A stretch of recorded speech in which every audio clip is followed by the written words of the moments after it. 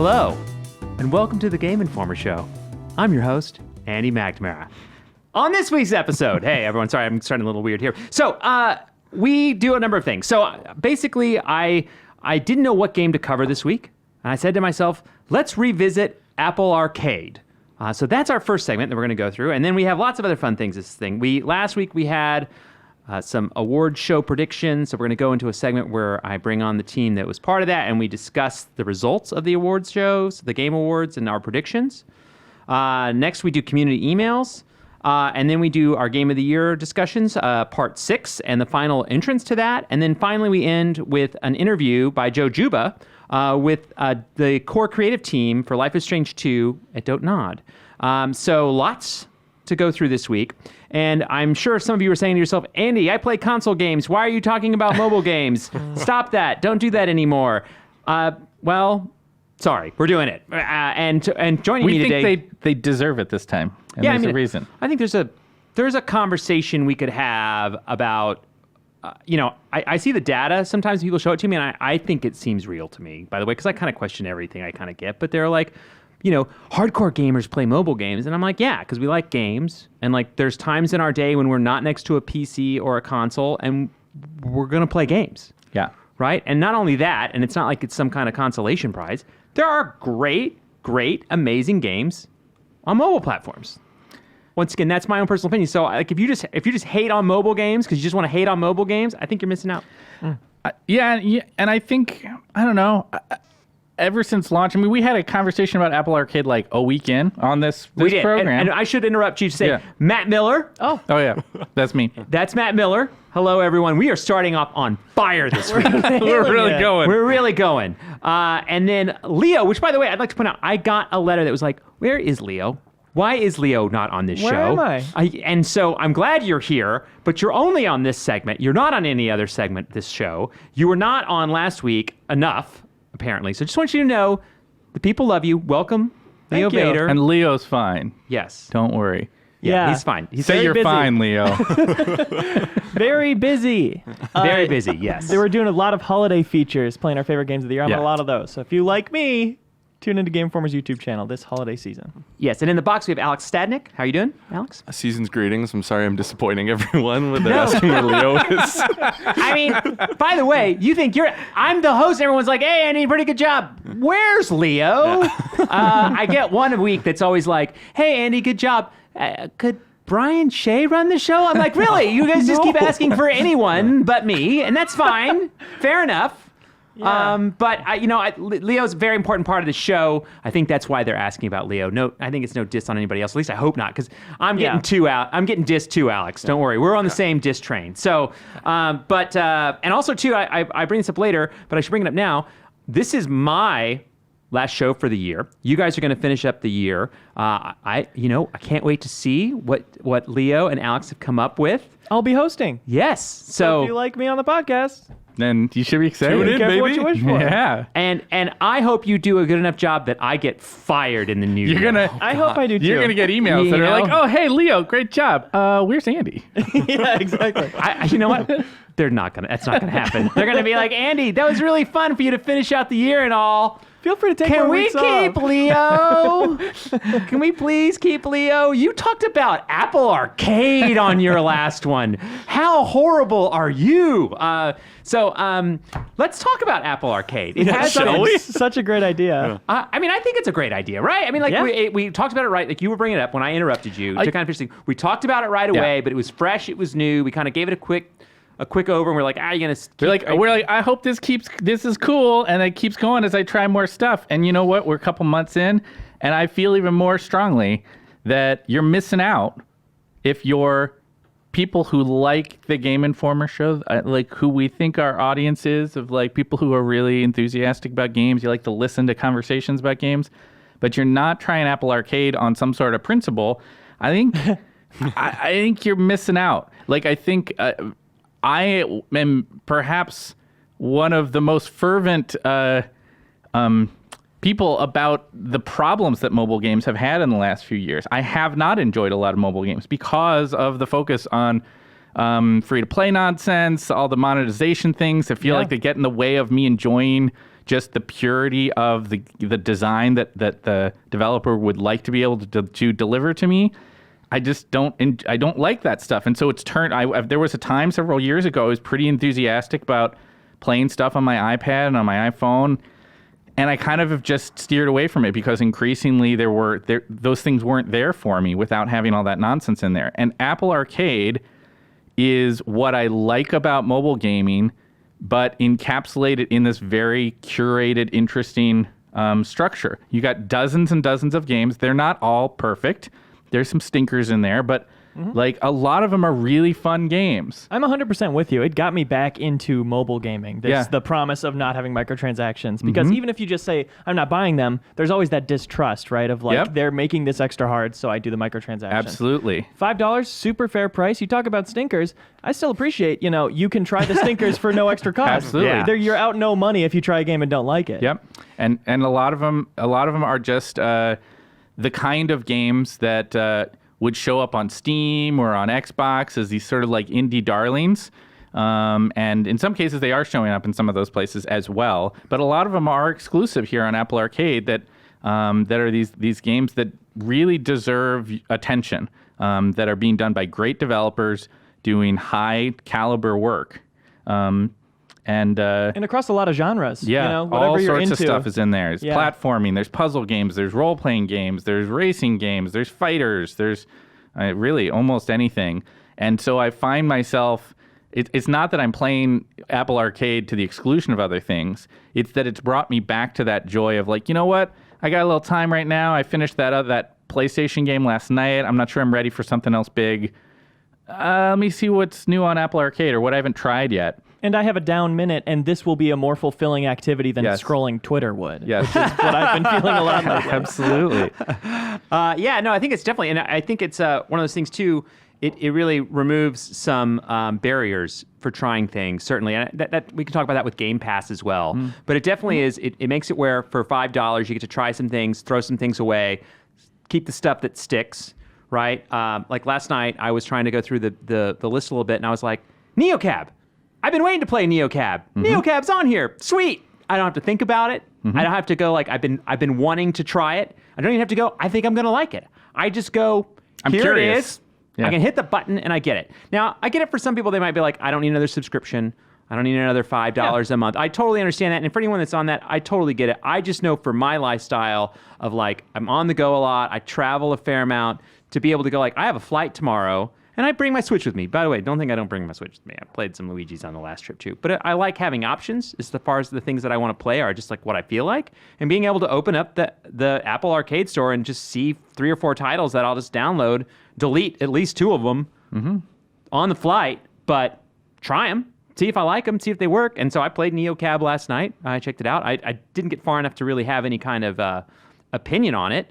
But I was like, I want to try it some more, right? It's it's a story game. I don't know. Did you guys play NeoCab? I haven't yet. You haven't played that? So I didn't know it was on Apple Arcade. That's great. I didn't either until last night. Like Yeah, I was I like will play it surprised. Apple definitely has a communication issue. I feel like as far as like what games are out and what's happening, what's new, and like, Unless you're actively like going in, like right at the bottom when you go into the arcade part of the App Store, you can scroll all the way down to the bottom and then see all games, and then they list them by date released, and so you can kind of see like the new stuff. But that's not a good way to do it, I don't think. I do appreciate the push notifications when something new gets added, but I think that's only for the really high-profile stuff. Those haven't been for everything so far. And I think I've turned off push notifications. I want to put on all of them. Yeah. I want to crank them up. Yeah. yeah, I wish Remind me of everything. or that they had more like customization on them. Like I like puzzle games, or I Sure. like this would be kind of Totally. nice. Like That'd be smart. I think as a way to kind of look through those things.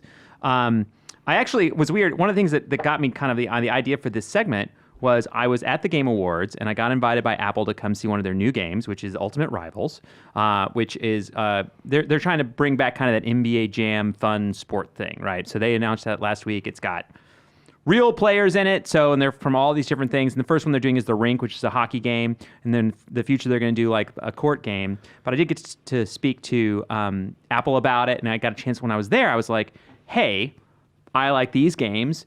Like, what game did I miss? What game have I not played that I should be playing on Apple Arcade?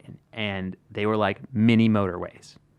And I was like, Let's talk about it. I played it last night. did you? And I was like, all right, I'm gonna check out this Mini Motorways. And I had to like, by the way, finding it in the App Store was hard. I was like, it was something motorways. I think it's a racing. And he didn't really explain it to me either. Because at first I'm like, I don't want to play a racing game on my phone. Like that sounds awful. Yeah. And I scroll through and I get to the thing and I'm like, oh, Mini Motorways.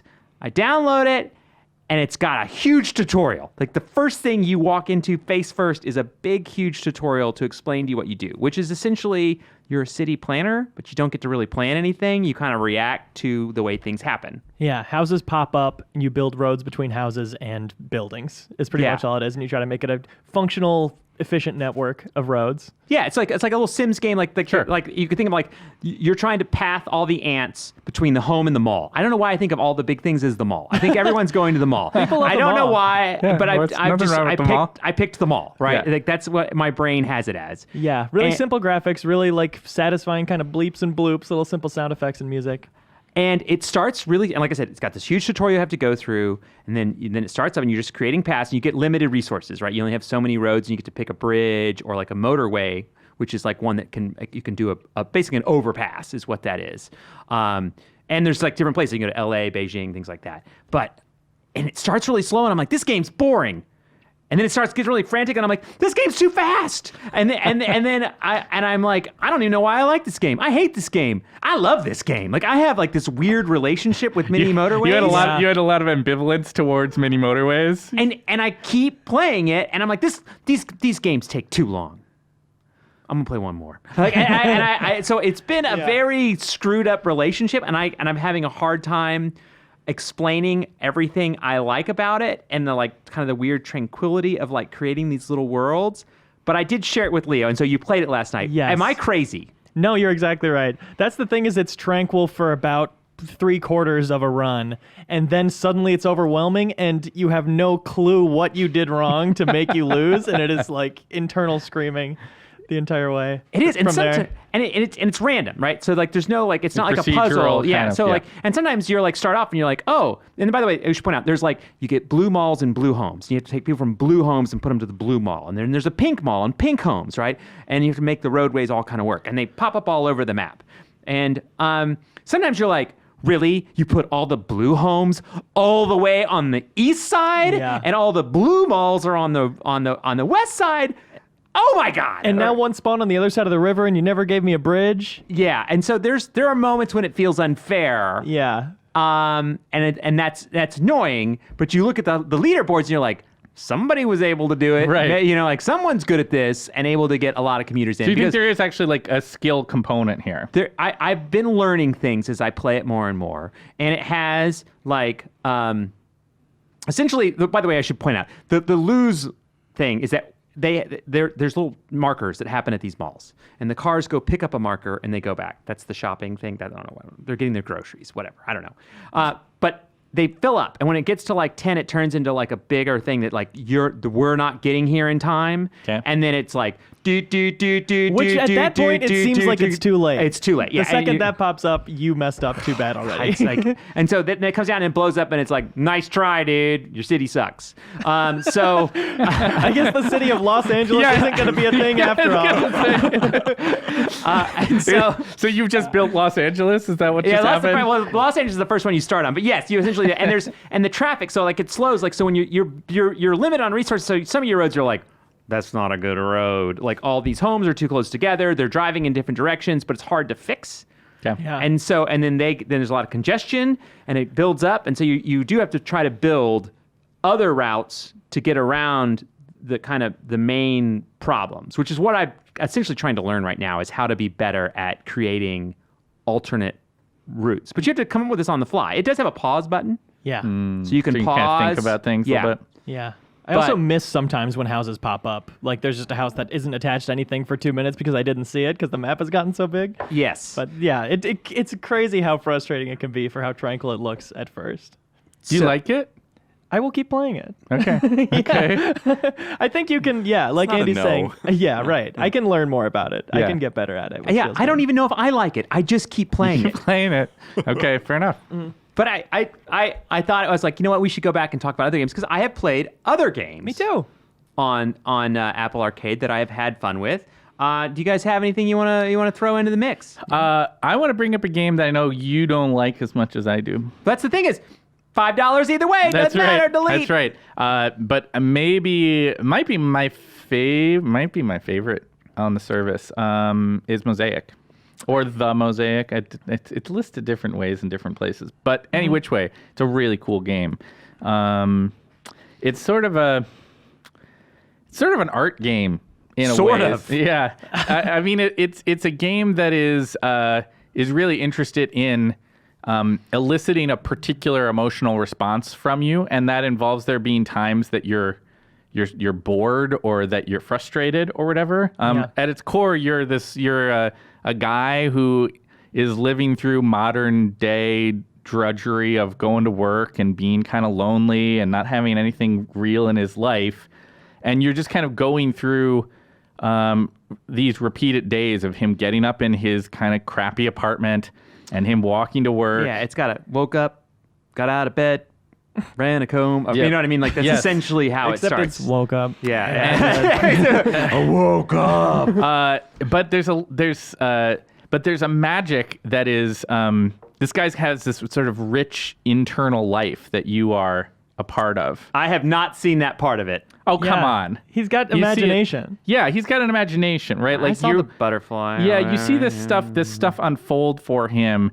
that is like his own mind trying to pull up out of the drudgery, right? And then in the world of exploring the game, it's usually represented by literally like everything's sort of black and white and gross, but then there'll be this sort of like golden light that's pulling you in a different direction. And it's usually away from work, by the way. Yes. It's usually telling you like, leave that aside for a while and like go look at this moment of realness, right? So it might be there's a kitten stuck in a tree, and if you go over, I mean, you just go to work and leave the cat there, and the game keeps going. But if you walk over, you can lure the cat down, and he jumps down into your arms, and this then leads into these sort of like fantasy sequences of you sort of seeing this world of drudgery crumble around you, or seeing something beautiful about life. And so there's moments that I've found to be really moving. There's other parts that are really funny. For instance, you have a phone that you're like managing messages coming in on, and it's all stuff that's kind of like annoying and frustrating. And when you play it on a phone, you have to turn because the phone, the game plays this way, and then when you get messages, you have to turn it to the phone. Yeah, thank you. And the audio listeners. and so you'll get like email. Like one of my favorite email exchanges is that you get an email from somebody at your work, and it's like, hey, I know this is weird, but I've been noticing you at work, and I wonder if maybe we could like go out and have dinner sometime, you know? And it's like this moment of like, oh, maybe my guy isn't going to be alone anymore. He's going to find somebody. The very next email is like, sorry, I sent that to the wrong person. and so it's like jokes like that, where it's just like brutal. These sort of crushing, brutal moments. But I don't know. It's the whole thing from the art design of the game. All the characters are these sort of stretched, taut, thin characters. Very ugly. Yeah, it is. Like They make me think of like Pink displeasing. Floyd The Wall. Yeah. Actually, the Yeah. art style makes me think of that, like, kind of. I think that's a fair comparison, actually. Yeah. That's what it made me go down. I'm going to counterpoint just for a second. Yeah. I just got bored. Like, I was like, oh, brush your teeth. And I was like, this is taking 30 seconds. It takes a long time. One of the themes of the game is like how we spend our time, including there is a clicker on your phone that you can Yes. play called Blip Blops, which this game was, if not announced, shown at E3 this past year. And when it got shown, they said Blip Blops is available right now. And that was a standalone app and you could download it. Yes. I played a ton of that game. I prestiged like 10 times in Blip Blops and none of it carried over. And I think that's part of the message they're trying to convey. It to is. me. I mean, it's No it's fun. It's a message game. It's sort of a anti-game in a way. For sure. Like You do the teeth brushing multiple times. You do. And Yes. just and to walk make down the hall multiple multiple times. times. Yep. And even the like little game parts where it's like, oh, build this thing is like, just fill this bar, fill bar. And you're like, oh my God. Yeah. This is a game you play to talk about later and dissect it with people, and I think it's so valuable too. that way. But I do think that even within the game, while fun is not the word that would come to mind most for Mosaic, I do think that it has moments of real beauty and power to them, where you're, because of the drudgery and because it successfully captures what can be really soul draining about when you work at a job that you don't like and that kind of thing. There's the moments that they do find ways to kind of take you on these flights of fancy can really be emotionally resonant. And Yeah. I really enjoyed that. Yeah, I tried to play it again on my last flight, and then I got to this thing where I like got to the end of this hallway, and it made it look like this was a thing I was going to fill up, and I was like, I don't know what I'm supposed to do now, which means I'm turning this off. Sure. After I'd walked for like 5 or 10 minutes before this thing happened, and I was like, this was my payoff. Like, this is just, it's too much like work. I moved on. Sure. But it's definitely resonated. Kato liked it as well. Mm-hmm. Right? So it's definitely, there's people that are enjoying it. But I think Leo and I seem to be in it feels like work. Oh, I like it. Do you like it? I'm like 4 days in, and I'll probably finish it. But Okay. I think it's interesting what I play. But yeah, it's obviously not fun to watch yourself brush your teeth for a full minute. Yeah. But there's a lot interesting about it, and I think it's beautiful. I don't know. There's something about that, about some of that stuff, even the drudgery moments, that make me laugh. Yeah, for sure. Right? Like it's this sort of like dark humor that really works for me. Yeah. I have one I love from Apple Arcade recently called Outlanders, which I believe was there at the beginning, but I only got into it recently. Yes. It's a simulation game, kind of civilization building. So you have a manageable amount of people, like 10 to 30 usually, and you are just managing them between building these structures, farming, moving them around, and just kind of making sure everything's operating efficiently, and then fast forwarding time and just watching everyone work and build the resources. And you're kind of going from scenario to scenario of like, you crash landed on this island and you need to build this amount of supplies in this amount of days, optional objective to keep your people happy. And just this, it's a very simple simulation. Like, there's not many resources to manage, but I find it very satisfying to have on while I'm working, and I just have my town working itself out, and then it'll pop up, oh, this person's unemployed, oh, this baby was born, oh, these people are hungry, and I just quick have to like move some stuff around, and then by the end of each chapter you have this kind of little town that you're proud to have built. So it's got that kind of, you're able to walk away from it. If you want, yeah.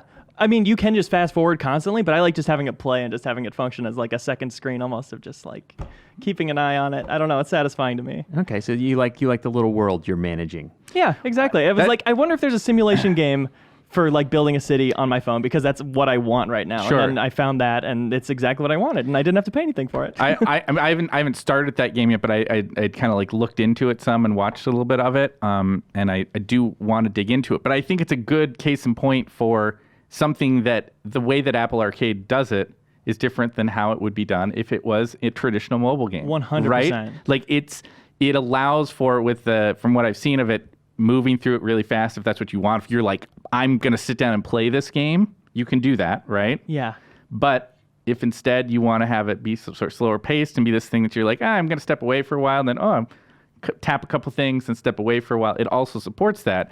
Whereas if it was just a traditional mobile game, it'd be like, hey, do you want to buy a thing to speed up time? You know, that kind totally. of thing. That beautiful little experience that I have on Apple Arcade, outside of Apple Arcade, that would be Clash of Clans. Yeah. Like they would. There's no world where a game of that type does not get additional monetization options in our modern mobile landscape. It's true. It is true. I've been playing it. Another one I want to bring up, just a quick one, is I've been playing Pinball Wizard. Oh, I heard that was really cool. I haven't started it yet. Which is like it's eventually it's a rogue light, but with pinball. But with pinball. Yeah. Okay, I'm listening. And so Saucy. Tell me more. Yeah, those are a good mashup of genres. Yes. So it feels a little clumsy at first. Like I at first I was like not entirely sure how I felt about the actual pinball. But after some playthroughs and some failures and starting to like, do the classic, like, you got to floor 7, right? And you start to like, you're like, I don't know if I want to do this first board again, because essentially every floor is a pinball table, and they're very. And you are the pinball wizard, right? Correct. Yeah. Yes. And so like your ball, really cute. yeah. So but it gets more powers as you go forward, and you kind of are able to do things, and it starts to facilitate it going a little bit easier. And also you start to learn like, what's the quickest way to kind of get the key and get me out of here, kind of move on to the next part and get to that part where you're kind of just like kind of hung up. What kind of progression is there? Basically, I mean, I need to open it up, but I was like, I got a power where I like when I could hold the button, and then it would have a a cursor that would spin around me, and then I could shoot it in the correct direction. Oh. And so the way you finish a level is like you unlock the key, which unlocks the door, and then you have to make the shot to go through the door. Yeah.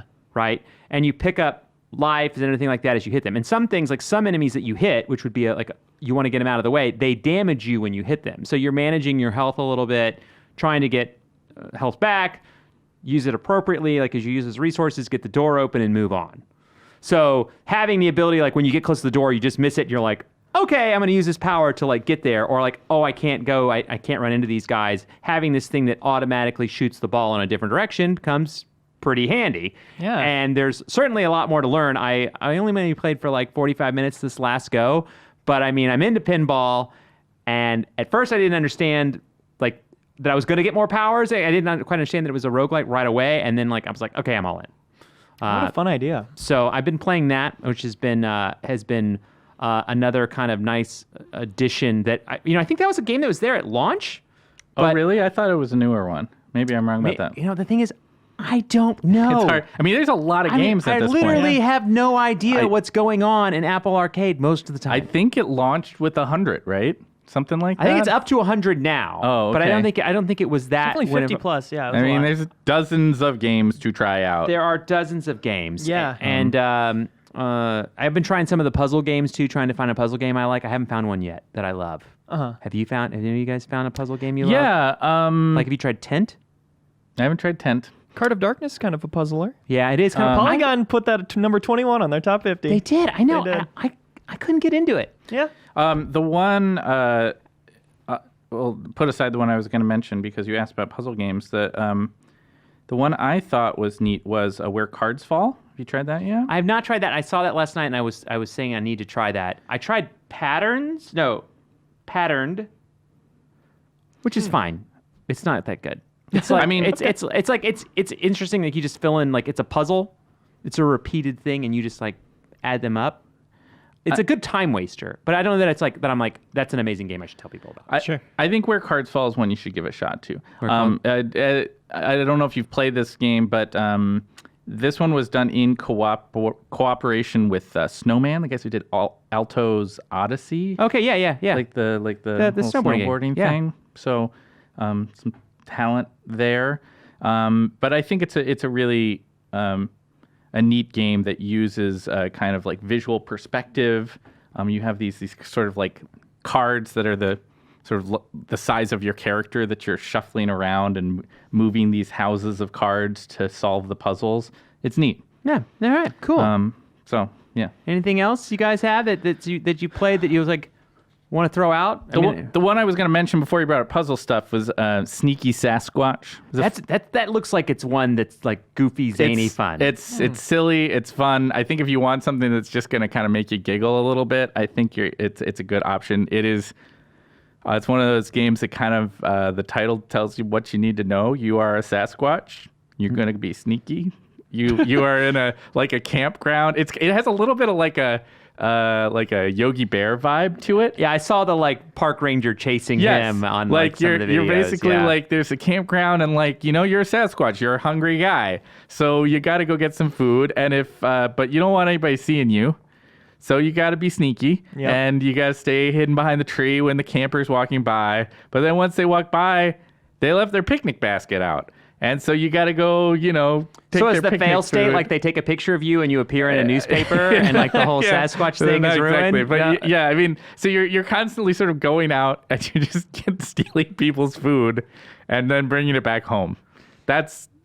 I think I saw in the video he was driving a golf cart. Well, I think it starts to eventually like snowball into other stuff, incredible. which I don't want to spoil. But it's a pretty funny little game. I think if you're in the mood for a little goofiness, I think it'd be a good option. Oh, excellent. There you go. All right. I hope that this service lasts. I hope it doesn't fall from either lack of public interest or lack of Apple continuing to curate and push it, because it's such a valuable thing to have on mobile. And I rely on it now for microtransaction-less games being served to me. I enjoy it. Yeah, I wondered to myself, I would love to know if like the revenues, just to think of it as a business, like if the revenues have really dropped for Apple, where they're going to say, oh, we lost all this money from the games. And obviously we don't like predatory pay to win games, right? But there are games with customizations, things like that I think are fair. It's a long, different talk. But if they've lost some of that, because those are not allowed in Apple Arcade, you can't have any of those things. So I wonder if that does change things. But yeah, I'm glad they're doing it. Me too. Yeah. I think it's cool, and it seems like for me, I'm totally fine with the exchange of $5 for the access to a bunch of games. I mean, at this point, I would pay $5 just for Grindstone, which I still love. I still haven't finished, but I've been playing a ton of. And it's great. like I just love that game. So there's been a lot of fun games. Let's put it this way: my phone got 2 more panels of apps. Yeah. That quickly, just from the introduction of Apple Arcade. Yeah. Because you feel like you can do that, because you can experiment, and it's exciting to be able to like scroll through. Once you've subscribed, you're just scrolling through this list, and there's a moment where you're kind of like, I mean, unlike Xbox Games Pass, which I also think is a good service, but that's a lot of games that you probably kind of know about or whatever. There's something about Apple Arcade that you subscribe and you start looking through and you're like, I never heard of that. That looks pretty cool though, right? Get. Yeah, and then you read the description, you're like, the description doesn't tell me anything. No, you basically have to download them. And then you download it, and hopefully you have a decent Wi-Fi network. You get it in a few minutes, and then you're off playing. And like I said, not every one of them is going to work for everybody, but I think there's a lot of talented developers who have contributed work to this thing, and should give it a shot. Definitely. Yes, definitely indeed. So I hope you liked our mobile talk and have not banished me forever from hosting the Game Informer daring. show. I check out. I mean, I think there's a lot of fun games to check out there. I know there's people out there that use Android, and they're like, they're probably feeling excluded. But I think a lot of these games make it to other areas and make it to some of the Steam stores and things like that. So it's not all of them are some exclusive. Of the games, like even Mosaic that we talked about before, you can play on Steam. There are several of these games that aren't exclusive, but yeah, NeoCab, things like that you can play other places. So definitely check those out. So more to come for the show. We have the awards showdown where we discuss who won. I wish I could give you some hints, but let's just say it was a close competition. Stay tuned. We got some fire coming. We had some fire coming. There was some arguing. We have community emails, which was a lot of fun this week. We're recording this out of order. That's how I already know it was fun. And then also, too, we did Game of the Year chats. A lot of fun. I actually make a mistake later in those Game of the Year chats where I do not say 88 Games makes photographs, which is Luca Redwood, who I have so much respect for, and I can't believe I screwed up. So I'm breaking the fourth wall here to preemptively correct myself, because he also made 10 million, and I love that game too. I'm just like a huge fan of his work, and you spaced on his name. And I spaced on his name, and I was embarrassed by it, and I want to make sure it gets out there because I think he's really, really good and making a really, really great game. And as we talk about Apple Arcade, I do want to point out once again, because it talks about it again later, but Photographs is a really great game. It's a really nice puzzler game. It's not through Apple Arcade, but it's really good. You should check it out. Mm-hmm.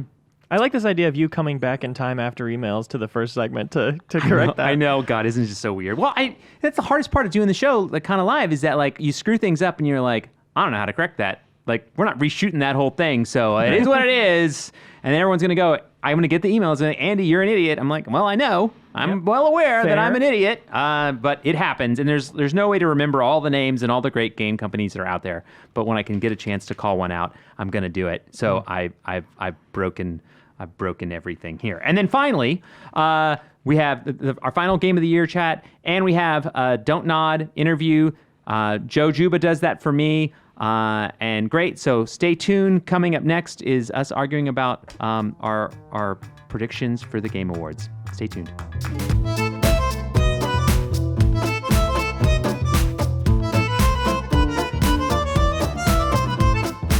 Hello, and welcome back to the Game Informer Show. In this quick segment, I know I've been wrong a million times, but I'm going to try to make this one quick. We're going to revisit last week's Game Awards predictions. I have tallied the scores. I have the entire crew that participated before. Once again, I want to thank everyone for participating. We don't have a ceremonial giving of the dollars, but I believe the winner will be able to track down and find their money. For anyone that missed last week's show, what we talked about was we made predictions. It's a thing I do at a lot of award shows. So everyone has to guess what we think is not what our favorite is, not what we want to win, but what we think will win. And it's a complicated game, and everyone here played. So I have, which you gave me last week, and I have your scores on there. Okay. For Ben, and you can pass that down to Joe. I hopefully, by the way, this was not tested, or I didn't bring in an audit crew to make sure I didn't make any mistakes. Well, as long as we're not paying money to you, I think that we're going to be okay. Well, Everybody can just give me their money now.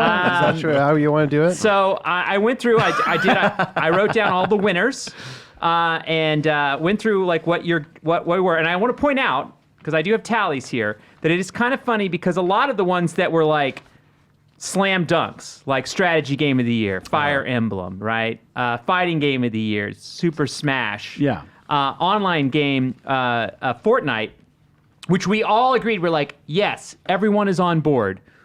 For some of you, that's at least 50% of your right answers. Oh no! Oh God! You're looking at me as you say this.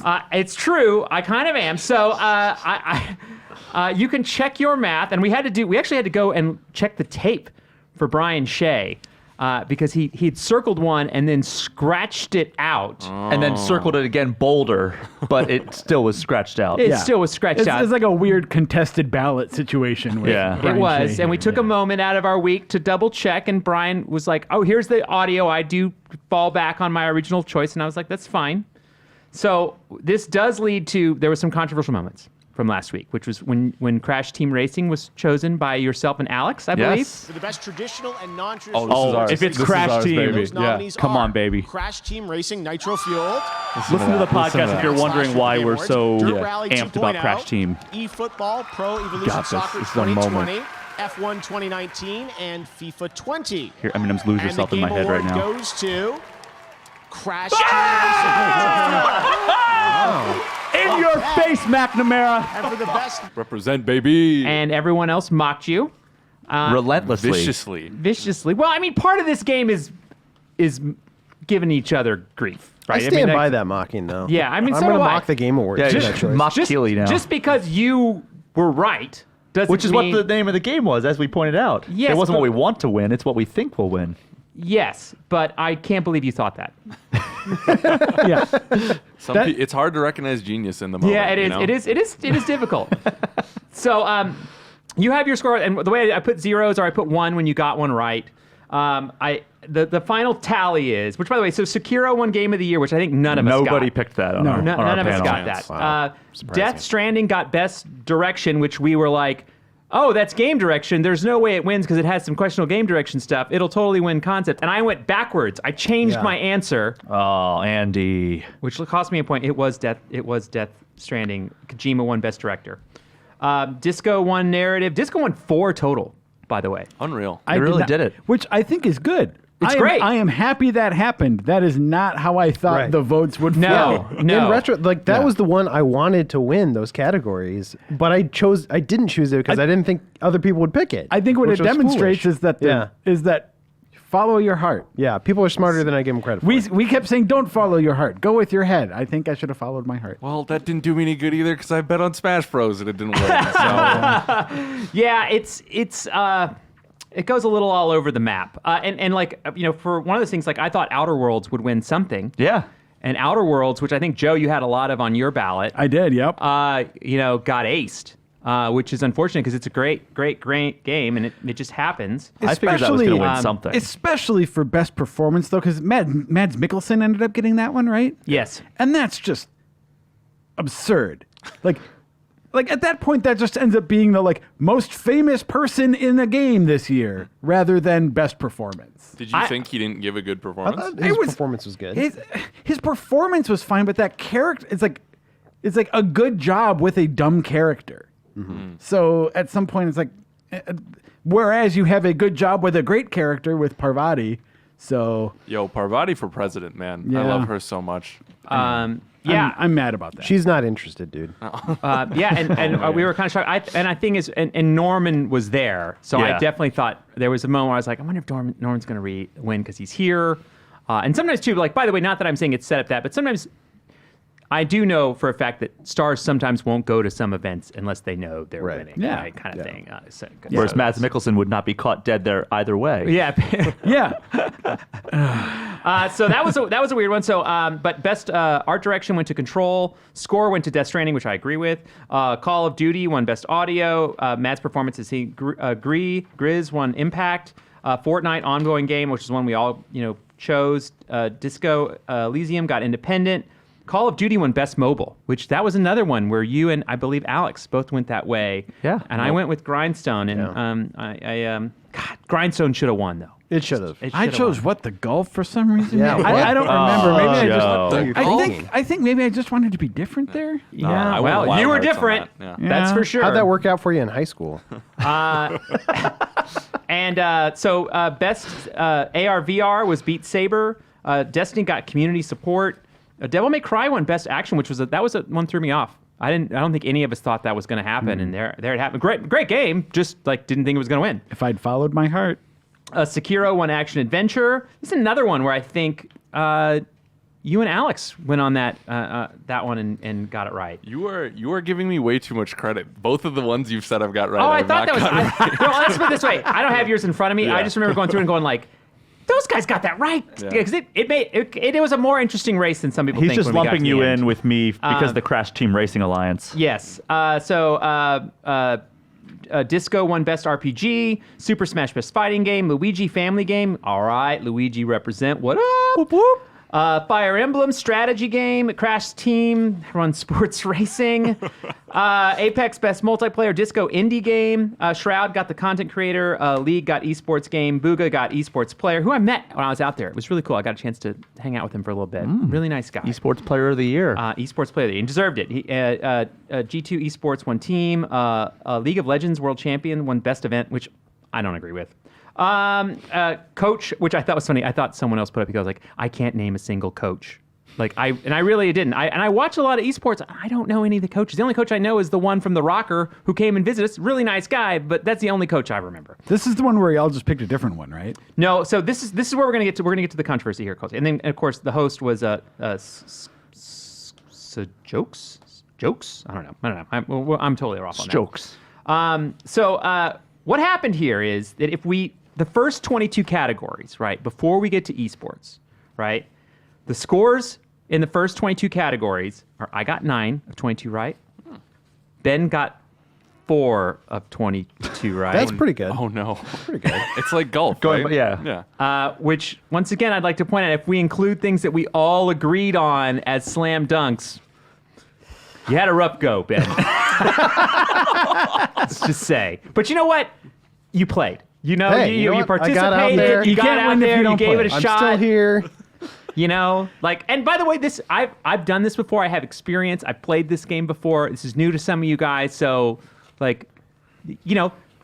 a learning point. I have experience guessing winners. I know, exactly. You guys, you I have was some thinking of learning what to do. would win the DICE Awards too. This Yeah. is my. Yeah, so I think Wrong let's events. revisit. Yeah. Yeah. So you'll have another chance. We'll do this again.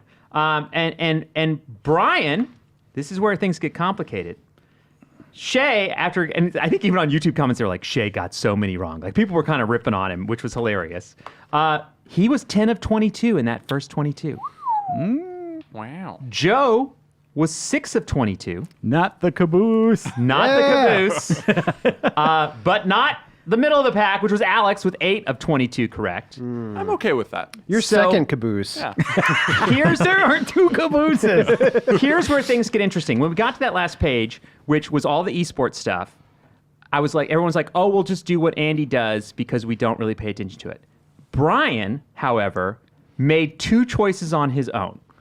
One, which was esports or content creator of the year, where he chose Ewok, who's great, by the way, super awesome. He chose Ewok. Should have won. But she did not. Mm-hmm. And then 2, he picked for esports game of the year, he picked Overwatch. And then at that point, he was like, oh, no, we'll just follow Andy's answer. So I actually missed the last 4. So the ones we all got 0 for those, right? But oddly enough, in these 2 questions where Brian did make his choices, he got both of them wrong. and I got both of them right. So I ended up going ahead with those 2 esports things if we include those. Now, I'm open to the discussion as a group here that, Brian made those choices. If we go with the true score where people chose and didn't choose or didn't all choose the same one and we include esports, I win. And a close one. And by the way, and a nail biter, 11-10 ends up being the final score. Wait a minute. Who won Coach? That's the jokes. Jokes. Oh, Coach was Zonic. Well, somebody voted for that, right? No, you guys all just said. No. The Coach, we all chose a different one. Did we? Oh, that's I right. voted for Zonic. Wait a second. I'm the big see. winner. Let's see. It's me. Did you? You got Zonic. So you Yeah, went. that's right. You went to 5. So does that push me over the edge? no, Yeah, that you pushes, won. That pushes you to still last place. Okay. Still first caboose. I went with Kane. Yeah, so that doesn't matter. That would have been interesting. That would have been a great, kind of Surprise. Deus Ex The right big there. reveal. Machina that would have come in, but it didn't. And so with that, I would win, unless you guys really want to just say we shouldn't include esports, and then Brian would have won. I should say we just we chalk this all up to a learning experience and no one. I Okay, like by the way, I'm not listening to that. I one. win. Okay, I'm not going to listen to that. I win. You We're all winners. No, I'm the winner. Well, in some sense. I think Shay and I are the real winners. Yeah, And Crash Team Racing, baby. Yeah, that was the interesting point. I was like the second they called, I was like, no, and I was sitting in the middle of the arena. You should watch the live stream because Alex and I lost our minds when that happened. I thought you lost your minds before when you picked Crash Team Racing. Yeah, that's what that was my Both take. are true. And I was actually kind of sitting there watching my phone, waiting for the text or whatever from Brian, where he was gonna rub it in. And I think the next day he kind of goes like, "Yeah, I chose Crash Team." He took it very chill, which I was kind of surprised. I would have been way more obnoxious. He didn't though, because I sent him a message that morning that was like, "Brian, I owe you an apology. I thought you were crazy. I'm sorry." And then he comes in and rubs it in my face. Where was my apology? I'm less sorry about you. You're the new guy. Fair. I don't apologize to anyone for ribbing their choices. That's how it goes. That's dog world. I pick on Shay a lot more than I pick on Alex, and in this We case, haven't had time with Alex yet. Yeah, in this case, it was unfounded. I did get one single character tweet from you, which was just an exclamation point when Crash Team Racing won. I did. I was like, no. And you were sitting in the room where the awards were happening. I was. I took a moment, I didn't want to admit defeat, but I was like, that hurts. That hurts. Because that's the thing is, I do know from experience that it only takes a couple categories that you screw up, or in Joe's case, I really believe Outer Worlds is going to clean up. Yeah. And when it doesn't, Yeah. it hurts. For me, I bet you crash and burn. I bet big on Crash Team Racing and Burn. I bet big on Smash Brothers and on the Outer Worlds, and they didn't really deliver for me. No. So my did. favorite thing was that with that single category, I got 2 predictions right. One was that Crash Team Racing was going to win, and then 2 was if it wins, you guys are going to look like huge. And both came true. No, I don't feel like I'm an. No, It's called competitive spirit, Brian. I'm glad Shea. you have high self-esteem. Yeah. No, it's not nothing to do with my self-esteem. I predicted that I was going to lose, so Wow. I kind of win. Yeah, in that sense, you are the In winner. that category, you are the winner. congratulations, Except I think Ben. that was Thank another you, thank consensus you. choice where we all knew you were going to lose. So I think it all came out even again. Yeah. So I did have fun at the Game Awards. It's fun to go to. It's great. There's tons of industry people there. It's good times. It's definitely. I know everyone watched it. Some people watched it at home. Some people didn't. I know. Some will change things later. I thought it was really crazy that they announced the new Xbox industrial design at the show. I was That was blown the away. biggest news, yeah. Yeah, It was insane. I was like, wow, I can't believe this. And then of course they went on to call it the Xbox Series X, which is confusing. Which we've been there's been news out that they're calling it just the Xbox, blah blah blah. And by the way, Xbox, just so you know.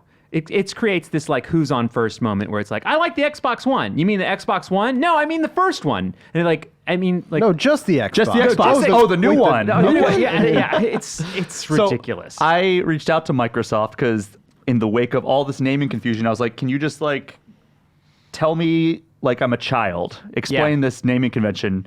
And they said, we have the following prepared statement from a Microsoft spokesperson. Hey, little God. Brian. Hey, little. The name we're carrying forward to the next generation is simply Xbox. And at the Game Awards, we announced Xbox Series X. We're excited to offer fans a glimpse at the next generation of gaming with Xbox, but beyond that, we have nothing further to share. So what the does that mean? Wow. Bold. I mean, I think it just means that Makes it's sense to me. Makes no sense. that Xbox is the sort of umbrella term, and Series X is this particular model one of the model, next yeah. generation Xbox. Yes. The only thing that's confusing to me, and I'll point this out, and I just sometimes numbers are good, is that the iPhone 11's the newer one versus the iPhone 10, and then they have model numbers like X and S and other things like that to be like, oh, here's some different versions of that you could get. Like you could get the one without this, or the one with this, or the one with that. So you can kind of like still talk about the product in a singular fashion. This does not promote that kind of conversation. It does still like leave it to being excused. Now, by the way, we're all going to call it Xbox. I play Xbox. Like all that kind of stuff. I mean, I get it, and I get what they're trying to say. I feel like they're backing off a little bit on their Series X kind of announcement a little bit to go back with Xbox, and I just wish this is the price you pay for doing things like the 360 and coming back with a 1 again. Yeah. And like just confusing the whole thing when they could have just moved forward. And it does, by the way, I'm not judging any powers. It does make PlayStation just seem so easy when they're like, and they even kind of like, it's PlayStation 5. Yeah. I mean, It's done. But don't you think Don't you think that they understood that they were going to take that heat now and then it'll smooth itself out later, like before E3 and their big other reveals? Because gamers always forget. Yeah. That's really what we do. We let water go under the bridge. We're like, sure. we do not hold grudges. Yeah. I mean, we don't just talk about things ad nauseum for no apparent reason. And the weird thing is, I actually think this is like, if it's saying what I think it's saying, I think it's smart to say like, hey, Xbox is just our brand Yes, now. I In the agree. same way that PlayStation's our brand. What they messed up is just having a confusing announcement about what their next console is called and like how they frame that. Yeah. The messaging is 100% what I'm upset about. It's not I think it's smart to just have the Xbox be like the umbrella term, just like the iPhone is the umbrella term. Or and the have different models. PlayStation is. Yeah. Yeah. But like to come out and be like, our next system, the Series X, and then, oh, by the way, it's just called Xbox. Yeah. You think people were upset, or they were upset that people were abbreviating it to sex? Is that? Sexbox. Whoa, blah, blah, blah. we didn't I think don't of that. think so. That's the thing is they had to have known that was going to happen. There's no way in a room full of smart people, no one went like, hey, everybody.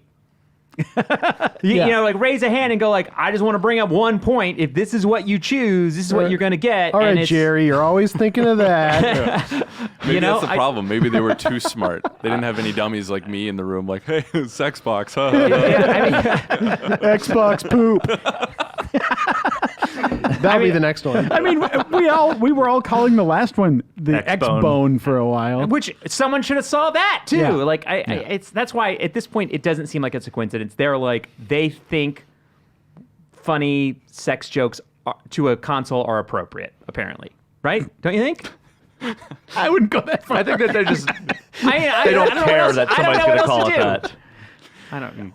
Okay. All right. Well, it was a fun game. I enjoyed it. I hope everyone at home enjoyed listening to us argue about what we thought was going to win. It was a good time. There'll be plenty of awards where we can do this at other times. And if you liked it, if you thought it was stupid, let me know if you thought it was stupid too. That Andy, works can you well. just take the dollar out of my check? Is that easy? No. I'm gonna. I'll take it out of your hide. By the way, Part of the shame is delivering the dollar. exactly. I'm gonna come get that dollar. When I'm you're like, gonna- I don't have. You have change. I'm gonna be like, no. Here's you what need you're gonna to get. go get $1. 100 pennies coming your way. No, $1. It was That's $1. $1. That's $1. That's $1. 100 pennies, It's not baby. it's not a dollar bill. That was not the deal. The deal was $1 I'm from just each let you know. person. Okay, if you want to bring me 100 pennies, that's fine, and I will accept that payment. But I'm gonna let you know, I'm going to chastise you for that cowardly way to pay your bet on this show for a long time, and everyone who watches this show will know that you deliver. When you pay your debts, you don't pay your debts. You do cute little 100 penny things. Yeah. Rather than stand up and just pay your bet and move on. And I have a $2 bill. I will rip it in half. See? See, again, that's the That's same not dumb. spendable I'm just currency. saying. I'm just saying. You can do it, but I will mock you. How about if you pay in 100 pennies, those pennies get put in a pillowcase and you get hit in the head with it. Oh, man. You get hit in the head with whatever you give him. Yeah. Is that so choose wisely. Give him a hammer. Thank you guys. It was a lot of fun last week. It was fun this week. If you missed the thing, it's fun still to listen to our predictions from last week because you know the answers, and it's kind of hilarious to listen to us talk around our ultimate reason why when it's I think so our incredibly total wrong. failure probably made it more entertaining. I mean, none of us batted 50%. No. It's true. It's like You and I came close. not kind of, but I mean like Just trying to form a camaraderie here. if we include the esports stuff, we're not close. Like we're just not close. You're looking at 400 baseball, kind of thing, which is great. That's It's Hall of great Fame baseball. numbers. Yeah. I don't know if it's great award predictions. So, Fair. by the way, I want to give a shout out to Reeves on our live stream. The Ghost of Tsushima stream or trailer starts, and it starts with them throwing dead bodies into a fire. And Reeves has a line where he goes, "Oh, that's how they keep warm."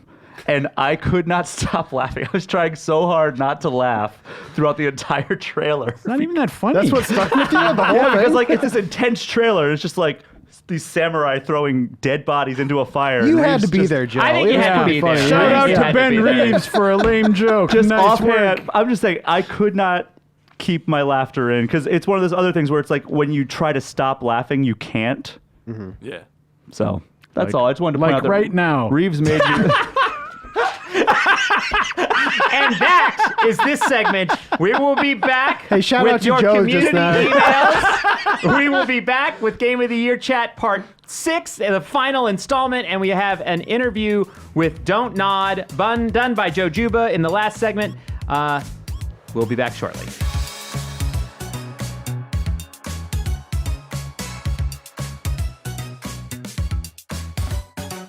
Hello, and welcome back to the Game Informer Show. I'm your host, Andy McNamara. We are going to do community emails.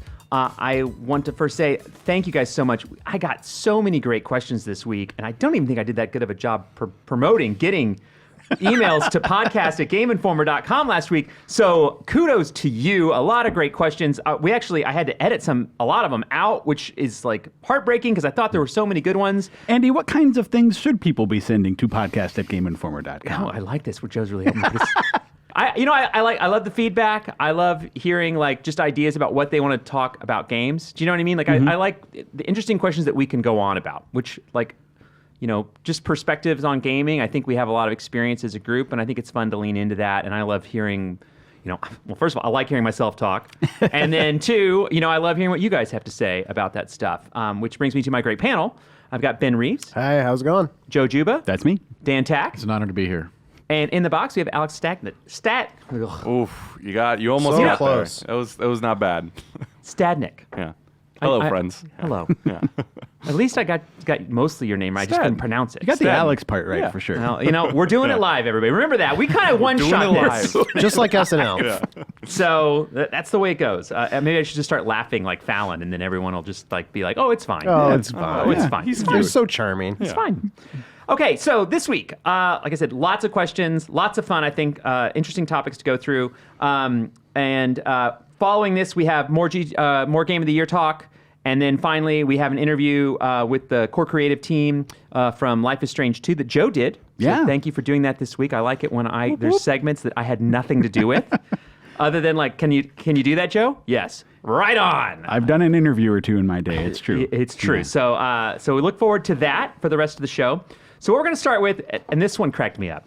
And actually, it was very funny. I got this. I watched this email come in live, and I wrote, like LOL back to the writer, and they're like, "I can't believe you wrote back. That's so cool." And I was like, "That's nice. I like it when people are nice like that." But he made my day. I laughed at this one yesterday, and I was excited to do this one in the email. So we're doing it first, which was, "Dear Andy and the crew."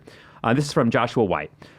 Game Informer is known for reviewing and assigning a numerical score to works of art that are in some form of electric media, video games. But what about more traditional works of art? I dare you to review and score, using the GI scale, each of the following famous works of art. That's right. I like where this is going. Came to the love this. experts. All right, to the experts. So the first one is the Mona Lisa. I've seen that one. I've We seen get it to too. review the Mona Lisa. This is by the way, this is important video game talk. Yes. Yes. So do we apply video game metrics to it, or is it just? It's a score. Like what do you give the Mona Lisa? I Where mean, do we like put what? the story dump? I'm confused. I mean, there's no bullets unless we want to make them. But I think it's more like what I mean. Like this is a famous piece of art that people travel. I mean, people gather around to look at. Yeah. Playability is not very high on this No, one. it's not. It's not good. No. See, The replayability is like only moderate, I think. Sound. I feel even I- the graphics out are here, kind of so low, everyone- honestly. Take a look. Here's the issue, I think, with reviewing the Mona Lisa today. Is it's a little bit like plugging in the original Super Mario Brothers and trying to review it today, right? Like, there's no denying that this is a like foundational, important, impressive work of art.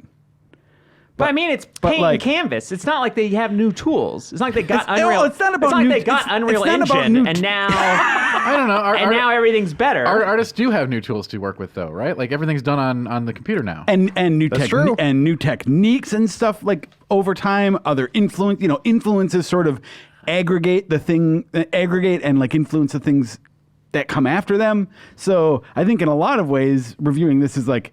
So you're trying to pass the ball. You're trying to No, just not do it. I'm not trying to pass the ball. I'm trying to say that if you were to give me Super Mario Brothers today as a brand new game, it would get maybe like a 6 out of 10. Really? Wow. No, it would not. Wow. No, it would if not. even that high. Yep. No, I don't believe this at Wow. all.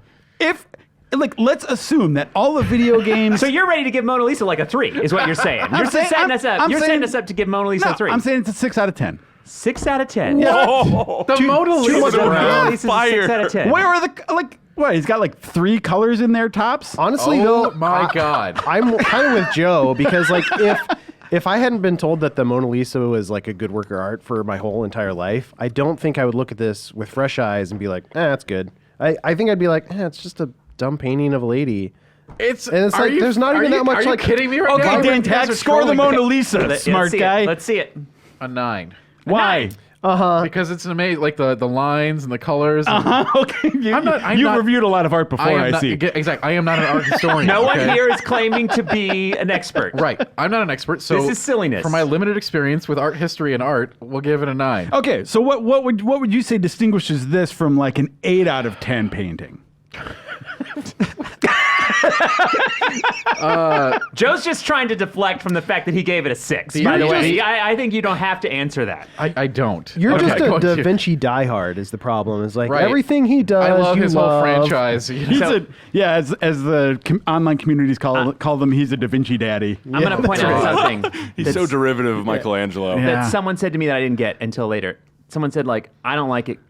Where are her eyebrows? Oh, A 6. weird. We're giving the Mona Lisa a 6. And Only. I had never really thought about that. I just kind of assumed.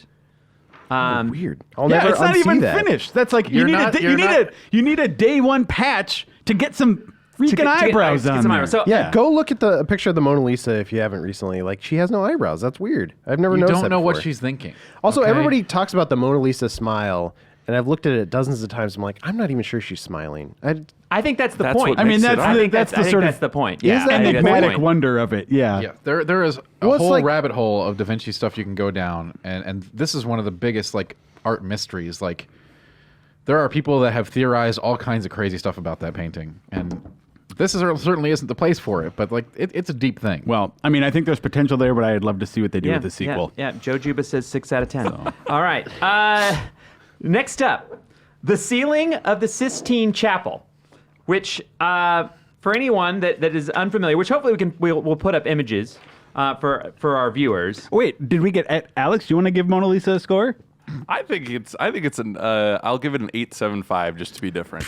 875. 8.75. 875. All right. See, at least the 7.5 shows that he's put some thought and discernment into it. One of the best works in human history. Well, I mean, according to everyone else, you can only review according to your personal experience. That- Dan that is Tack. true. You don't go on Metacritic and then assign a score for yourself. I'm Have you guys glad. gone and seen it? Have you seen the? I in want to. person? I Yeah. actually really badly want to go see it. I have I'm not. booking my trip right now.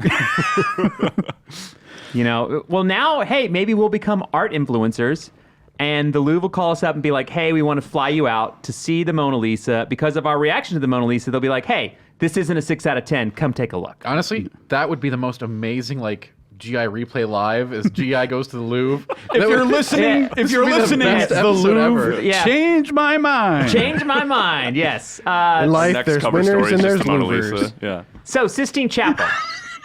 All right. Sistine Chapel. So not to brag, I have seen this one live. You have? It's a That's a 10 out brag. of 10 in person. 10 out of 10. Yeah, it's great. Wait. You 10 out of gave the 10. Mona Lisa like a 6. Yeah, that's because I haven't seen it in person. Wow. But like I would say if not in person, an 8. To be clear, Ben does play games before he reviews them here. He doesn't. Yeah. Yeah, that's right. But it does look kind of impressive though. Like even like just from photos, right? You look at this and there's so many like different areas. Like it's impressive that a guy did this.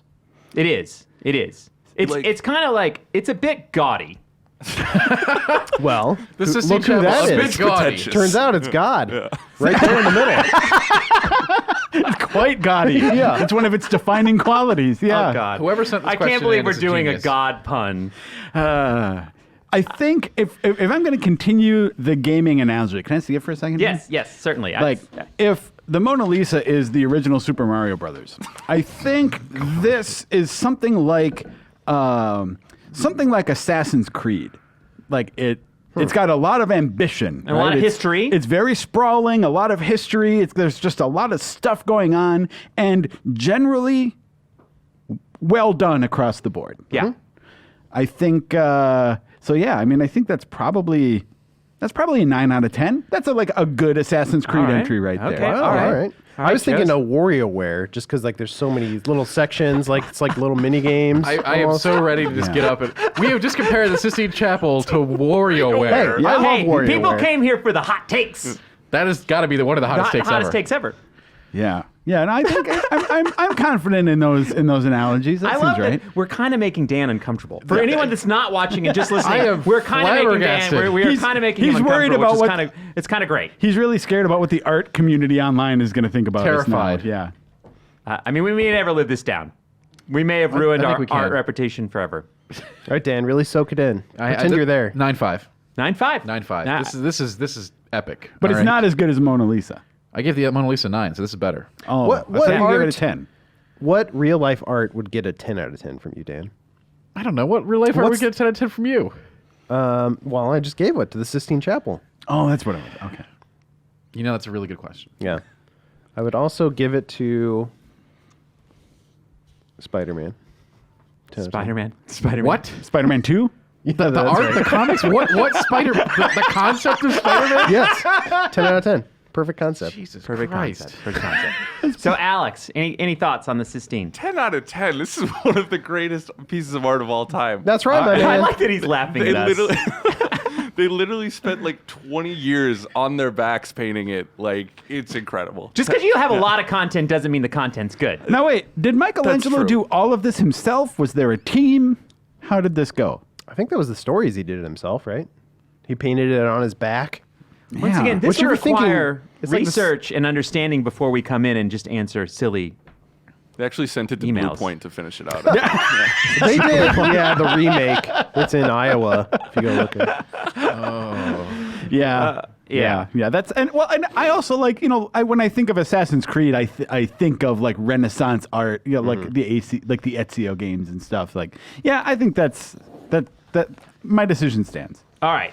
So our last piece of art is the Cloud Gate, aka the Chicago Bean.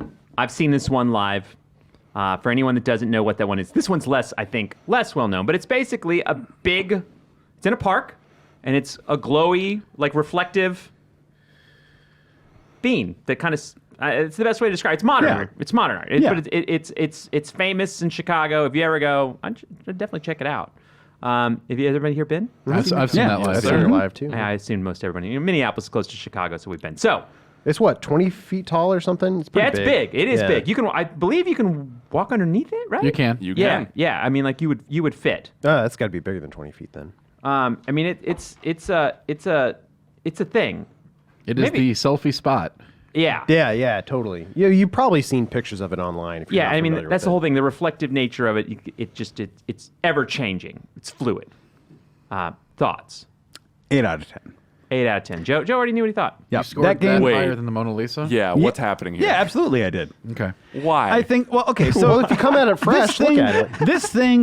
This reflective bean, again, modern game analogy, I think reminds me of something like, say, maybe something like modern or like a Untitled Goose Game, right? It's like a quirky, unconventional, modern take on gaming, but like you spend a few minutes looking at it, right? And you're like, oh, that's cool. It's a weird shape. Does a reflection. Like once you get its gimmick, Yeah. like it's still interesting, but it's like, yep, it's done what it's gonna do. That's a cool concept. Couldn't you say 8 that out of about 10. every piece of art of yours? Like, I get it, and walk away? I mean, Sistine Chapel. Okay, you're saying you'd spend a lot of time there. I would Okay, go back gotcha. to Sistine Chapel. All I've right. probably seen the bean in person like 3 times, and those second 2 times, I don't think I needed. I think you've seen it once. It's good. Yeah. It's Single fun. You playthrough. get your picture in front of it. 775. I don't need to do it again. Yeah, single playthrough. Like I'm glad I played it, but I'm not going back. Maybe if they had New Game Plus to it or something somehow. Oh, a mini bean next to the... yeah, that's a good thing. Maybe a red bean. We need to make gifs of Dan's face throughout this whole thing. It has been pure gold for me in my seat this entire time. For those I'm who glad are you're just enjoying listening, he's been nodding sagely at everything we say. Yes. Yes. So It's Dan- stroking his chin. Yes. Dan, what do you thoughtfully. think? What do you think of the bean? I give it a 5. You give it a 5. Wow. 5. It's garbage art. It's the hottest like modern art thing. It's like, okay, guess what? It's just a giant reflective thing. It's cool. Let's throw it in a park. It does not have like the artistic qualities of the Sistine Chapel or the Mona Lisa. It's just a big dumb globe thing. Right? It's stupid. Yeah, And I know, I'm and sure. I'm sure you could do better. It express. Honestly, that is nothing. Honestly, that is nothing. It's just a giant reflective piece of crap. It's nothing. It is the most. It symbolizes modern art to me. There's no effort that went into that. It's just like a guy being like, "Yo, it would be really cool if we put a big thing in this park." And, Are you reading this from an art history book? I totally am. What do you think of the cherry spoon, by the way? I think That's Minneapolis. That's pretty dumb famous. too. Yeah. I mean, it's cool that it's in that park, and I've been to that park many times. It's just like it's a stupid spoon thing. I get it. That's our it's giant.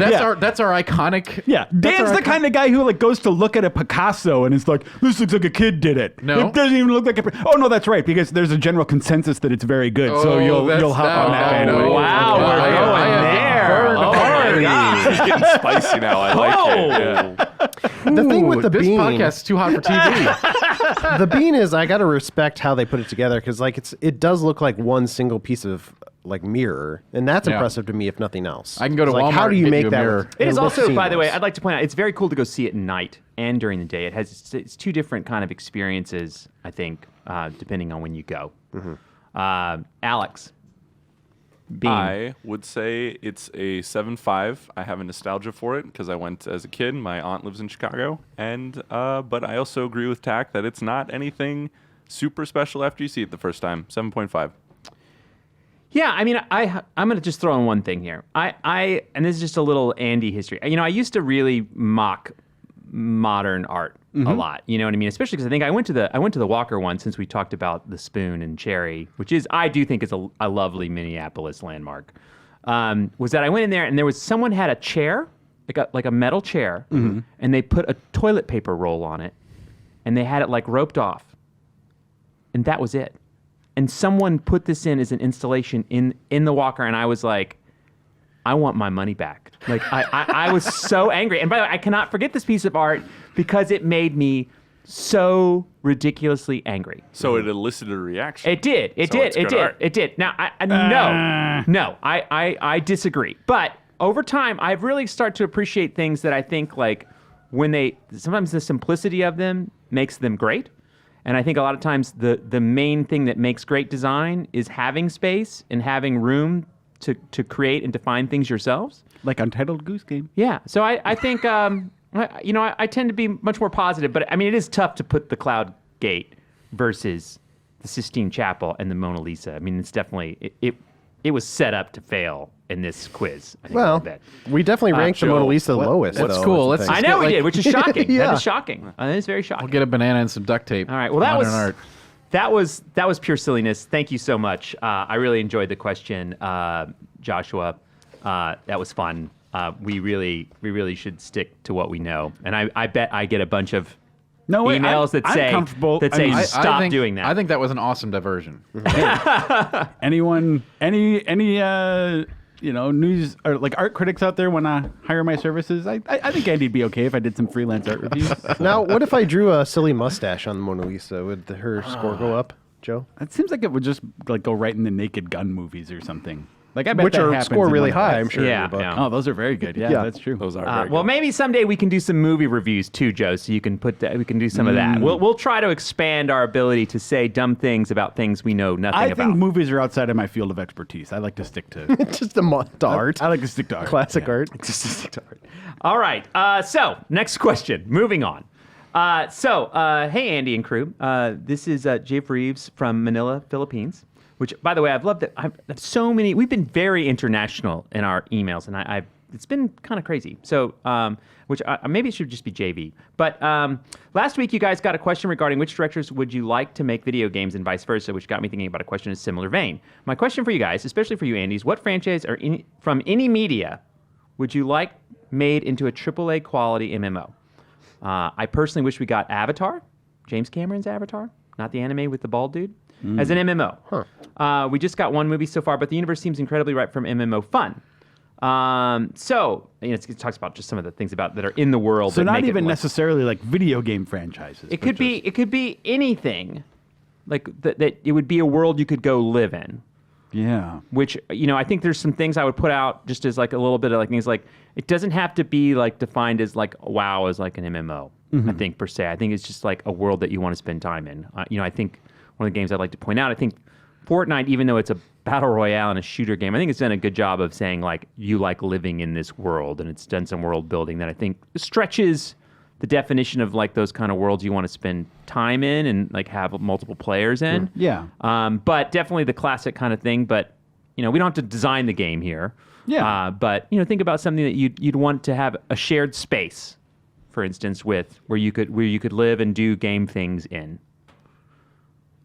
Dan had like when we brought this question, we did a little pre-production meeting. He immediately had an answer. So I'm gonna ask Dan. I mean, I'll sit and I have crusaded for this forever, and I still don't know why it hasn't happened. It's Pokemon. It is a slam dunk MMORPG from the ground up. Like that is the world that everybody wants. Is a shared world for Pokemon instead of these single player experiences where you just walk in a straight line to the end, and the formula is old, to be honest. And that would lend itself to an MMO environment so immaculately. Why do you think they haven't done that yet? Because I think you're right. I think that is a no-brainer, easy It fit. really is, and I can't even fathom why it hasn't. It's got to have something to do with Game Freak and Nintendo. Well, it's just a right?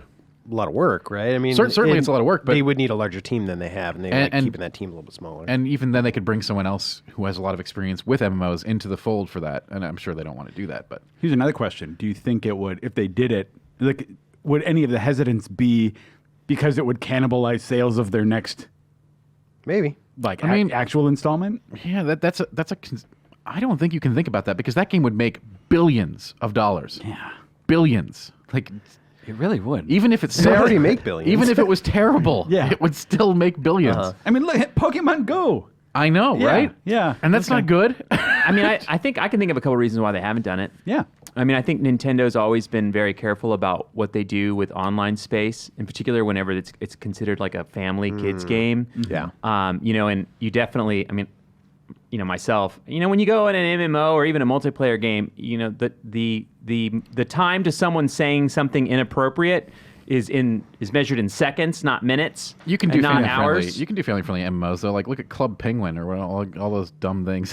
that exist Yeah, you out there. can. But I mean, I think some of the things you'd want from a Pokemon world like that I think you'd want to have some more interactivity with the people in the world and be able to really kind of challenge and fight and do things and collect things together and take on challenges together, right? I mean, that's kind of the goal, right? You can use like what we've developed in the modern gaming sphere to like eliminate that toxicity. If you don't even want to have a chat, you don't have to. Just communicate through emojis and commands, right? It's a thing. It's a thing. But I definitely think Nintendo probably thinks about that. And also, too, I think that's one of the interesting things I learned, which, Ben, you might be able to comment on a little bit better than anyone else, which was that, Game Freak wants to keep their team size small and reasonable and tackle, with the core group that they feel is more creative, right? Right. I mean, is that correct? I mean, that's been the reason they've been hesitant to go to consoles in general, is because they like having their core team. They like the smaller team. And once you get to a certain size, you feel like you have less control. This is kind of what they've said in the past. So this new Switch game was their first sort of foray into a larger team. And their team's still not even that large. I think it's less than like 200, I think, right?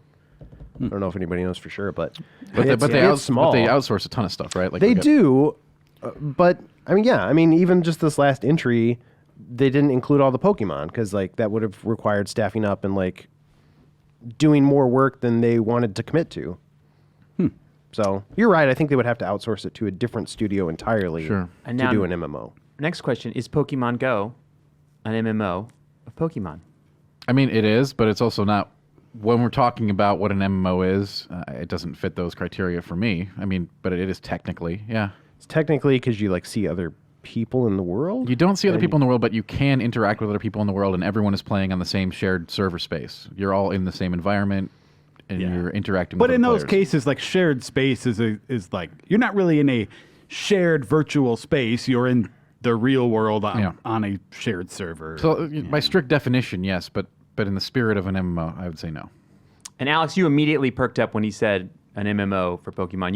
You two are very, very much about that. Yeah, that's all I've wanted since I knew what an MMO is. I just walking around World of Warcraft like lands, seeing Pokemon appear like that, and then just battling random people. That's the dream. I can think of no other IP that just turns into an MMO so seamlessly. Would you play as Pokemon or would you play as a trainer, still trying to collect them You're all? a trainer. And That's an interesting idea, though, playing as the Pokemon. If you want to break it down into simplicity, it's the Wild Zone times 1,000, right? That's all. That's what it is. I mean, the whole game is trying to collect them all. Do you think you would collect them all too quickly and then just be No, there would be done? You'd have like the dungeon, everything would be player like. You'd have gyms taken over by players, you'd have guilds form, and you'd have a real Elite Four that would be real people guarding a real gym. Oh my god, the possibilities so cool. are insane. Like this thing, no matter how, like I said, you could make this the worst MMO in history, and it would still attract 20 million plus players. Okay, what would you pay for that? $15 a month? All of it. I don't think I'd it- I pay don't all think- of it. Could it be a subscription service? Because MMOs have had trouble with being subscriptions. And if it was You- free to play and sold customizations, You make it free to play, and you tie it into real world purchases. You buy some stupid, Pikachu. I'm telling you how to I make. know. I'm asking. I'm not saying this is the best model for the consumer. This is the model that they would use, right? You like you go to the store, you get a Pikachu, and like you get a Pikachu in the game. You buy a plush Pikachu for $20, you get a Pikachu in the game. I mean, Pokemon Go was free to play, and they're making hand over fist with that game. So Yeah. it'd be easy to make. They also money. put in a lot of limiting factors in it that You that can were you can- kind of annoying in Go. Even just like cosmetics though for your trainer though, like you can make a ton of money. Right, on because that. everybody's you would make. I would spend. I would spend hundreds of dollars on this game. I don't even know what the game is, and I spent hundreds on it. Well, there you go, Game Freak. Go from handhelds to 1,000, which is making MMOs. That's a factor I think that is a very real. Like I don't know that they think they can do it. To be honest with you. And well, I mean, it's hard. yeah, MMOs it are is. hard. MMOs are just extremely that like a difficult. crazy it costs tons to make, and they're a very complicated beast. So now let's hear Joe say how he wants Untitled Goose MMO. No, this is a hard one for me because I think the big one for me would have been the Final Fantasy franchise, which has had 2 MMOs already. So it's like, well, it sort of satisfies that for me. So I think what I would want would be something a little like, I guess I'd like Final Fantasy in terms of I like that in terms of a conventional MMO. I would like something like Stardew Valley. Oh, yeah, that's a good choice. Because it's like it does have a multiplayer option right now, but that's still like 4 players on this sort of working on the same farm. I like the idea of like, let's say that you're part of an online town, and the people who own the buildings and like the Run the farms shops and and stuff, do all and this that stuff. like Yeah, it's just an online community of other people who have different jobs. Some are a farmer, one guy's the item shop owner, and like when they're online, they're home, and when they're offline, their door's locked. And you can go over and say, "Hey, man, I ran out of starfruit seeds. Can I borrow a starfruit seed?" And they're like, "Yeah, sure, here you go." Like I like the idea of like no combat or anything, just like let's just make a little online Pelican Town. Would you keep it in the art style of Stardew Valley, or would you make it 3D? probably make it 3D. I think that helps just in terms. I mean, I like Stardew Valley's. Yeah, the art style's art great, style but I'm just saying if you as it made is. an MMO. But like, yeah, if it as an MMO, I think the world would seem a little more vibrant. I'm with you, Joe. Actually, I think that it wouldn't have popped in my head, but I actually think that would be a pretty successful game design. Honestly, like I think people would really love that. You'd have to be careful though. You don't want it to turn into something like EVE Online, right? Where it's just like the in-game economy becomes this Beast. like Yeah, manipulated monster and things like that. But anyway, yeah, that's my answer. Yeah. How about you, Ben? You're not a big MMO Not player a big at all. MMO player. I would love a like Marvel MMO, and I know they've sort of flirted with some of those They things in have. the past. I don't think they've ever like done it right. I would agree with that. So I would love to see. I mean, I'm not a huge DC Comics guy, but I checked out DC Universe just because I'm like into that idea of like superhero MMOs. But I didn't stick with that. So, but maybe if it was Marvel, which I'm a huge Marvel fan, like I'd be more into playing the Spider-Man MMO or something like that, or 10 be one out of of the 10. X-Men. Yeah, 10 out of 10. It all comes back to It's all right Spider-Man. there. Did you play City of Heroes back in the day? No, so that was before before I was like into PC gaming, and so I never played it, but I heard good things about it.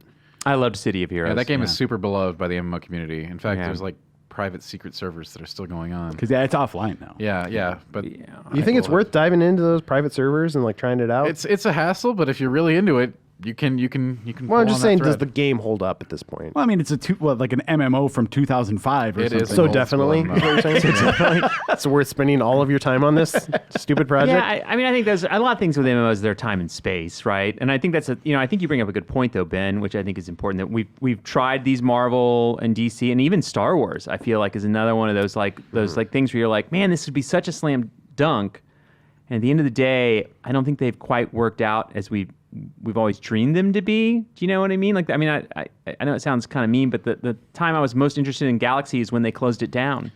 You know what I mean? When they had that big event and like all that stuff was going on, which is like kind of a sad analysis of it. I know there's people out there that loved it. I'm sorry, but you know what I mean? Like, it was just not enough action for me as a kind of fan of those kind of things. But it's interesting that those like kind of licenses have always had troubles. Or even, Old Republic. They put a ton of money into that, and it's like, oh, it's BioWare, the story, BioWare when everybody loved BioWare still. Like, it was like, this looks like the kind of game I would totally get into, and I played it for like 10 hours and kind of fell off. Like, I don't know why that didn't stick with me. That's the normal response, by the way. I mean, it wasn't to any quite- yeah. Oh, well, or just exactly. a- It's like why the like Star Wars MMO should make total sense, but they haven't like nailed it. And from what I hear, that they've righted the ship over the years, but Yeah, it's still going. Yeah. It's just like one of those things that I don't know. Yeah, Alex, do you have any? You're not an MMO player? So the span of my MMO history is I think I got to level 34 in Burning Crusade. So nothing. That's not bad. Yeah, not bad. And you guys kind of summed it up. Like the one I really want is the Pokemon one. The ones that I thought I'd be interested in are Old Republic and then Lord of the Rings Online, because I love those worlds and they're so ripe for that. But I couldn't ever commit the time to them. So like in the fantasy setting, like the world of Witcher could be kind of cool in that. Yeah. I think that lends itself well. But I don't know. MMOs are really cool, and I wish it's not that I don't enjoy them. I just wish I had the go get 'em spirit to get to the end game and that kind of stuff, but I just don't. Because like part of the problem with MMOs is like when you think of universes that you love, like Star Wars, like Lord of the Rings, like everyone wants to be a Jedi. Everyone wants to be like Aragorn or Legolas, like or Spider-Man. or Spider-Man, right? But like when you think of because like one of the things I was thinking of is like, oh man, a Mass Effect MMO might be cool, and it's like I want to be Commander Shepard and his friends or her friends, but like I don't want to be just the guy who runs the shop on the Citadel, or like I feel like I don't know. The guy in the shop in the Citadel was pretty cool. I guess all I mean is you want a world that has a rich opportunity for story beyond the idea that like here are the 6 people who are saving the world right now. Yeah. But But I've definitely found I feel like it's helpful if you don't have if you have some freedom with the license at least a little bit. I don't know. I think that helps. To your point, I think a lot, Joe. That there's these expectations that it comes with it. They're like, I'm going to get the one ring. Well, there's only one ring in Lord of the Rings. There's not multiple, and then sometimes they make constructs to like well, it was shattered and there's parts, and sometimes they do things like that. But I'm kind of with you on that. I don't know that I have a franchise per se I personally want. What I want, though, is I want someone to get outside of stinking fantasy.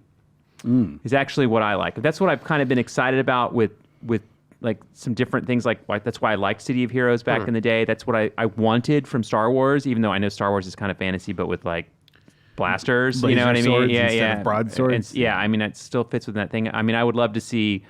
I know they talked about for a long time like StarCraft or something like that, or just I would like to go a different world. I would have loved to have been at Blizzard when they were working on Titan.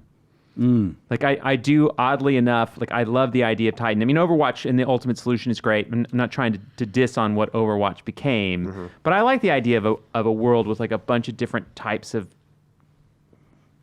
people and places and things like that. That's why I'm excited about Cyberpunk as a game too. It's like that it's a big, huge RPG that's different. Right? And so I'd love to see MMOs really nail something in like another space. A little bit more sci-fi. Maybe Cyberpunk is the answer I'm trying to look for here. But just something where just a little more variety. Yeah. Outside the just like I'm a knight. Do you know what I mean? I'm a wizard kind of thing as far as those classic archetypes. I'm a farmer. There you go. I actually think that's a brilliant idea. I wouldn't be surprised. I would not be surprised if we saw, not maybe based on your idea here. I think someone's probably thought about that. They stole it from me if they're working on it. Well, you can have your lawyer call them. But I would be surprised if someone was making like a big MMO like farm game. Like that would make sense to me. I think there's people out there ready for that. Farm Together came out last year? Yeah, it's Did you not check that out? an MMO. It's not but an MMO, but it's It's along those You paths. can have like 16 people in that game. Yeah. And other MMOs do have farming as an aspect, but the whole that being the core is pretty cool. Yeah. I think that would definitely do well. Yeah, I think so too. So, all right, cool. So we're going to follow a little bit more franchise talk, which was one is, the next question is, hello, Andy. And by the way, thank you, JV from Manila. That was a great question. Hello, Andy. I'm a longtime listener, content watcher, first-time emailer. Oh, we like those. As somebody who's raised on the glory days of Mega Man popularity, I'm sometimes a little bummed out at the state of the character's current public image. And I get to wondering perhaps those types of games just don't stand up anymore. And I sometimes think that a slight or major genre change would maybe help. For me, I was thinking it could be easily transformed into a Metroid-style game. Samus and Mega Man are so identical with arm cannons and gun power-ups, which makes the design pretty easy to mimic, and then you go on to add a touch of Mega Man to it with absorbing powers from bosses while still getting to hunt all over for extra power-ups, like double jumping, etc. So with all that in mind, and with now, what now struggling franchise would you guys like to see have a genre change? And what genre? This is from David Moorer from Melbourne, Australia. Look at that. We're so international. Oh, It's so wow. cool. I think that's cool. I really like his Mega Man idea, actually. It has to be a struggling franchise. That is a good one. It is a 'cause, good like, one. Mega Man's, I like Mega Man as well. I thought 11 was good, but I don't think it blew up the way that Capcom might have wanted it to. I heard it did well, but I like his idea of mixing in Metroid elements because I think that's a way to modernize it without ruining what the character is. Yeah. Yeah, it gives it a world. It definitely, rather than levels. I mean, I think that's the thing. It does feel, I agree with him, it does feel kind of antiquated. And the thing is, you want to relive that nostalgia wants to bring you back. But I mean, sometimes you got to just say, hey, we need to do something new with this character and with this franchise. Yeah, it just doesn't feel big enough as a game now to like kind of justify as a full release. It feels like an indie-sized game for whatever that means. Yeah. But to answer his question, I really like the Panzer Dragoon franchise. I don't know if you guys are aware of this. Oh, yeah. But that's a game that I would love to see, the franchise I would love to see come back. And I don't think it works as an on-rail shooter as much anymore, so I'd love to see it branch out. Well, they did an RPG. Which I loved, and I would love to see another RPG, actually, because I loved that combat system. I would love to see that. And dragons are cool. Like, who doesn't like dragons? Cool, it's not like dragons are out of date now. Like, people still love fantasy worlds and dragons. I was so sure you were going to say Legacy of Kain. That was the other one I was thinking about. I don't know what I would do with Legacy of Kain, because it's just like another action game. Doesn't matter what they do with it, just do it. Yeah, you can do a more Zelda-style game where you're 3D Zelda going into ancient tombs or something and recovering artifacts. Like, part of what I loved about that series, though, was the storytelling, and I thought Amy Hennig in particular brought a lot to that franchise. So without her or somebody of a similar ilk. I kind of wonder if I would love that game as much. Yeah, that's a good point. I mean, I think one thing I'd like to point out, and by the way, Amy's awesome, and I'm really excited about what she's working on in the future. But I also think there's a ton of, like, I think right now as narrative has become more important in games over the last, let's say, decade, like really, really become. I think there's a lot of great game writers out there now. Oh, so, you know what I sure. mean? There's a lot of opportunity. You know what I mean? Like for something like that to be told well. I mean, this is just my take, but I think it's something that I'm glad everyone leaned into. Yeah. You know what I mean? And started to appreciate narrative in games and writers in those teams. Good choice, Joe. So yeah, Glad I could help. So Panzer, I think. Do you think Panzer? I mean, this is just my own question here. I mean, can Panzer come back? I just don't know that it's big enough. Well, there is that German studio or whatever who's working on the remake. And so, like, more power to them. I don't know how well a remake's going to do in this modern game environment. I think you got to do something different with it. I don't even think, even if it wasn't on rails, if it was just a shooter, like an open world, like you're flying around shooter, I don't even know how well that would do because there's not many of those anymore. And I think, by the way, I think that's like, if you test it by making a shooter to see what the value of Panzer was, you're missing the value of You know what I mean? Right. Like, I think people would just go, meh. Yeah. And you'd be like, oh, this is a dead franchise, and it would be done. Like, how do you get something out there that's not as like as involved and spending as much money as making a big giant RPG that takes 80 hours that makes that franchise relevant? Right.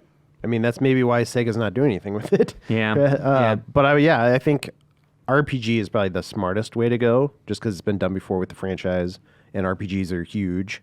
So I think you could do something interesting there that's different than the traditional RPG. Still stays faithful to what Panzer Dragoon was, and like it's a cool world. It's a cool looking world with a unique art style. I think they could do something cool with that. Yeah. I wonder if they could do. I was just trying to think, like, I don't know, if like you get something on, phone or Switch that was like a strategy game. You know what I mean? That could be kind of fun. That would give people a chance to kind of play. Like with dragons, maybe a card game. I know Dan really likes the card games. We've got enough. We got enough. We do have a lot. We have a lot of card games out there. I feel like you couldn't quite go with like a big, huge 3D like Skyrim kind of RPG out the gate, which I know is what we'd want. Yeah. But how would you get there? I don't know. But yeah, I'm worried. Panzer is a great choice, and I love it, but has no chance. It's a great choice that never happens. It's not about what's a commercially viable. No, I agree. I'm not trying to. I'm just saying. I'm lamenting. I'm not judging. By the way, I'm with Ben. I would love to see that. I would love to see that happen. I just don't. I'm trying to find a solution. I think more than anything. Yeah. Which is tough. Yeah, I mean, strategy. I like that idea too. I just don't know if the strategy genre is like Yeah, I don't know that's big enough either to really like blow that out. I don't know. Anytime I hear that a franchise I like is like, hey, we're doing a tactics game. Yeah. I'm always like, okay. It's because they always appear to be such afterthoughts, right? It's just like, hey, take the IP, staple on some XCOM elements, boom, done. Yeah. So yeah. My answer to the question is a little weird now because if you had asked me this like 2 weeks ago, I would have said BioShock. But now we know they're making a new BioShock, and I don't know for sure what that's going to be. But what do you think they're going to do, by the way? Do you have any prediction? Would you change the genre? How about that? So yeah, I would. What I would want to do. Yikes. You do that to a franchise like BioShock, you're begging for trouble. Turn-based 6 RPG. out of 10 Mona Lisa. I would not to just keep hitting this like open world RPG sort of drum. Yeah. But those are the kinds of games that I tend to get the most involved So in. BioShock: The Outer Worlds. It would be like Far Cry? Except I don't know. I kind of want it to be third person too. What? You're just breaking But- every convention here. So Also, it's here's- not called BioShock. here's my thing is that like I feel like the strength of the BioShock franchise is those worlds and the characters in them. Mm-hmm. But when you're playing those games, it always feels like you're on, like one of those Too linear currently. Yeah, is what you're saying. it feels like you're on one of those carnival rides where you're just like sitting in a little thing and you can look at the world around you, but you're still in your little car as it's going along the tracks, right? And I like the idea of being able to explore one of these, BioShock worlds in a way that feels like you can go a little deeper into the scenery of the characters and the place and have it feel a little less confined. Yeah, I hear what you're saying. And the shooter, I've always enjoyed the shooting in the BioShock games, but it's that's never been the star of the show. But you'd go more like Fallout Outer Worlds than you would say like Assassin's Creed. If I'm just kind of going on the open world, in terms of like the RPG structure of it, I would lean more in that direction. I think. Yeah. Rather than AC Odyssey is a really good RPG system. I don't know. Undecided on that front. Give me more games I like, please. Yes. And now, so would you be disappointed if they said they came out and they made a BioShock that was, a linear game again, blah blah blah, like stuck to the things? Do you think it has to evolve to be successful? I don't think I'd be disappointed. I guess I would say like, well, I guess that they assessed the best way to make this game, and that's where they landed. I'll have to trust them. Yeah. But for my part, like I would be hungry for something new, different on that. Yeah. So I guess I would be a little disappointed, but I'd still be very excited to play the game. You'd be 100% excited, and so would I. I mean, I agree, but it is an interesting question of like how they expand those things, rather than just be like, oh, we tacked on multiplayer or something like that. Yeah. Like a way to give that world, because I think you're right. That world is amazing. How do you give that world more life? Yeah. Well, right? and like BioShock 1, 2, 3, even though there's definitely an evolution there, they follow a similar sort of formula. But what BioShock Infinite came out in, was it 2013? 2013. Okay, so 6 years ago now.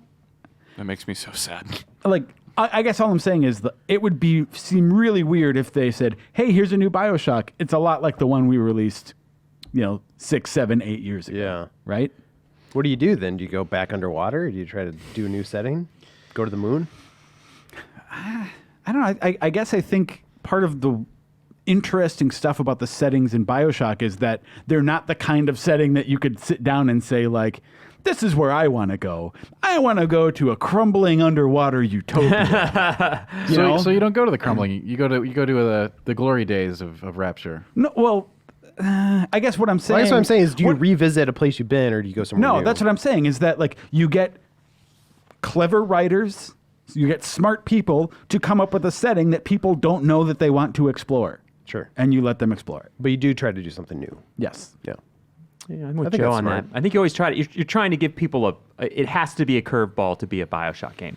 If you think you can predict where it's going, it's already failing a little bit. Do you know what I mean? Like I think you want it to be like a little bit of unknown. You want it to feel like an uncomfortable world, right? Like when you walk in. I think that's part of its charm. Yeah. 100%. Yeah, it's an interesting choice, Joe. I like that. It's again, good question. I always enjoy these. These are fun. So thanks, David. Do you have a comment there? I have 2 games. Oh, ooh. 2. The first one would be a Silent Hill Souls-like game. Ooh. Oh, wow. Okay. All right. And the second is a Castlevania turn-based RPG. Oh man, you're banking on Konami. I'm going for the Konami classics. We're going into the vault. Turn-based Castlevania. That's interesting. Right. Okay. Yep. How does you explore the overworld, and then like there's random battles? Sure. Or how does this work? Sure, why not? Is it 2D We're side-scrolling? Final Fantasy and Castlevania. So it's like, what was that game, Indivisible? Mm-hmm. We're not doing Indivisible on it. Okay. Let's be very clear. That's good. Yeah, we don't want that.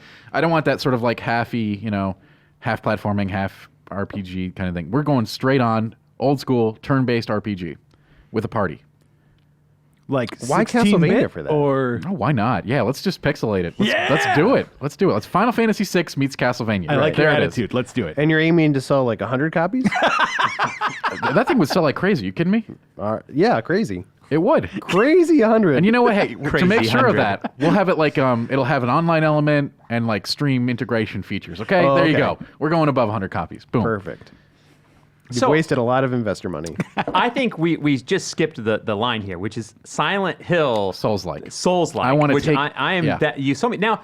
But is that Bloodborne 2? Yeah.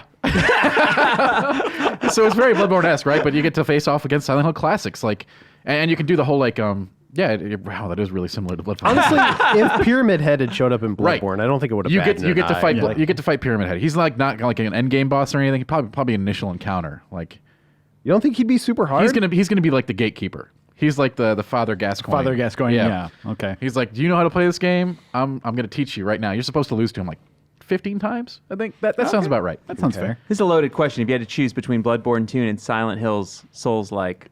Okay, it's Bloodborne 2. Okay. All right. I would probably sacrifice.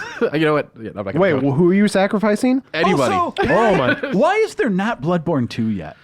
I have It no hurts. idea, and I was excited about the George R.R. Martin kind of like collab a little bit. Yeah. I'm like, that's interesting, right? You know, obviously they haven't shown enough for me to comment, really. I mean, you they know haven't what I shown mean? anything. Really. Right. Yeah. But I every time they announce something that's not Bloodborne 2, I definitely go bum bum bum bum.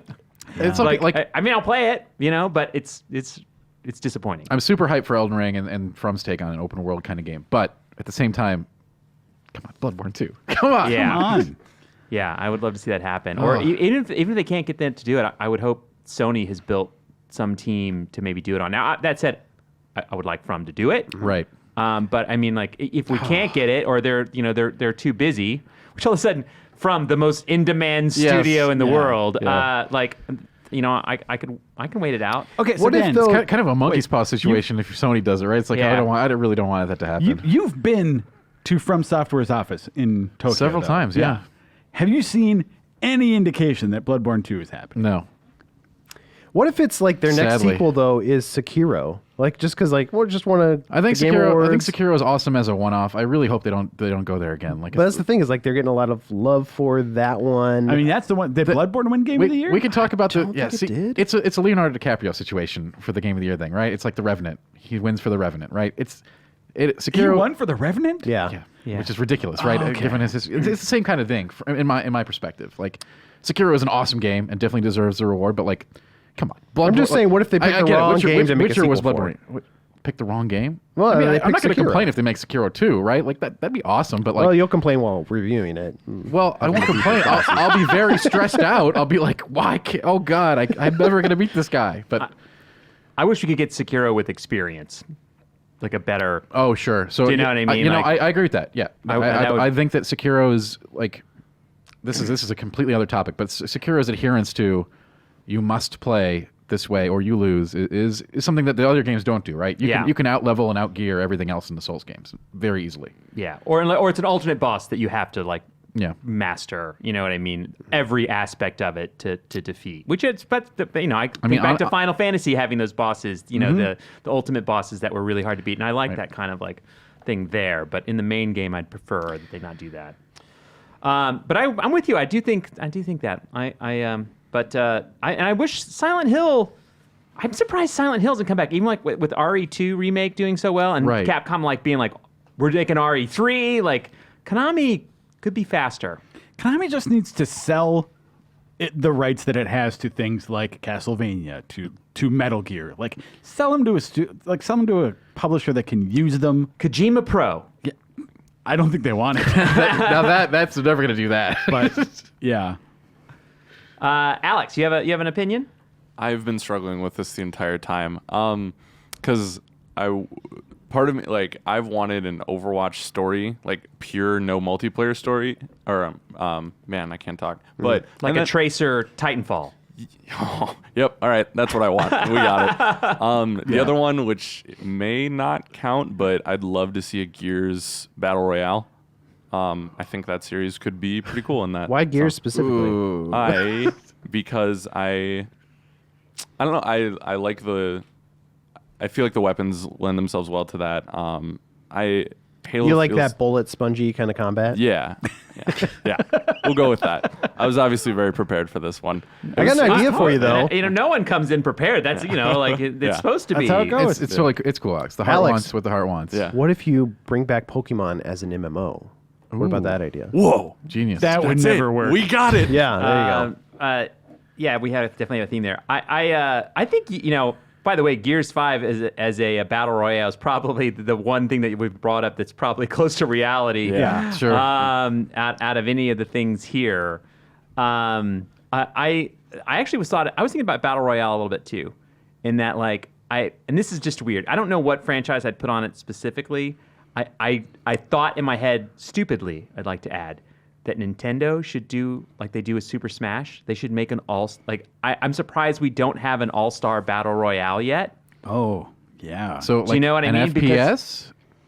Yeah, I mean, like take I just because Smash has been so big for them as like taking the fighting genre and how well it's done, like making a battle royale that's like not new characters, but taking one that's like everyone. Maybe even Sony could do it, like like an all-star cast of people. That worked out real well for them before. Yeah. I know. I told you it was a dumb idea. I kind of started with that. No, It's dumb, I think- but like, I think this is a I'm good surprised. idea. I think there's like an all-star battle royale at some point.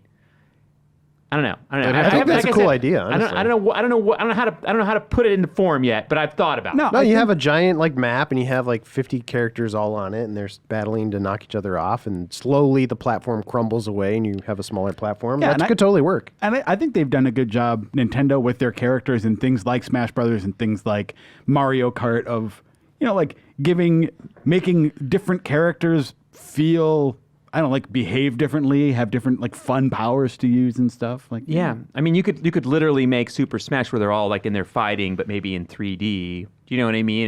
And it's a different way to do it. Yeah. But that's my weird one. And by the way, I don't even know that I want that.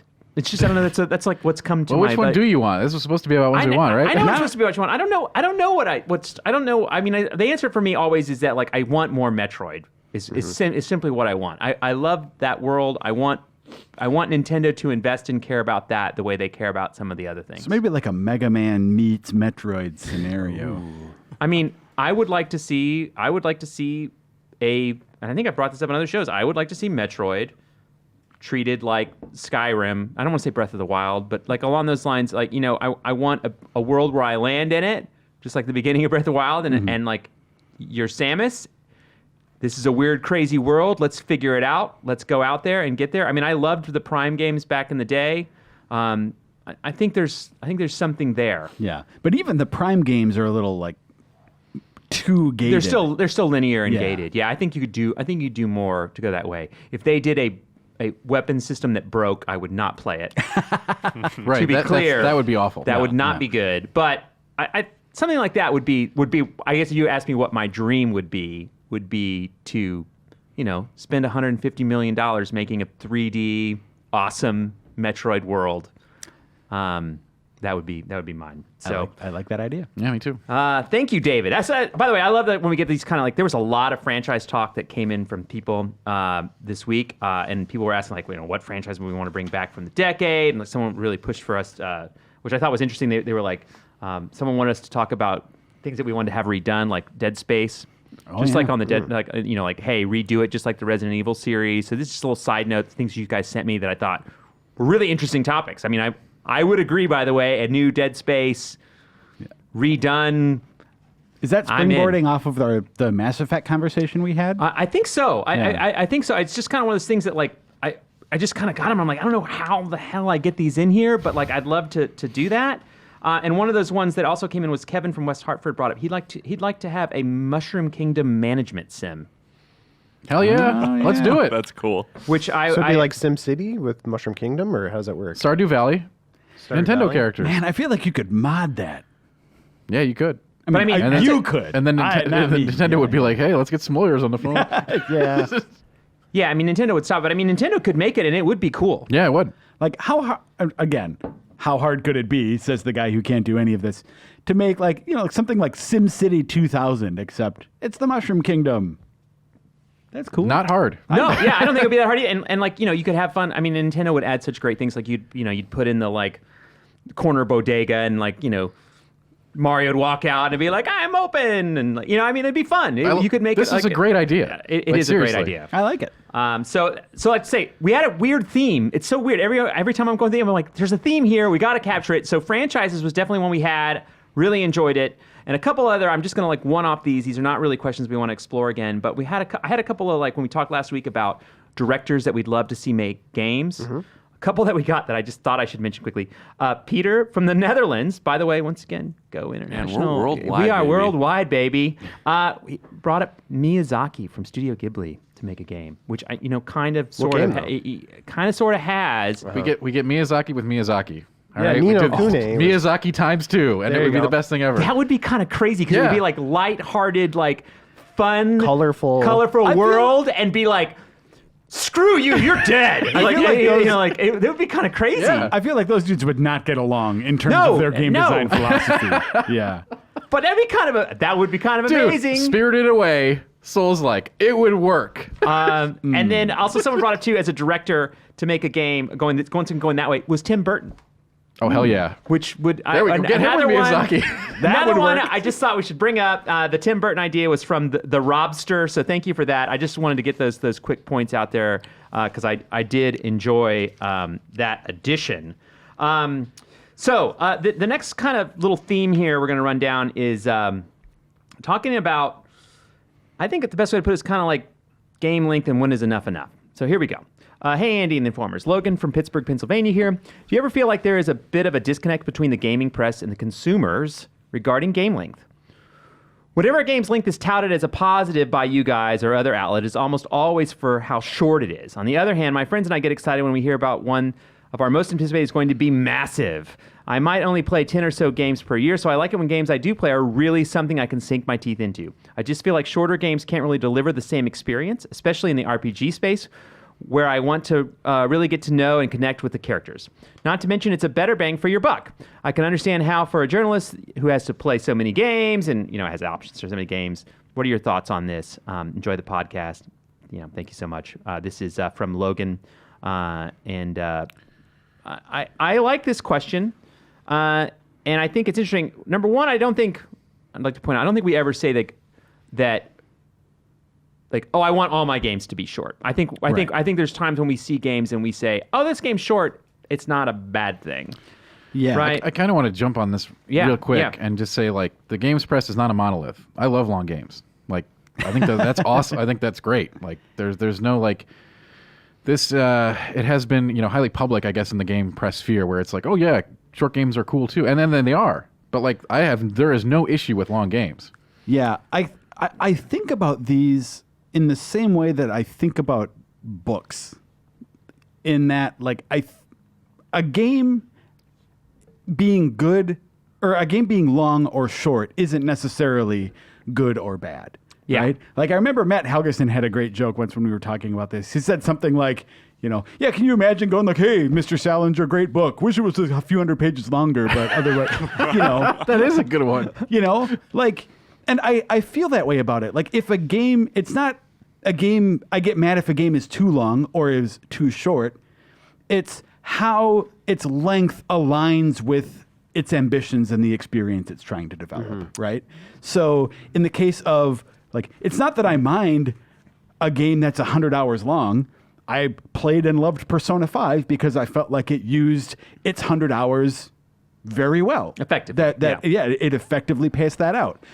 I would compare that to a game like Xenoblade Chronicles 2, another 100-hour RPG, that a lot of that space comes from what feels like bloat and repetition.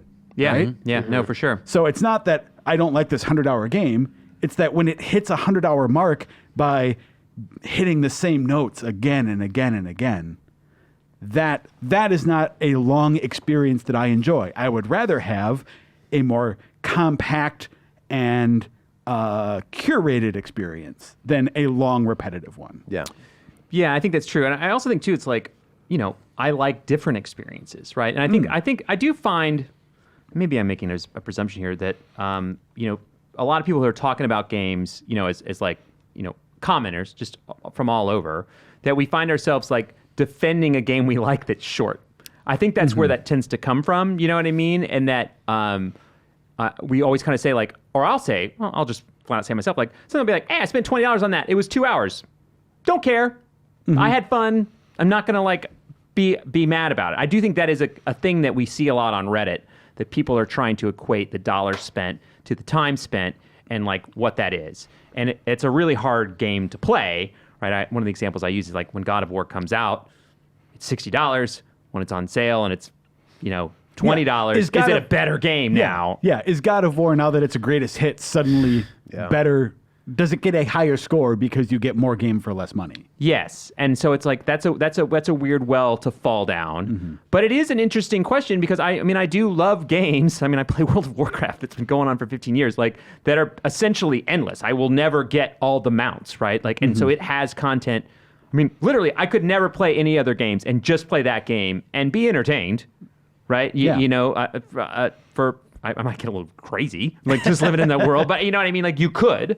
But I do think length is something that's talked about a lot and is a hard thing to judge, right? I mean, don't you think? How do you think about it, Ben? Like when you're reviewing a game, do you think about it at all? I think about it kind of like what Joe was saying. It's just like, is this game overstaying its welcome, or is it just repeating things? Just to like, does it feel like they had to include things just to include them so that they could like inflate, beef out the game, so that it felt like a value proposition, kind of what you're talking about? And that's how I think about it. Definitely when I was younger, I wanted games that were longer because I had more time and less money. So like I wanted that value proposition to like be in my favor. Whereas now it's like, oh, I have all the money in the world and a lot less time.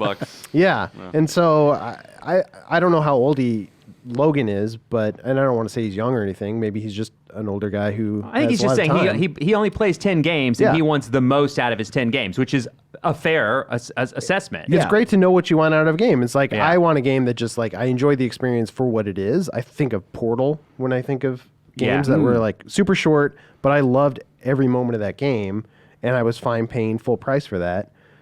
But if that game had been like 20 hours, it might have been full of just like, you know, repeated puzzles and like it might have overstayed its welcome and I might not have enjoyed it as much as I did. Yeah. So it's every game is different. And games can be too short too, where I don't like it when I play through a game that only lasts a couple hours and then you're like, man, it had a really cool idea that it introduced near the end there that it just didn't dive into well enough. Yeah. Or like, man, these characters sure are cool. I wish they had more side stories that the game explored with them, or, you know, so it's just, it just always boils down to like, do you feel with the time that you give the game, do you feel that it makes the best use of that time? And maybe that's maybe it's a good discussion, just a little bit here, is that like, you know, maybe that's why we talk about it as a lot, is that at least for me, I know we talk about these things because I think we're trying to lead someone like Logan, who says he likes longer games, to make sure that we talk about it so you know, hey, Logan, this particular game we're reviewing is long, right? Yeah. Or, hey, Logan, this particular game is short. If you don't like short games, you know, stay back. You know what I mean? That we're kind of putting up, you know, warning signs, or like, you know, a blinker, like this is important to you, right? Kind of things that we try to address. And that's something that, like, you know, when I'm reading the reviews that we publish, we try to address that point of the value proposition without presenting it in such a way that it is like leveraged as a positive or a negative really about the game. It's like, this is something we want to inform you about, but as Andy said, it's something that we generally try to keep out of the actual like critical assessment of it. Yeah, and I think Reiner said this a few weeks back on the podcast, and I agree with him. Sometimes it's like, you know, I'm looking for a game that's like 4 or 5 hours. Like I want a palate cleanser. You know what I mean? Like I'm at a fancy meal. And, you know, you're going to get a big steak at some point or something like that. That's going to be this just big, long. I know the next game I'm going to play is going to be this 80-hour marathon. Hey, a cup of soup is nice sometimes. Yeah, exactly. Like I'm going to have this little thing. This will be nice. We'll change up, then move on. And so I always appreciate that. And sometimes I'll play a game simply because of that. Or like, you know, I've talked about in the past. I keep arcade games on my phone and on my computer. And sometimes I'm like, I don't want any brain function other than shoot, kill, tap, get tap, key, tap. you know, open door, you know what I mean, kind of thing. Like I like those kind of games being available to me because that's another thing too for me that is a palate cleanser, which does bring us a little bit to, and I know I didn't get everybody's question here, but I'm adding this question to the conversation, which was, hi GA, I tend to get sucked into games, especially ones with collectibles or achievements even past the point of being enjoyable. I've tried to set cutoff points of when I call a good game and move on. This is easy for single-player games with a story ending, but what about living games or games with no endpoint, such as a roguelite? When you do call a game good and uninstall it or mentally check off, you have no need to return to the game. So when do you do that? So like that's kind of adding to the thing is like we talk about length. There's also games that are endless. Yeah. When is enough enough? It's when you feel like it, when you're not having fun anymore. I mean, I never, you know, from my perspective, I never really got the achievement thing. I could care less. Like I never even keep track of them. You don't do any I like love me a good platinums. achievement. I No, love achievements. Anybody? Do you know how many like your points? Do you know your point total? I could look it up. I think I'm in the 87. No, I didn't say if you could look it up. right, I right. said, do you know I it? think I have 87,000 achievement points, something like He has a that. ballpark, which is more than I Yeah, know. it's more than I could do. Yeah. Back on the old site when we would like have editor blogs that we would update sometimes, I was keeping track of the games that I got like 1,000 achievement points in or platinum trophies in. Yeah. And I think I got up to like I was in the 20s on that. Somewhere. Yeah, you were. Yeah, you were pretty high. And you still do that. On games you really love, you'll go, I finished, like I did all the achievements. Yeah, I haven't. There are sometimes those kind of deal breaker achievements that just require so much time for so little payoff that it's like I will not dump an extra 30 hours into a game just so I can get a little trophy for it, But if it's something that is within But you reach- have. not an extra 30, no. Like in some What's of those the Mass cutoff? Effect playthroughs you were doing? Okay, Well, but you enjoyed that, is what he's saying. Yeah, I guess like I won't do that past the point of having fun with the Okay, game, okay. Yeah. Yeah. But I also have the same problem that the person who wrote in, I have that problem with single player games a lot. Where like I get into like compulsive loops of I need to do all these things. I need to complete all these quests. I need to max out these characters, that kind of thing. And when I catch myself doing that, the way I break out of it, as the person who wrote in sort of points out, is I'm like, you know what? I'm going to just beat this game. And if after I finish the story, I feel the desire to go back and still do this stuff, then I will. But so often... How often do you do that? Because I know if I leave any quest lines unfinished, if I open that door that says final boss on it, I know I'm not going back. Like I know me, I won't go back. Once the credits roll, I don't go back. Well, that's you what go I back? like too. Is that if I hit credits and I want to keep going back, like that happened to me. But do you? Sometimes, but that's a good check mark for me. Is like if I hit credits and I want to keep playing the game, then I know I'm still having fun with it. But if I decide like, oh, those extra quests, I don't need to go back and do those, then I knew it was time for me to stop playing the game. This morning, before work, I spent an hour playing Assassin's Creed Odyssey. I have like done all of the relevant story information, and there's like story quests in that game. But it's like I'm gonna just tool around in there a little bit. That's fun for me. I'm not hunting. I'm not going after trophies or anything at this point. I'm just playing it. I'm just having a good time with it. I can't think of an example in my head right now, but I've played the games where I do all the side quests and I'm like I get way into them, and then I sometimes I feel it ruins the game because then you get to the last boss and it's like too a easy. joke. Yeah. Because you just like way over leveled because you got wrapped up in a bunch of stuff, right? I have that problem in almost every RPG I've played, where it's like at the end, it's like I am way too high of a level for this. A recent example for me was like I was playing Death Stranding and got into the idea that like, well, I need to max out all of the people, like all the people you can deliver to. I need to get to like 5-star ratings with all of them, and I did.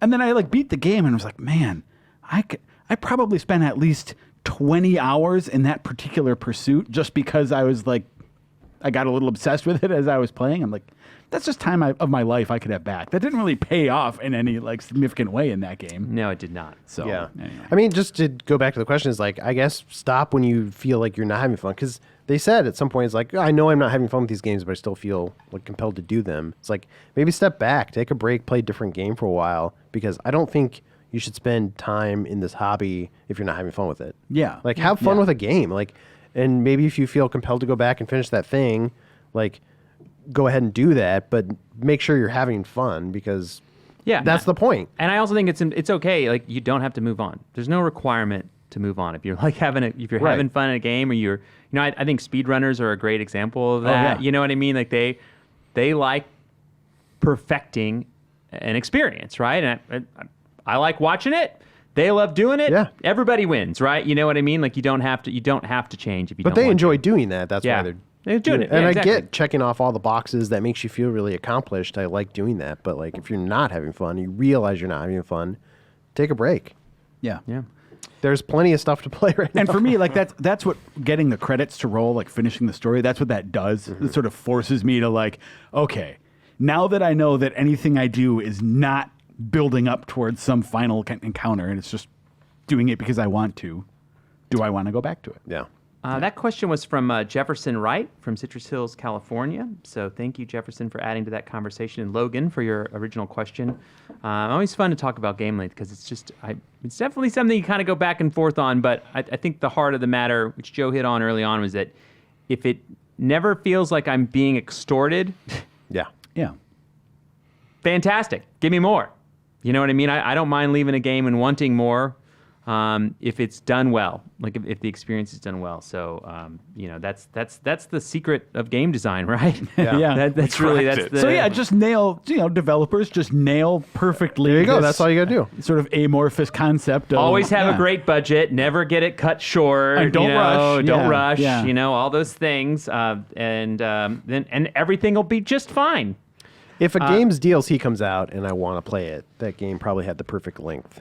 Just because, I wanted more. I felt like I did it, but I didn't, overstay its welcome that's an and turn me interesting- off. That's a good call. Yeah. Is DLC still valid? And I'm off I think the so. I script mean, here. varies from game to game wildly, but yeah. I would say examples of City Never Sleeps for Spider-Man and Atlantis DLC for Odyssey are two good examples of that. And then all the Witcher 3 content. I wish someone would share, which I know they won't, but I would love to have the data from Ubisoft and Insomniac and maybe even the Control, because they just had that expansion that came out at the Game Awards this week. What's your drop off? How many more people come and re-engage in that game afterwards? And they're not going to share it. No, they won't. But if you did, it's a podcast at GameInformer.com.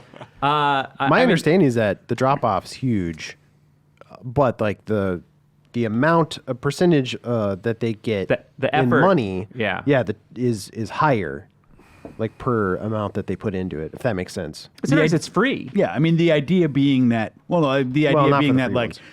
you already have this game, all these tools for the game, so Right. the amount of time that you spend assembling that into a new experience Is what they have to invest a lot less to put out DLC, and they get more percentage wise back from it. That's what developers have told me in the past. I'd believe that. Not that the total value is more, but just Yeah. percentage wise. Yeah.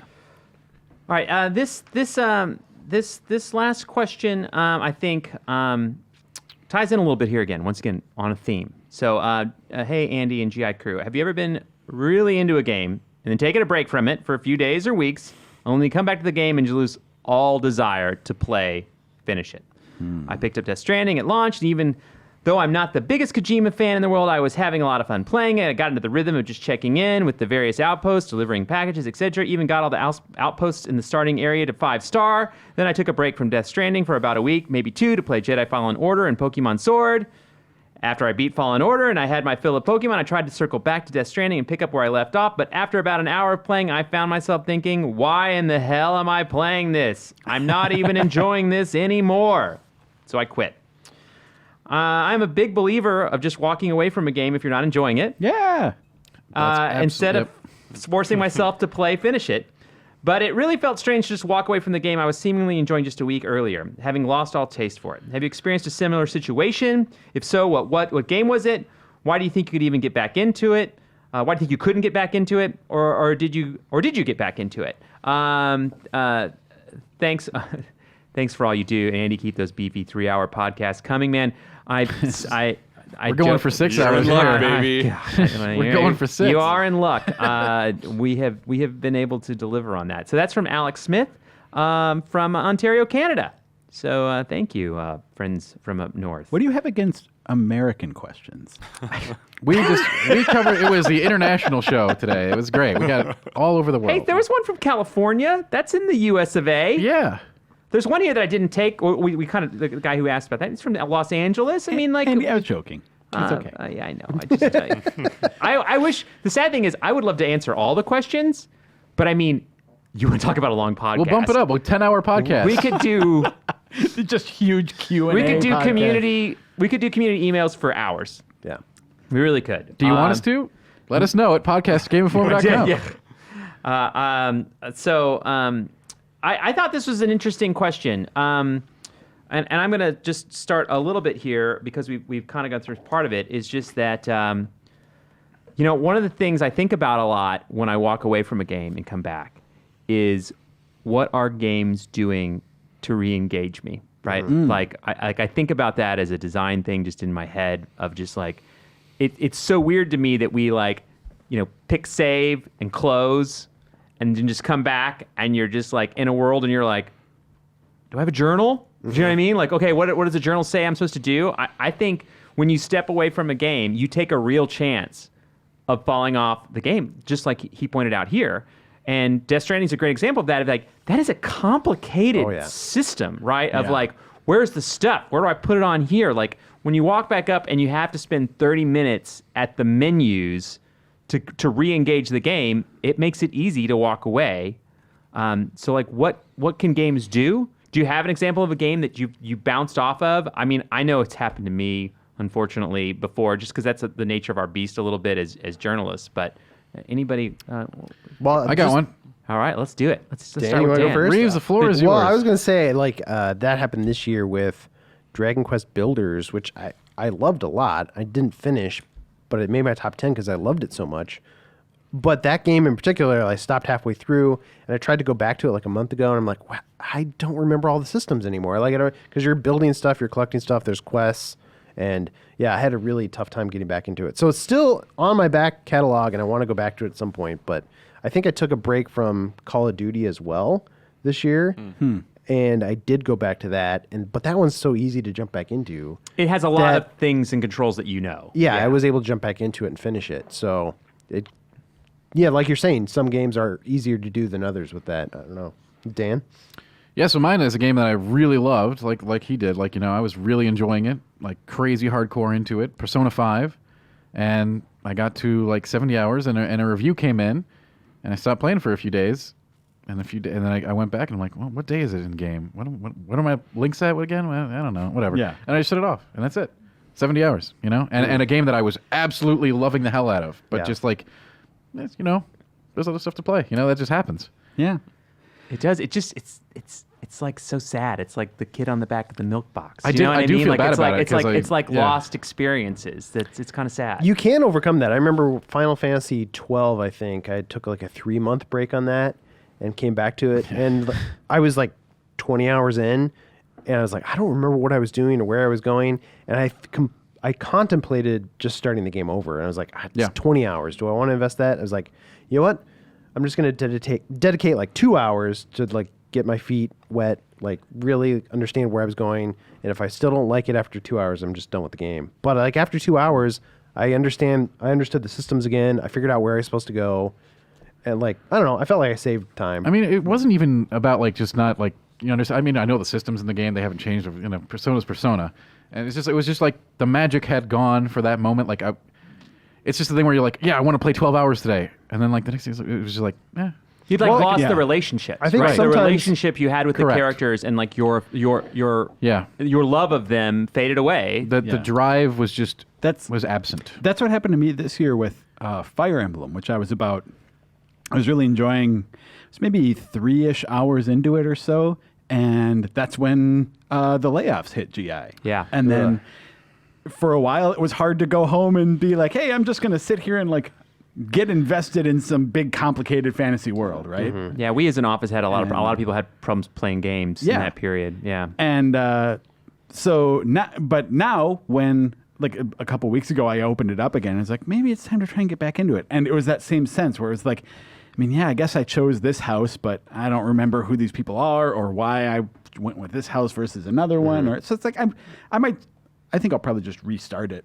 at some point. I mean, if it's only 3 hours, that's not bad. But if you're like I don't know how far into Persona you said 70 you were. hours. 70 hours. Yeah, I mean, I think 30 more So to you go. just started. Yeah. I think you could find that love again if you spent some time with it and just like, oh, what did I like about this game? Like, invest like an hour just to be, like, Or at dabble this around. point, and you just experiment. Exactly. I just wait for the new Royal. one. Yep. Yeah. Wow, but then again, you got to start over again. I'm okay with that. Well, but you can that kind of refresher thing is actually really, I think, when I'm in a big game like that and I fall off, the solution is actually just to start fresh. Yeah. And I had some cases like what Ben was talking about where I fell off of them and was just thought, I mean, a couple of my favorite RPGs, Dragon's Dogma and Witcher 3, are both examples where I played like 10 hours, was really liking them, and fell off of them for months before I came back and put in that effort. And then like now I love those games. Yeah. Witcher 3 took me a literal year to beat, and it's not because I didn't love it. It was just because there was finals that came up, or like there was just always something. But that one always brought me back. And your teachers didn't understand? Yeah, they did. Hey, The Witcher came out this year. They were probably playing it with me at some point. Dan, Mr. Tack, you can't be mad at me when I talk about this. I can. Yeah, okay. Just well, mute you his probably mic. will. Oh Remember, boy, I was here it with comes. you. I was with you on pickle pizza. The Just Chicago remember that. bean. Yeah. Okay, man. If you have to temper this is going to be bad. It's not too bad. Dark Souls 3 for me is the main From game that really like sunk its teeth into me, and I put about 40 hours into that. But there was like a 3-month span where I wasn't playing it, and then I picked it up one day, and I was like, I have no concept of like these systems anymore, and it was just like I couldn't focus on that, and to this day I still haven't beat it. Dan which is makes me sad. seething I am right so now. I don't care about this at all. There's like little I gotta be honest with you. little wavy lines appearing over his head. I'm just scared after the last time we talked about Dark Souls, so I just wanted to preface. Well, it it. depends. Falling off of the game, I could give when you're attacking the game itself, you know that's different. Sometimes I have a problem. I actually, one of my things I wish when we went and did demos, I hate when they do the beginning of the game. Oh yeah. Like, and it's a weirdly just like only us or whatever kind of thing. But when they start with the beginning of the game, and then I'm like so excited for a game to come out, and then I sit down and I'm like, I've already played this 3 hours, and that's the 3 hours that's like supposed to like attach me to the game, and get me like excited again. Like we're just talking about like that problem of like how do you reattach to a game? Yeah. And when I'm at an event and I play the first hour or two of a game, I come back and it's really hard. Like for the Outer Worlds, I'll point out as a recent example.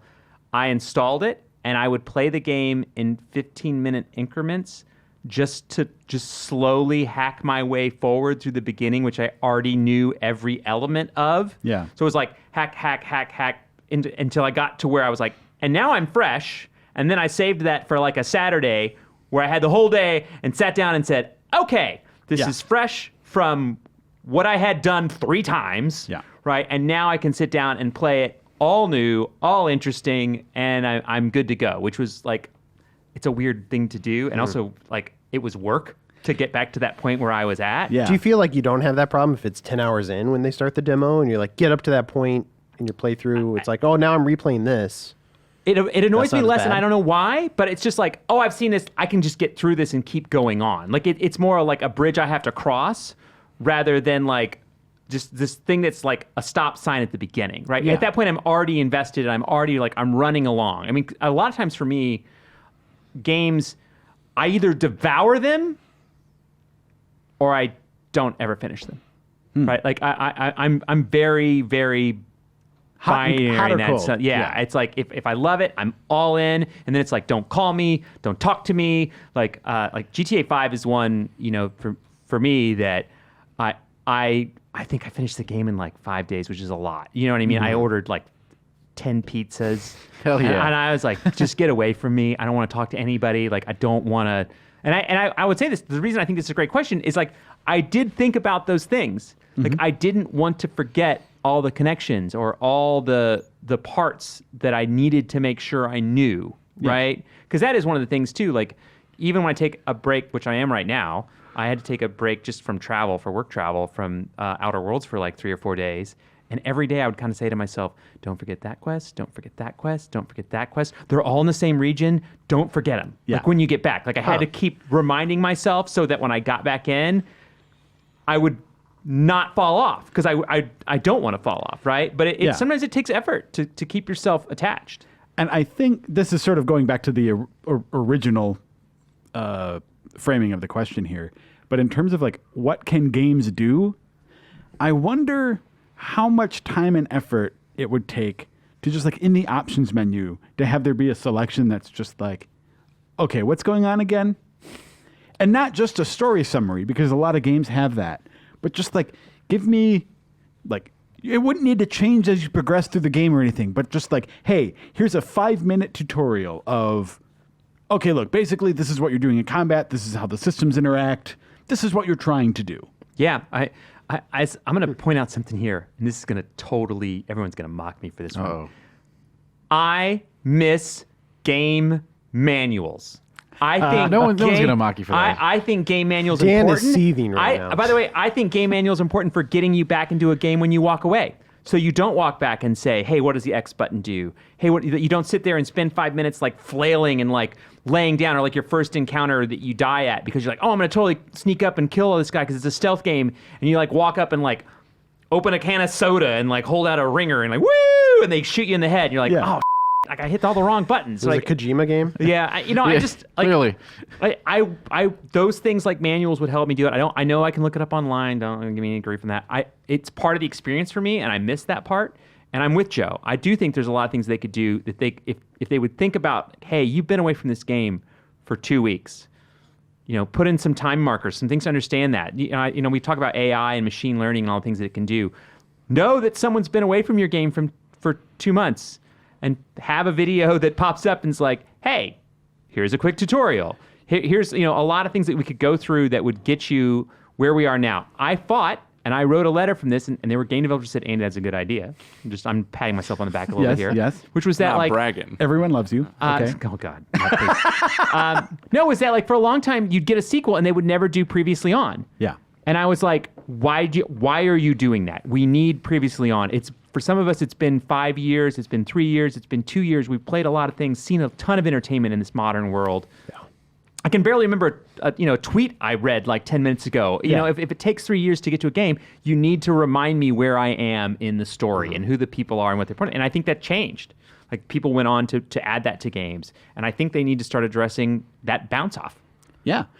Well, something that it reminds me of, a lot of people watching or listening might not know that, like, when you, like, let's say you're at E3 and you go to a demo kiosk and they have, Devil May Cry 5 is up there and there's a mission that's halfway through the game. For every, like, cycle of the demo, when you go up to start it anew, because so many people are approaching it for little, like, chunks of time, they teach you how to play the game. Just like quick, like, hey, basically here's how combat works. Now go to it. Uh-huh. So you're saying add that into the game as a natural thing. Like, yeah. You start it up and like, hey, it knows. I mean, the game could know when the last time you played it was. Yeah. So it's like, hey, you haven't played this in like 3 weeks. Like here, do you want to play this tutorial again? Yeah, I'm not saying that you make some like huge expanded thing. I think like a 3 to 5 minute like Cliff Note version of Cliff Notes. Are those still a thing? Do kids know they what those exist. are? Yeah. Spark Notes Okay. back in Spark back in high Notes, school, that's a thing too. Yeah, okay. Or even just like good just like button layouts. There are games where I open up the options and you're like, oh, I'll just look at the layout control and there's like nothing there. Yeah. And you're like, you figure it out, but sometimes it's just like easing that in. Which is all it's about. The easy, nice soft landing when you come back. Yeah. That does suck though when you come back to a game and it's been like a month and you're like stuck. It's like a puzzle or something. You're like, I've done everything. You're like, what is it? And you look at the menus and you're like, oh, if I hold that button down, it does this thing. It wasn't even like a puzzle. It was just like I forgot of a mechanic. Though the weird part about that, like the counterpoint to this is, I think everyone hates it when every time you do a puzzle, you like spend 2 minutes being like, okay, now how do I approach this? And then suddenly the game prop pops up that's like, hold L1 to carry objects. And you're like, oh, I guess I have to carry something. But Okay. that said, I do like it when games, like Fallen Order did, and I didn't really use them, but I liked that they had them in it, which was that you're in a puzzle area. I'll give you a hint. Yeah. If you want one, I'll give you it's one. there if You know what I want mean? it. Like, like hey, that. if you like it, Stupid you can take droid. it. Stupid. I think Cute. I like those kind of things. The Room did that on mobile. I really like that. Like when you got stuck in a puzzle too long, it was like, ding. I like the choice. I don't. exactly. I don't like it in games when it's just like Just throw it in my face, constantly yeah. popping it up to just like it essentially tells you what to do Hey, we should go down this hallway. in a sort of obtuse way. Yeah. It's a good idea. Hold on, I'm gonna look over. Hey, what? Did you check out this hallway? It's like, Hey, no, Nate, look I- over here. I'm picking Yeah, up no, this ammo. Give me a I minute. get it. Yeah, and I'm not blowing anybody's mind here with this statement, but if I ran video games, my number one thing would be getting people to finish games. I think every developer out there thinks about it and is working on it, but I mean, it's like everyone works so hard to make these games. Oh, yeah. Like, we need to do everything we can to get people through them, right? I mean, that's the one thing that, pardon me, you can walk away from a movie, but you could have finished it if you wanted to. Like, it's just taste that stops you from doing it. Yeah. And sometimes in games, it's more than taste. Sometimes it's just weird barriers that pop up in interactivity. Yeah. Well, thank you all. Sorry, I'm a little under the weather, so all of a sudden I was like, I'm making it through without coughing, and then here at the very end I start coughing. Thank you guys. Yeah. It was a lot of fun. It was a good panel.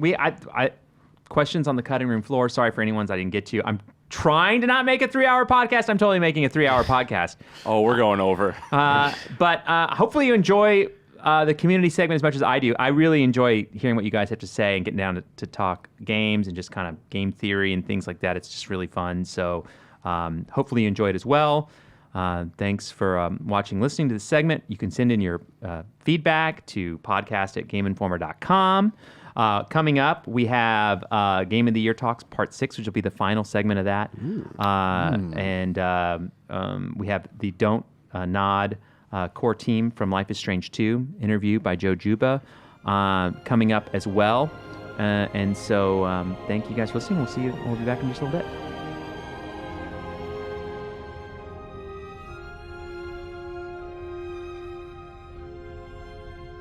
Hello, and welcome to the Game Informer Show. I am your host, Andy McNamara. We are here in the second to last segment. And the last segment will be Joe doing an interview with the Dontnod team, the core creation team for Life is Strange 2. He did that interview for me this week, so I'm super excited about that. We've already done a bunch of other stuff this week, but this is the final 6th installment of this Game of the Year Talks. We've covered a lot of games, by the way, and I'm going to put the list on the Game Informer website, but we've had week 1. I'm just going to talk some quick highlights just to kind of relive some things. We talked Control, we talked Days Gone, we talked RE2 Remake. Week 2, we talked Fire Emblem, we talked Disco Elysium, we talked The Outer Worlds, and Streets of Rogue. Week 3, we talked Farm Together, AC Fate of Atlantis, Observation, Destiny. Week 4, we talked Astral Chain, Apex Legends. Week 5, we talked Death Stranding. We talked Rage 2. We talked Gears of War 5. And by the way, I am just picking one of like 8 to 10 great games on each of these weeks, right? So we had a lot of great discussions. I really enjoyed sitting around talking about these games with everyone. We had special guests. We had all kinds of things and got a lot of perspective. We had games that repeated, and that's fine, doesn't matter. But here on the final week, I may interrupt more than normal because I'm going to try to bring up some games that I think I want to get a little bit more of my voice, which I've been trying to keep my voice out. But more importantly is my panel here today, which is Ben Reeves. Hello. Matt Miller. Greetings. Dan Tack. It's great to be here. Alex Stadnick in the box, and I said it right this you time. did. Well Way done, to sir. go. Thank you. Very well done. I'm almost good at my job. I should really warm up before I just run in here and start screaming at things, but it's okay. So this is it. This is the last week. Because next week, the next 2 weeks for the rest of the year, I should point out too, Leo and Alex are going to take over the show because I can't. I got work. I got to go travel for, and they're going to get some things ready for the holidays that are kind of themed, which I think you'll enjoy. They'll tell you more about them in the coming weeks, but this will be my last one for the year. So I definitely want to, while we talk about Game of the Year, also point out to everyone, thanks everybody for a great year and listening to the show. So let's start with, I want to start today with Dan. I normally say Dan the Jacket Tack. There's no jacket today. here. There's no where jacket. is the jacket, Dan? I didn't know I was going to be on the podcast. Dan Hoodie yeah. Tack doesn't sound the same. It doesn't. No, it Dan the doesn't. hoodie. What game have we not covered that maybe perhaps you think deserves to be talked about as a game of the year? There's a few, but let's get it out of the way. The elephant in the room is clearly Sekiro. We've danced around it for these talks. Nobody else has brought it up. It did get Game of the Year at some other. Yeah, the Game Awards gave it Game of the Year. Which I audibly gasped when I did too. when they announced that. I was like, "What?" Because that just felt like a dark horse to me, like not top of the list. But apparently, people disagree with me, Yeah, I did. such as you, Dan. I was surprised as well. But anyway, Yeah, but that's another talker that I think we should get into, because I'd like to know why you're surprised. But let's talk about why it's great, because I've Sure. played. I have not beat it. I would still like to play it more. But it is it's another Miyazaki. He's very good at what he does. yeah, it's a beautiful, extremely challenging game that, like the other From Software titles, it's about the struggle, and it's about the eventual victory. If you can persist through the and this is I consider this the most challenging, simply because there's no way to sort of out-level things. There's one way to do it, but it's a corner case scenario.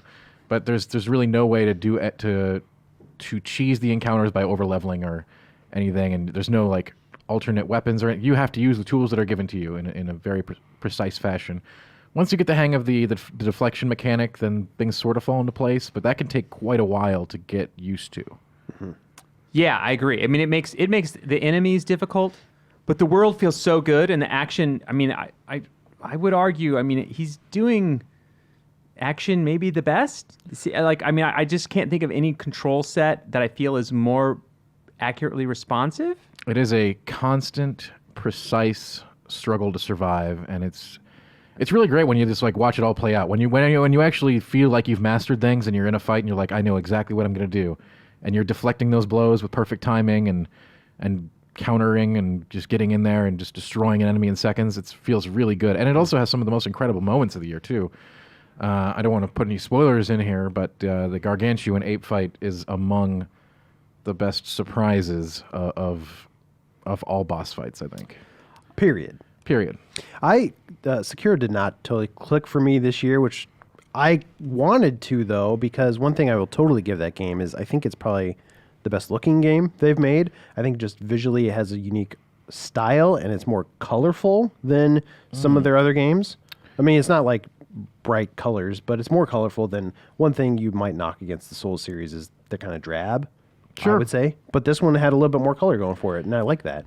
It's got, cherry blossoms everywhere, and there's a really cool zone that you get to later in the game with an amazing dragon in it, which is super cool. I found myself kind of in Ben's camp with the game. I wanted to like it more than I ended up liking it. I really fell in love with the setting and the sort of storytelling conceit right away.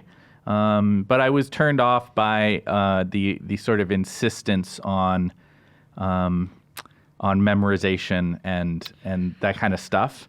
It just didn't.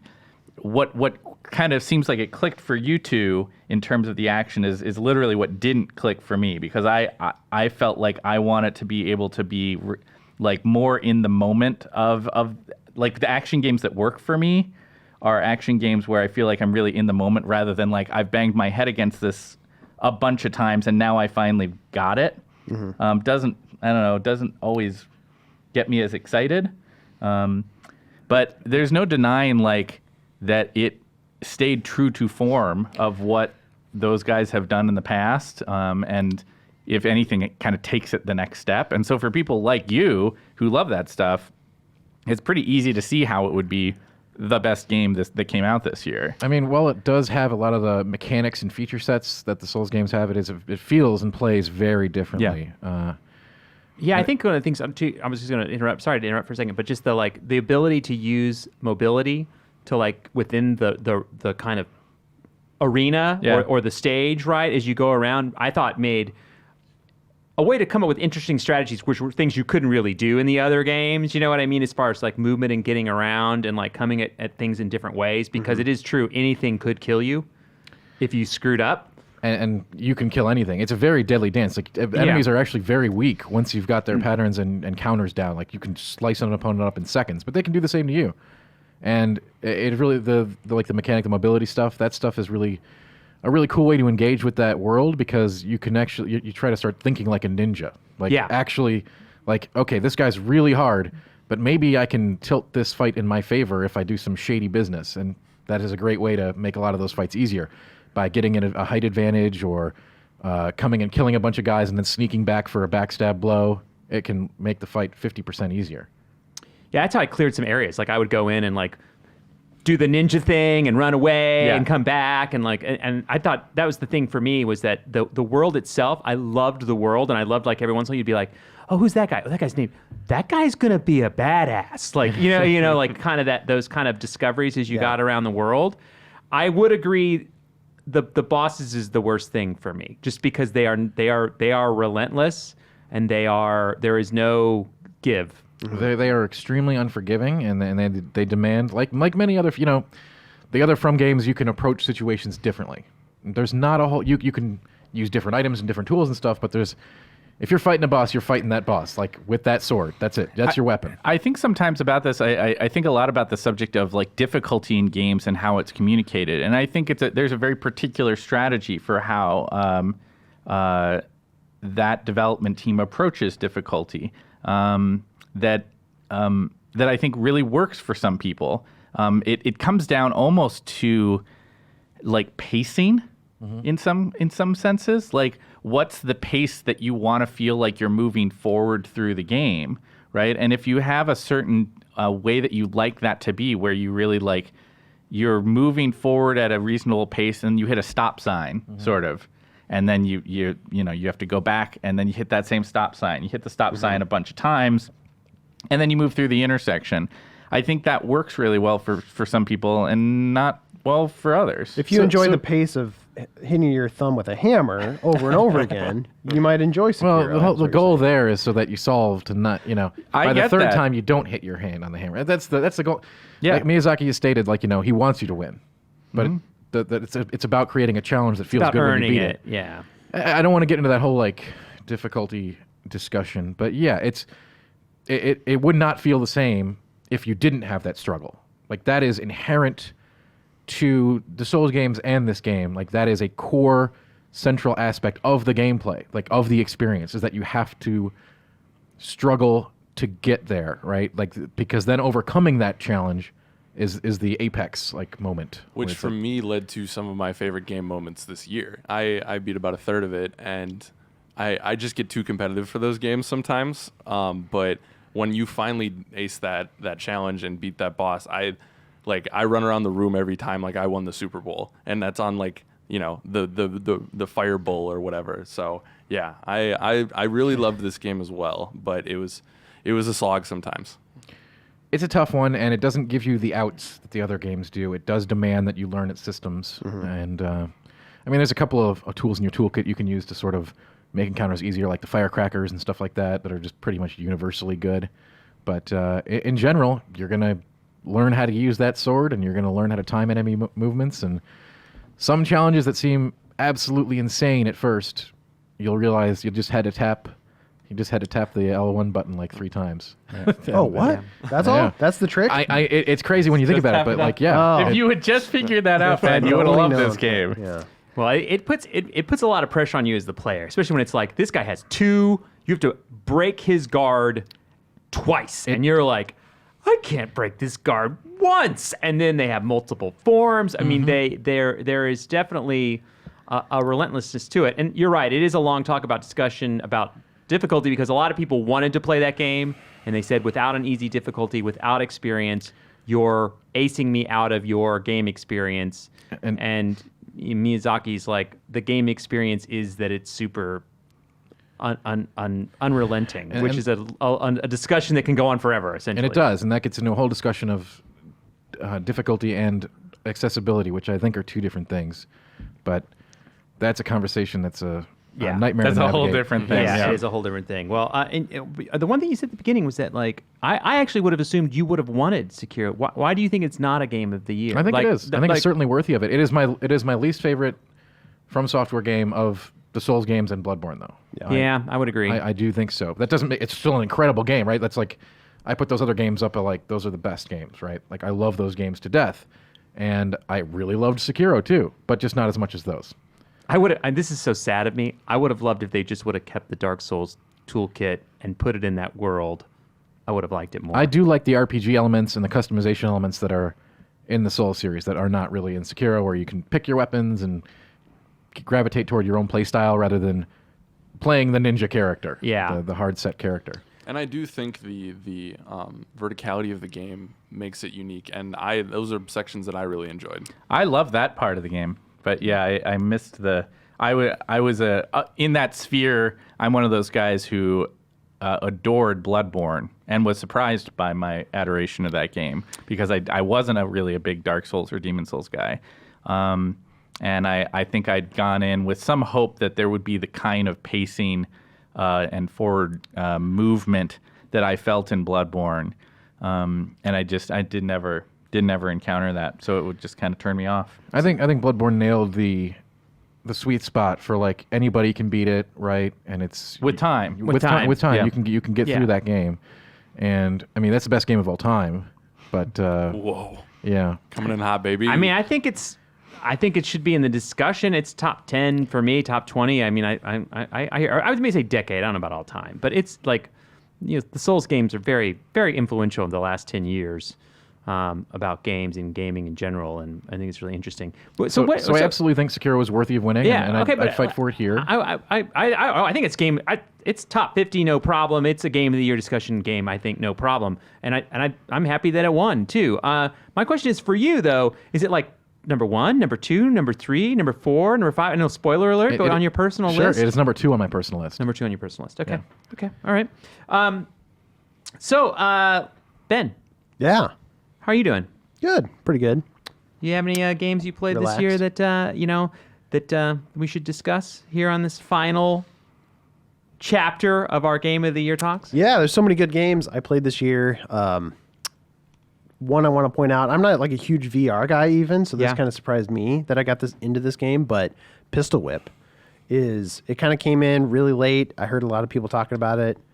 I recognize that Beat Saber is a fun game, but I didn't go crazy for it like some people did. But Pistol Whip is kind of like in the same vein as something like Beat Saber, where you're moving down a line, let's say, and there's guys jumping out of every corner, and you're shooting them with a gun. But it has this kind of like beat rhythm to it, and there's cool music, very, very stylized art style. And have you guys played it? Not yet. It's very cool. I hear you talk about Audica. Yeah. Which we might talk about later here. Yeah. And it kind of reminds me of that. Both the same type, if you like. I mean, so they're both VR games, and like ones that I think are in, ones that we think are standouts in this year, right? What's crazy to me with Pistol Whip for a second is it feels like a John Wick game, and it's not connected to John Wick in any way. And I remember playing it, and I know Leo's a huge fan of this as well. I was like, I've got him upstairs sweating multiple times playing that anytime game. He needs downtime, he'll throw on the VR headset and play that game, which is a good. He's really moving when he's playing that game. Yeah, like he's in the middle of the bullpen. We've got the quest set up. He whips. And he whips. He's whipping around. He's got the whip you don't want to get in his way. I'll put it that way. No, you do not. But I was like, this is a John Wick game. He's like, yeah, you're totally right. And in a year where we got a John Wick game, which I thought was pretty good, like this is almost the better John Wick game. Sure. That's funny. Yeah. Captured the zeitgeist of the John Wick you enthusiasm. definitely feel like a badass assassin while you're playing it. And that's definitely, I mean, that's why I love Beat Saber. It's like games that the motion feels so good. I mean, that's why I like kind of club music anyway. I mean, that's why I like Beat Saber, because it's just like, and it feels like you're part of the music, and that's fun. And I can see how that, and Pistol Whip, which I downloaded and I have not played yet. Man. It is, I see that draw, right? Yeah. It's definitely there, which I know is why you like Audica, which is another kind of like, one of many of the VR's hit games are based on rhythm and seems like that's the optimal like VR type. Well, game. I think there's things about the VR format as it comes into maturity here over these years that are showing themselves. There's certain experiences that do better, and I actually think rhythm and music is particularly well suited to VR because VR is inherently sort of isolating, right? Like it's putting you in a space where, I mean, there's some multiplayer games and stuff, but you're kind of cutting yourself off from the world. And if you think about like for a lot of us, there's kind of two ways that you're experiencing music. You're either in the very public way that you occasionally do, you go to a concert and you're celebrating with a crowd. But the other way that's more common of how you engage with music is that you're by yourself. You put your headphones on, you're doing your homework, or you're writing a story, or you're just hanging out at home, or you're at work, and like you enter that audio space, right? Mm-hmm. And so I think VR does something special there, where you feel like you're really engaged and immersed in the experience. Now, in the case of Audica, this is a game from Harmonix, the same guys who did Rock Band and Dance Central and all those kinds of games. And like those games, it shows their expertise as musicians first, and game developers sort of, they're also great game developers, but you can tell that they're musicians, right? And is there original music in it? It's mostly sort of like electronica dance music. If there is original stuff in there, I mean, I guess there's a little bit of original kind of harmonic stuff, but I mean, it's mostly licensed electronica stuff.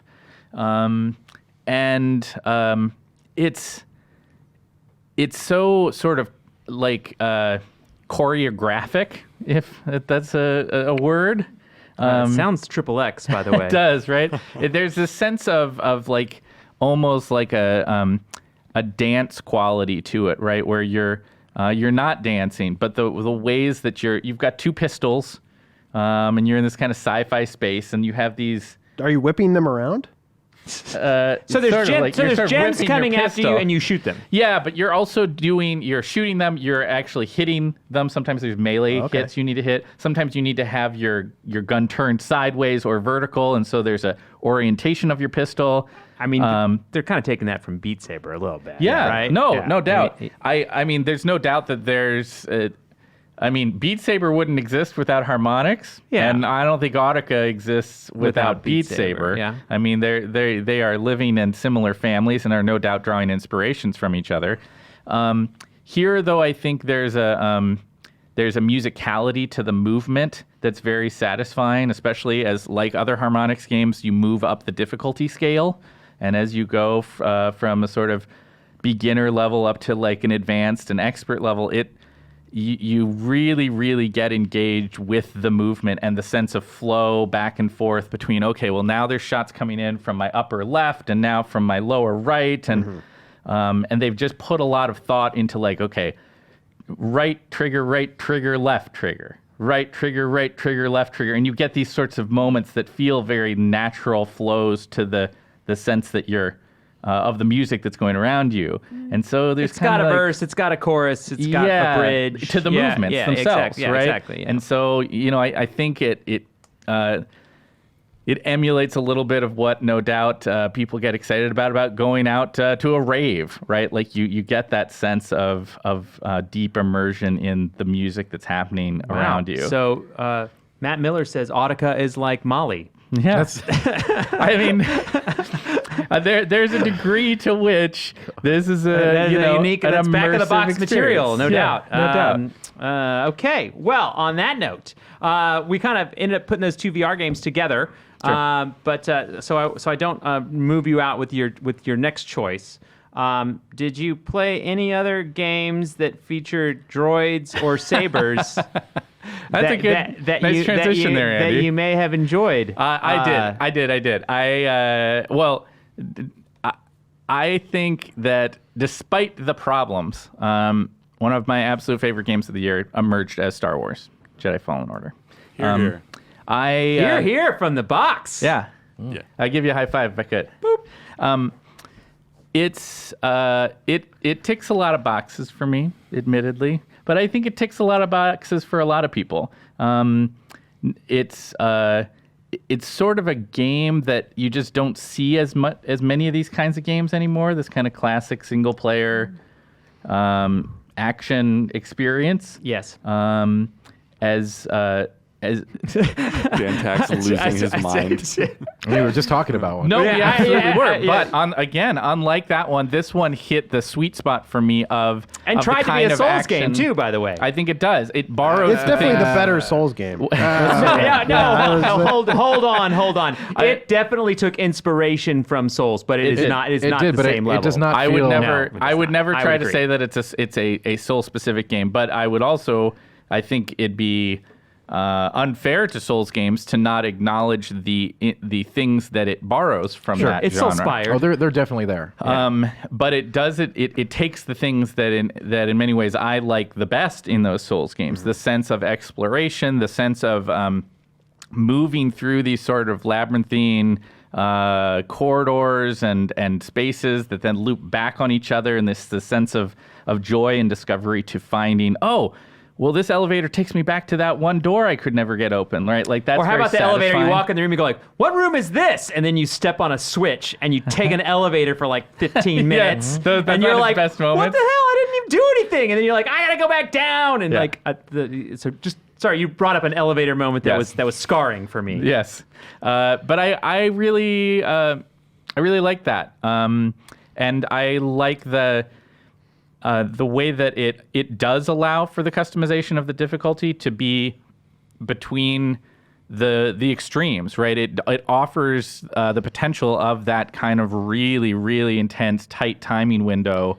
on the sort of Grandmaster difficulty. Do you disagree? Well, I didn't play on Grandmaster, and I am not super far into the game. Yeah. I just got to the Wookiee planet or whatever. Yeah. You're savoring it. So I've played a little bit of it. I mean, the combat to me, by the way, I think the game is good. Yeah. Just to get that out there. Yeah. The combat doesn't feel like it has a lot of impact in comparison to its source, to its reference point. Like when I'm whacking at a boss, it doesn't really feel like, there's a... Yeah. I whiffed a ton. I mean, like there were times when I felt like the combat was weird, and the animals themselves. And I've probably said this in the podcast before. Like I really disliked that the beasts just were hard to read. Yeah. Do you know what I mean? Some of the hardest things in that game were like little tiny slugs. The spiders were dumb. I don't know You know why what I mean? struggled with and them I was so like, much. why are these so hard? Like, Yeah. why are they just like so weird in the way that I'm supposed to read them? Because they're aliens, man. I get that they're aliens, but I had get it. any humanoid in that game was easier than any beast, which that's where I go like Dark Souls would have never shipped with that problem. Right. No, So you're right. Like those kind of things annoyed me. Yeah. And you're willing to forget. You're willing to forget. Well, okay, so I'm not here's trying my... to knock But the you're willing game, to forgive all the other problems, all the like technical issues. You were able to brush aside. No. But I think that even with those problems and even with my frustrations with them, I found myself so in a way that is these days is not as common as it used to be for me. I was waiting every day to go home and play that game. That's a feeling that I really missed, that I don't always feel anymore because there's so few things that capture me that way anymore. And so even when I was having, when my sort of critic's brain was forcing me to look at things and being like, well, that's a mistake in the combat, and oh, that's a technical problem, and all that kind of stuff, the subjective part of me that enjoyed just like classic platforming, swinging around a lightsaber, deflecting Slides. blaster You're a bolts. huge fan of slides, Slides. right? A lot of Yeah. slides. Like Slides. all that stuff, like that I did enjoy, made me excited to like go home at the end of the day and just and explore that world more. And so I like didn't only finish it, but it was one of those games that I really finished it. Like I did a lot of the extra stuff. I found a bunch of the collectibles. Did you play it on normal or did you drop down the difficulty? No, I played it on normal. Yeah. I felt pretty much the same way. I feel like we compared it obviously to Dark Souls. Like they also compared it to Uncharted and Metroid, And when they were like God of marketing War, the game. I think there's a little it bit has in there. All those elements, and I don't think it does any of those elements as well as those original Agreed. games. I agree. But at the same time, I feel like something about it, it's better than its component parts. Yep. Because I was very addicted for like 2 weeks. It's all I wanted to play. It was in the Yep. back of my mind while I was going to bed. It was like while I was here at work, I was like, how can I duck out early and go play this game? Well, and that's maybe what I'm trying to articulate here is that like somehow it did that to I think a lot of players, not everybody. I know a lot. There were some people who just actively didn't dig that game, but I knew a lot of people who felt that way about that game. That like were sort of like, why do I like this game so much? Because it's got problems. Like when I walk into my spaceship, my character's hair is blowing behind them. That's weird. That's broken. It's You just shouldn't have a you game know, like that air anymore. pressure Jacket thing, is man. always like Yes. freaking out. Like Yes, all the exactly. time you look at it, it's like And so freaking out. you feel like, in a game that comes out in 2019, that shouldn't be there. And yet, I can't deny that I was just having a lot of fun with it. I really like those worlds. Like Yeah. I don't know who the art designer was or what, but I think something about they captured the magic of Star Wars. I felt like I was on an alien planet. I actually enjoyed kind of exploring every nook and cranny and like seeing the weird creatures and Yeah. like I think that's what that game excelled at the most for me, and that's why I enjoyed playing it for so long. Yeah, I think you're right. It's better than its parts because you definitely go like even the story, which I thought was very well done. At the end of the day, I was like, wow, it's a really good Star Wars story. At the end of the day, Yeah. I never really liked the main character. I never really loved anybody on my ship. Do you know what I mean? Like, Except for BD1. Well, BD1's amazing, but I mean, if you ever gave me like any of the individual people and said like, what do you think of this person? I'd be like, you're like a Mona Lisa, 6 out of 10. Would have been what I gave them. You know what I mean? But when you're like, oh, the whole story, I'm like, yeah, I liked the whole story, right? Which is weird because the math the game is a math problem gone awry because it does not add up. Right? No. It's very strange that way. I am I'm not in disagreement with you, Andy. I mean, I think maybe you and I had slightly different final takes on how much we enjoyed it, but I'm with you that like there's a lot of things that don't add up that you're like this doesn't seem like it should work, but it worked for me, and it didn't. It did work. I did like the Star Wars aspects of it, but it's not just that. It's not just my Star Wars fandom that was keeping me going on it. It was that I was just having a lot of fun.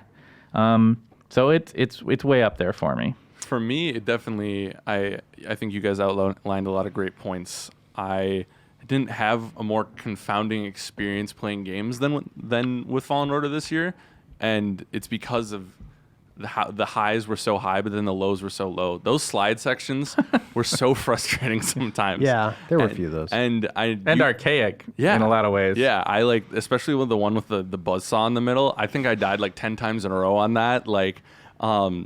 But for me, actually, the story was what kind of pushed me through, because I not as much the BD1 and Cal, but I really liked the stuff with the second sister, and I really liked Sarah. I liked her characterization, and I thought it was a nice touch in a universe that is quickly becoming Disney-ified. I think on that same score of the story, one of the other things I appreciated is that here was a Star Wars story and just a classic action game that managed to be pretty thematically rich. I mean, it was a game that was about the nature of trauma, right? Yeah. All of the characters were traumatized individuals, and you strip everything else away, and it was an interesting exploration of what that means and how it affects different people. And they made sure with those slides that we were all traumatized as well. That's true. We all got traumatized by the end. So yeah, it's a great game, and I'm interested to see where it fits on people's like their ordered lists. Yeah. Definitely, and when we get towards the end of the year, I will spoiler. It did make my top 10. It did or did it not? It did. Yeah, it did make my personal top 10, but it's not top 5. Yeah, spoiler alert for me. Big spoilers. Look out. But it Dan, did, you put it did. above Sekiro, I think, right? It's not on my list. Yeah. But to be fair, I haven't finished it, so... Yeah, I think that's a game too, by the way. I think it gets better as it goes along. But I also point out that I keep pointing this out because I think it's something people should know.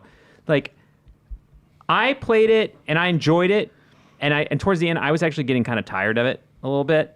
And I moved it to easy, like, towards the end, because I was just like, I just don't want to do this anymore. And it made me do some mechanics. I just didn't take much damage. So it still takes like kind of mastering the combat a little bit. So if you're ever playing it and you're just kind of like, I'm spending too much, because that's my thing. I was like, I'm spending too much time on this game that's kind of broken in parts.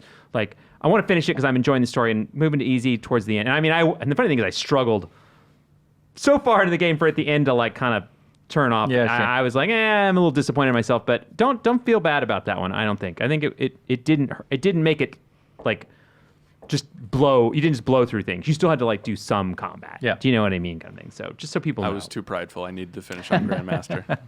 Did you finish it? Really? I did. Grandmaster? Or Wow. not Grandmaster, Jedi Master, excuse me. Okay, that's still pretty Jedi hard. Master's the normal though, isn't it? No. No, this there's is- one under he's 4, the I think. normal Oh. Jedi Master, Grandmaster. Wow. Yeah. I'm impressed. Now I'm embarrassed. But that happens. It happens. But great. So Dan. Hey.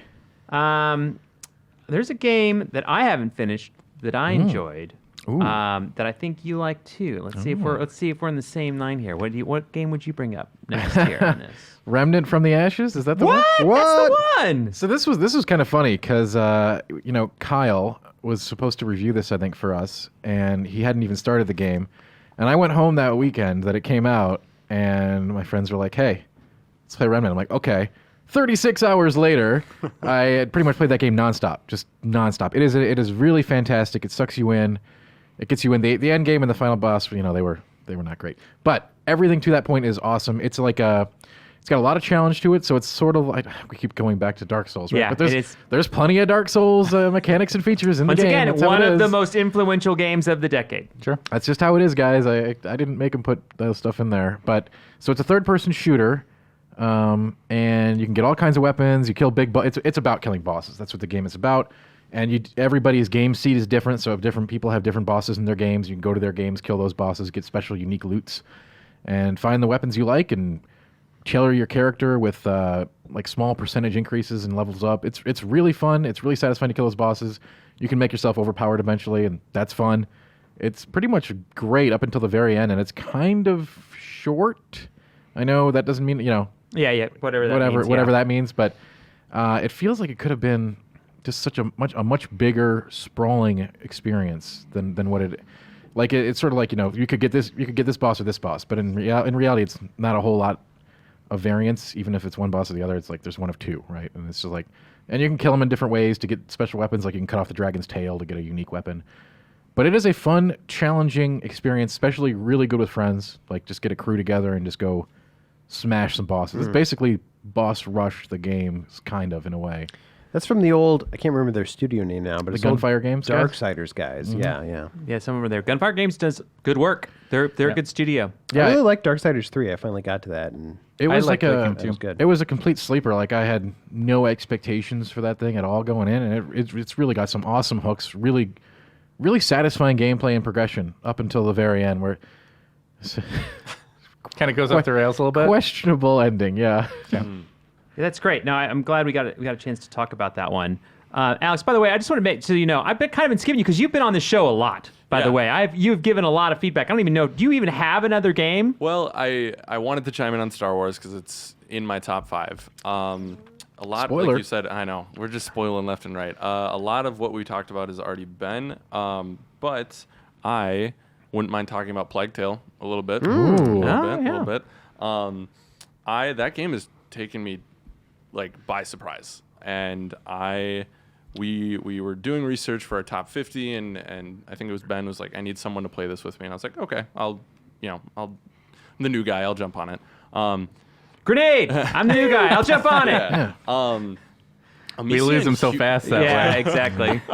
Amicia and Hugo are fascinating, and I love that world, and the time period is really cool. And it's weird to say there's a warmth in a game about the plague murdering, Your face, thousands. it's like you've been killing it. I'm so confused. Like, I love that world. Isn't it like it's set in the Black Plague? Is that the concept?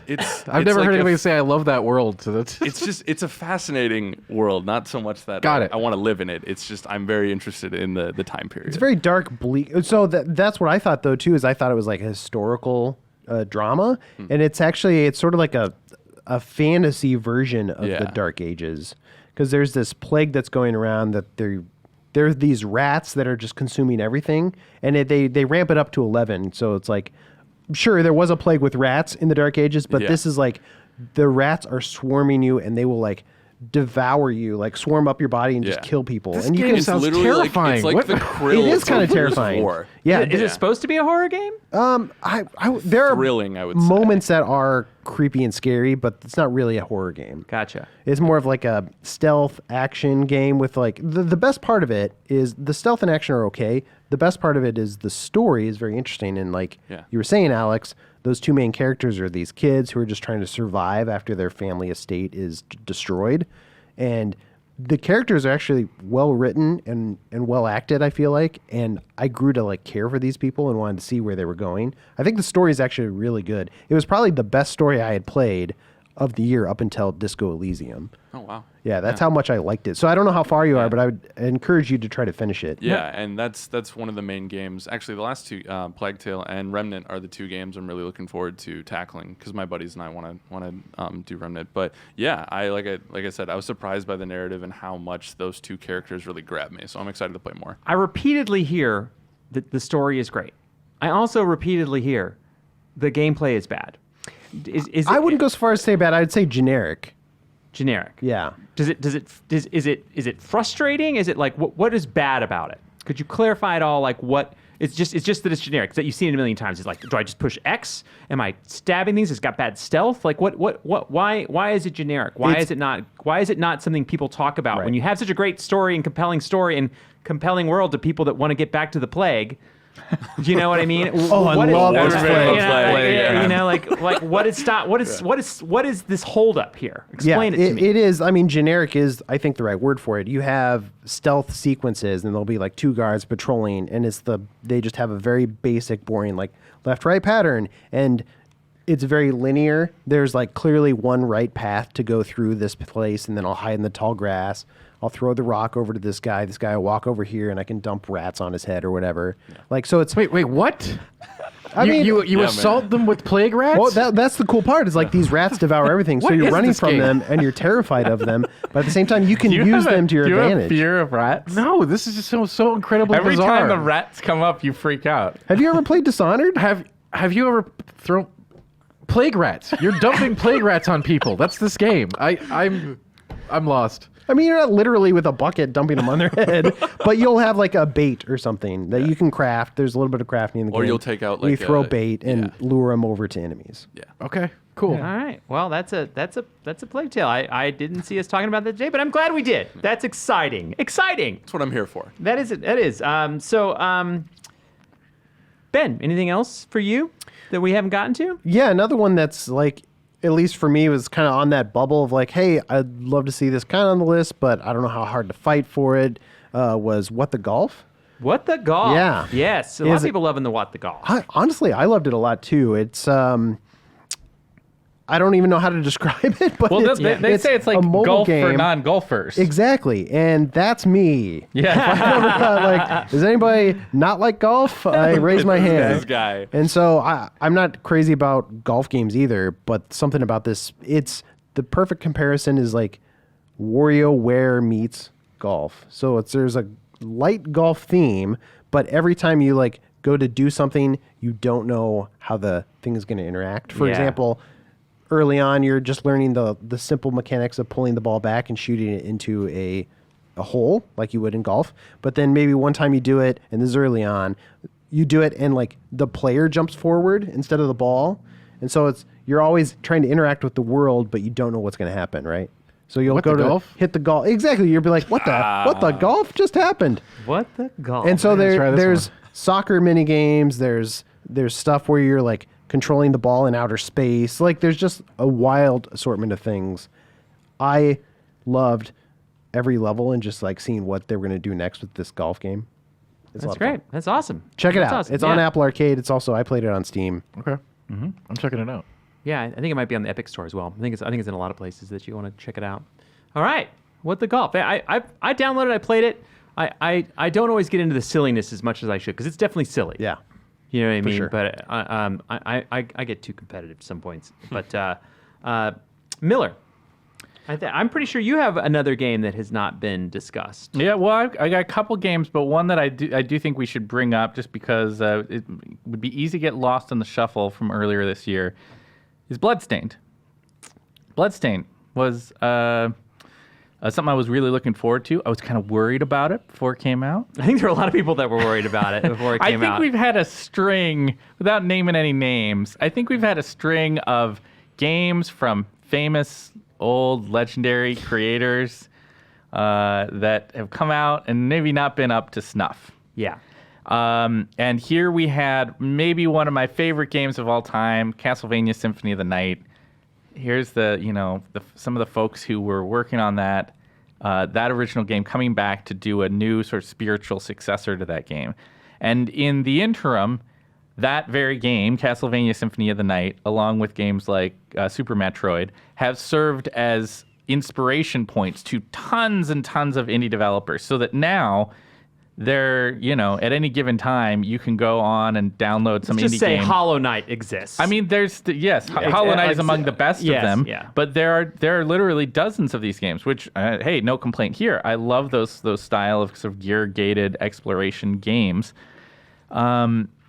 But I was worried that they were going to kind of try to circle back to the original sort of fantasy gothic vibe of Castlevania Symphony of the Night and just screw it up and ruin my memories. And I don't think they did. I think that this turned out to be a very, very solid entry in the genre that Symphony of the Night helped establish. and felt, without being an actual Castlevania game, it felt like it nailed the vibe, the style of storytelling, the pacing, the combat in a way that felt true to that older game. How'd you feel about the art style?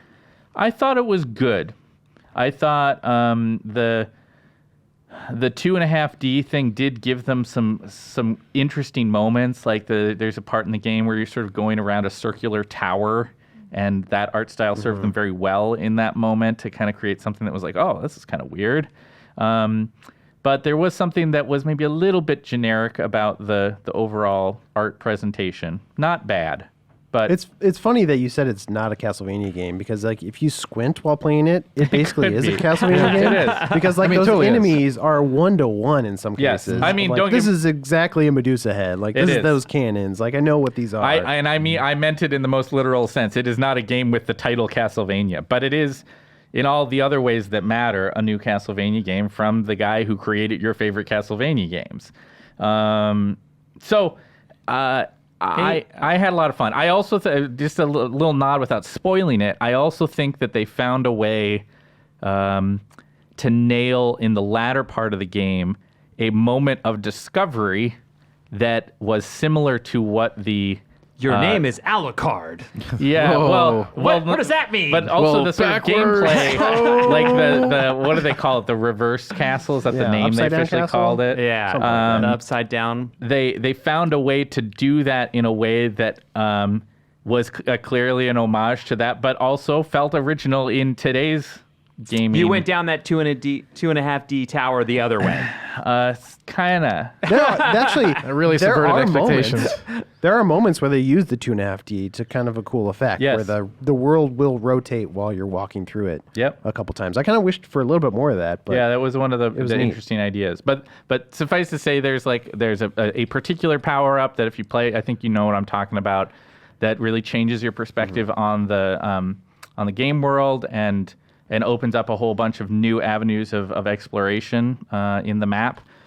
And it just I was happily gratified that the game turned out. I actually love it. I felt like that game was a game this year that everyone gave it money the moment they heard like what they were like, here, have my money. And then as it got closer and closer, they were like, let's just hope I didn't waste my money on this. Because Like, it swapped development teams like 3 times, yeah. right? Like, I think everyone was really worried about it, but everyone did. I felt like a lot of the conversations I've had about that game have all been like, no, it wasn't bad. You know, it wasn't. It's not the greatest game of all time, but it's very solid. It's a lot of fun. It's a good game if you love Castlevania and you love the work and the things that they've done. You'll enjoy it, right? if you're like, yeah. hey, can you rip me off a sheet of Metroidvania, please? Like, Yeah. all right, like that's how it feels. It's like exactly what you expect going in.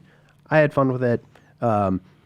If you don't like that genre for some reason, you're probably not going to like this. But at the same time, if you're really craving that, totally serviceable, good, solid entry. Yes. Excellent. So Dan, hey, how you doing? I'm doing great. How are you? Doing all right. All Doing all right. right. I'm excited that we're getting down there. We're getting Yeah. down there. There's We so talked many about good games. And the thing is too, there's tons of games on my list and through lists for a lot of things that we haven't talked about. But I'm trying to point to highlights. Do you have anything else that you'd like to bring up? Yeah, just a quick mention. Magic the Gathering Arena. So for those not familiar with the card game, it's kind of struggled to find an awesome digital client over the years. It's had all kinds of different digital incarnations. And been accused of you let Hearthstone take this. Sure, people have said that, yeah. Yeah. So now they have their Hearthstone competitor, right? It's here. It's Magic the Gathering Arena, and it is Magic, and it is awesome. It's visually impressive, plays great. It's the card game, digitally, and has all kinds of free-to-play things behind it. You can play very easily for free. It's fun. It's great. If you like Magic, you should be playing Magic the Gathering Arena. Can you dump rats on people in that game? Yes. Okay, good. Plague Rat is a Magic card. Oh, There we go. what is this world? This is crazy. That's great. I'm glad that they got one out there. I think that's good, and I think you get a chance to play some of the super rare cards. Do you have some access to things that you would not normally be able to access? No, it is the card game 1-to-1 from what we have now. But the cool thing is legendary and mythic cards. They have they do certain cool visual effects when they come into play with sound and everything. So it's a little bit it's cool. It's got that Yu-Gi-Oh kind of vibe where it's like, oh, I'm summoning my big legend, and he's going to do this cool effect when he comes into play. Cool. They just announced that the Elder Scrolls card game is closing down, right? Yeah. Which just seems like, oh, they're a big property. They could probably survive in this market. But mean, apparently not. So do you think Magic, as like one of the originators of the genre, so to speak, like it deserves a spot at the table, you would think? Do you think it has the legs on it? Oh, absolutely. This is like like I said, they've been making various digital clients For a while. and many for the last decade. They nailed it this time. And for the ESO, the Elder Scrolls Legends thing, that's a more nuanced story than just like the card game. Like they changed developers on that like halfway through. It's been a struggle and a turmoil thing for that game. I think generally speaking, the card game field's been doing okay. Sure, digital cards. There's just a ton of them. There are a ton now. Yeah. But the card game player base is always like hungry for newcomers. Like they'll play them, they'll check them out. Give me But some cards. you got to be good. You know, it's got to be a good game to survive against the old ones, right?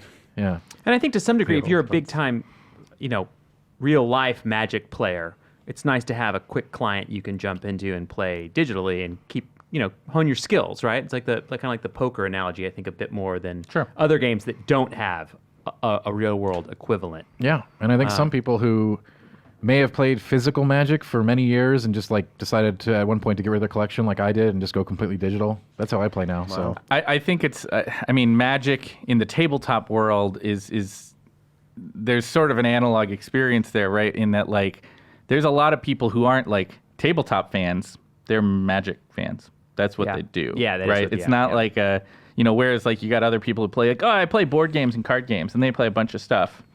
But there's a lot of the Magic guys that's just what they do, and I suspect there are some players out there now that there is a good client that generally the fan base is agreed upon. Like, yeah, I dig this. That's like what they're doing with their free time. That is their hobby. Their hobby isn't video games. Their hobby is I play Magic online against people. So I'm going to do I think we've had a lot of great talks. I'm going to do a little quick little wrap up. I've been asking people and not commenting as much, and there's just a couple games I wanted to throw out there and just mention and give anyone that doesn't read other things that we've done that at least I get a little shout out to these games. I love Lamp. Photographs this year. Actually, I really liked that game. It's from the Wait, that was this year? yeah. Oh, wow. And it's one of those games that doesn't get talked about. It's a puzzle game. It's from the You Can Build a Boat. You Must Build a Boat. You Must Build yeah. a Boat. Yacht Club Games, right? Mm-hmm. That's the name, right? No. Their name? No, No. that's Shovel Knight. Shovel Knight. what is? Why am I spacing on the guy? He's a super nice guy, and I've loved all the games that he's made. I enjoyed Photographs as well. Rad, I really liked from Double Fine. Really good time, and it's just overhead kind of like rogue light, but it depends on whether you get lucky or not. If you get the right weapons, it's a lot of fun. If you don't, you're like, meh. But it's got a good 80s vibe. It's fun. I always play WoW. Got to bring up WoW. I thought WoW Classic. I know a lot of people love that. I didn't get into it, but I thought it was worth mentioning. Grindstone is my favorite mobile game of the year. That's a big deal because I still play a ton of Clash Royale. Which I play too much, though it had a horrible month. Right as we got to the end when we would have fought for this kind of things, they had a horrible meta for a month that really turned me off on the game. I'm back into it a little bit right now and kind of getting back in, but man, I tell you, a bad meta Can really pull something down. Yeah, it really can. It really you kind of go why am I playing this game still? Especially for these games that you get so associated with. And I think I threw this out there man, if you're a game that runs a meta, when you have a bad meta, fix it because it turns off your players. And then also Dreams, Knights and Bikes, Telling Lies. These are all great games that we didn't get to in this conversation, but I wanted to throw out there as stuff to think about. Like I said, thank you all. Thanks everybody for listening. I hope you enjoyed our Game of the Year chats. Once again, next up is Joe Juba, and he's going to do an interview with the Dontnod peeps. This is the last Game Informer show episode for me this year. There'll be 2 more that cover some other topics that I will not be a part of. But thank you all. Thank you for welcoming me into the role hosting the show this last year. It's been challenging. I've learned a lot. I've screwed up a lot. But you've been very supportive, and I appreciate that. And it has been... I love sitting around talking video games. It's something I basically do in my free time. So that is nice that I get a chance to do this on the show. So thank you all. Thank you, Alex, for joining the team during this period and coming on and doing those things. And as always, support your. It's nice to have your support from the box. And even when we get you out here on the table, too. That's nice as well. So, and thank you, Ben. Thank you, Matt. Thank you, Tack.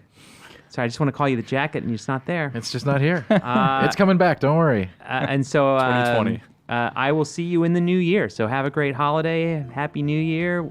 Hang in there for Joe, and we'll catch you later.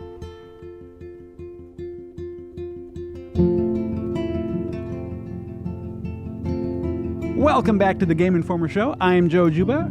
We have an interview coming up here with some of the core team behind Life is Strange 2. Warning, though, the discussion is pretty spoilery, so if you have not played the game and you want to, you may want to save this talk for another time. So my name is Michel, and I'm one of the two creative directors of those three games with Raoul. And I'm the other director, and also we share some responsibilities about leading the project and directing the project, I would say. And I'm Jean-Luc Cano, and I'm the writer of these three games. Excellent. Excellent.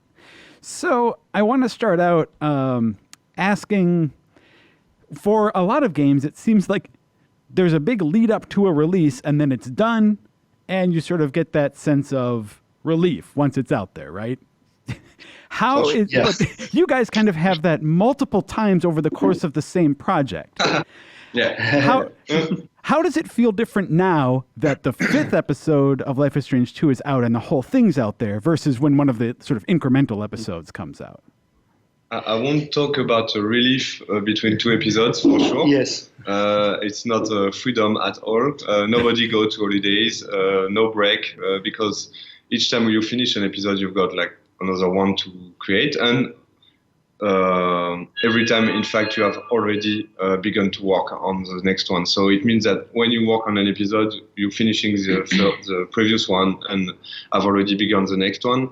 So it's like shipping 6 games with Awesome Adventure of Captain Spirit in 4 years, but never taking a break and never having this feeling you just described. So it's the first time we have really the accomplishment feeling. So yeah, it's really, really cool.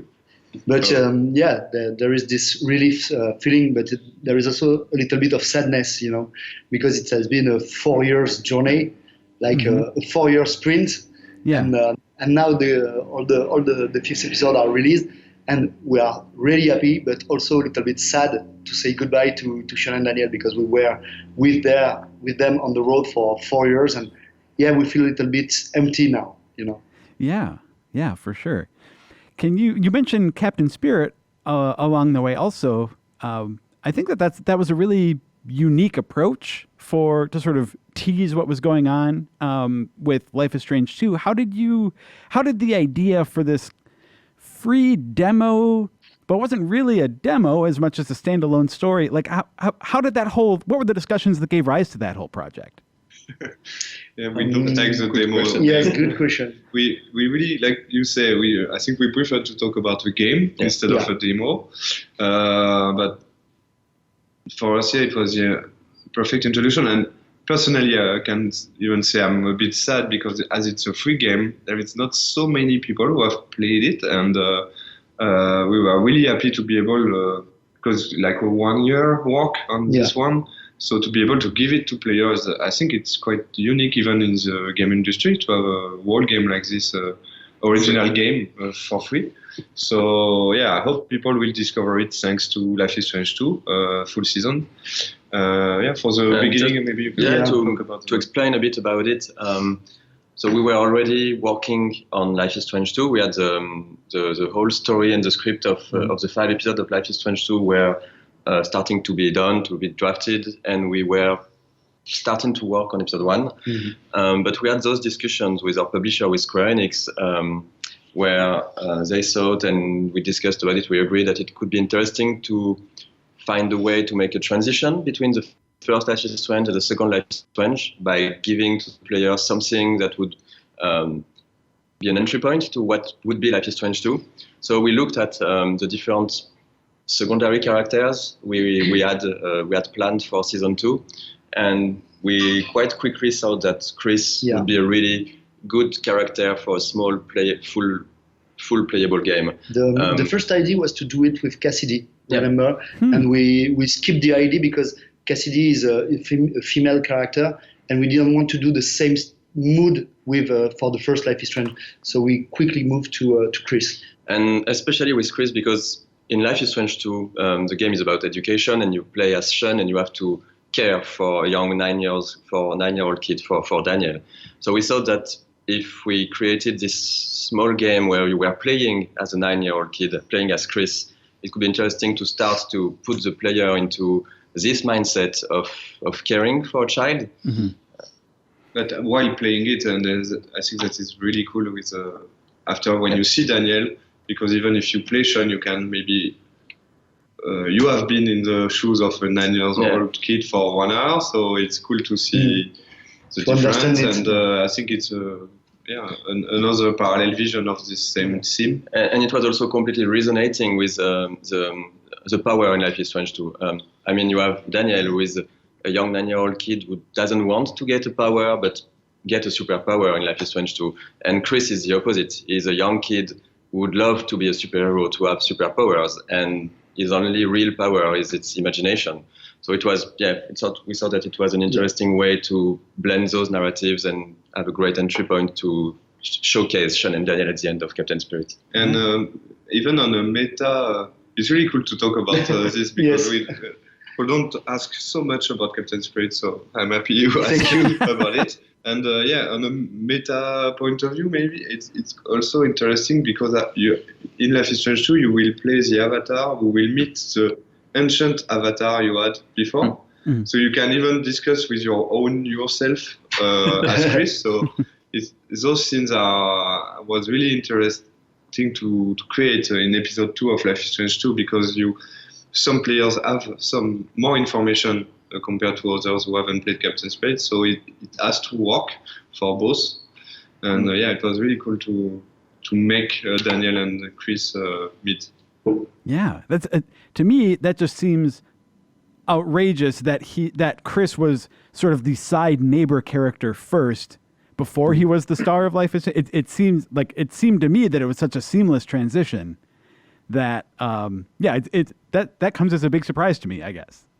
Cool. But, so that's cool. But I think that's the way we like also to create every of our secondary characters, is not to just see them as really small characters, even if they just appear for a few minutes in an episode. We still try if we have a character in an episode, we still try to think about who he is, how to write some of his backstory and everything. So we are sure that he will be interesting, even if he's just here as a supporting cast.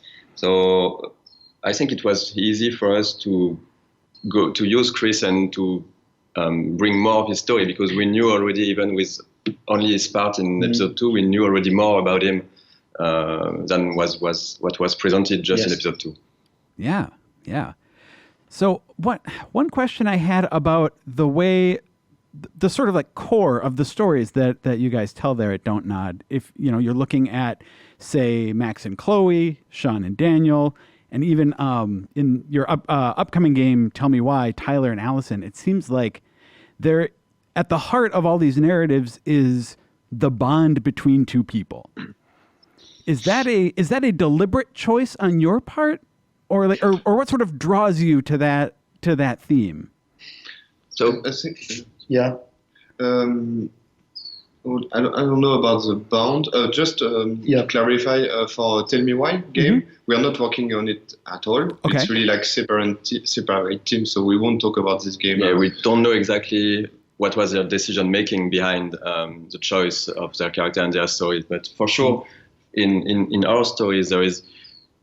I think we really like to create character-centric stories, where the story arc of the progression of the main character and the secondary characters and supporting cast should also drive the story and also be driven by the story. But it's really important that our characters are central to our stories. Yes. And the bond, like you said, I think that what makes us as humans is our relationship with others. So be it like friends or a romance in the first Life is Strange, or family in the second Life is Strange, and in Captain Spirit, Chris and his dad, and two brothers. It's definitely some kind of dynamic between those characters that we really enjoy working on, because we can, I would say, show more about maybe humanity as a whole, with how those links are created and destroyed sometimes, and rebonding and everything. And I think there is also the fact that we want that the player really dig into our stories. Our game are working because you as a player identify to the main character. And if you give the main character someone to take care of, you as a player will identify more, I think, to the main character, because you have to take care of someone else. You know what I mean? Yeah, for sure. So creating a bond between the main character and a side character will resonate and create another bond between you and your avatar. Yeah, that makes total sense. I'm wondering, so that makes me think of all of the times that I was playing Life is Strange 2 and a decision moment comes up, and I just sort of stare at the screen for several seconds and have to wonder, like, you sort of have to agonize over it. It seems like, and correct me if I'm wrong here, but a lot of times when you're playing these choice-driven games, you can kind of see behind the curtain the kind of flow chart of the way the decisions sort of play out and their consequences. That seems a little blurrier or more obscured in Life is Strange 2. Do you think that's a fair way to talk about that? Maybe it's because it's badly designed. I don't think it's that, though. I think for me, what it came down to is the idea that because how Daniel responds in certain situations figures into the way events come out. Because the way Daniel is shaped is dependent on what seems like some smaller things, it's just less clear.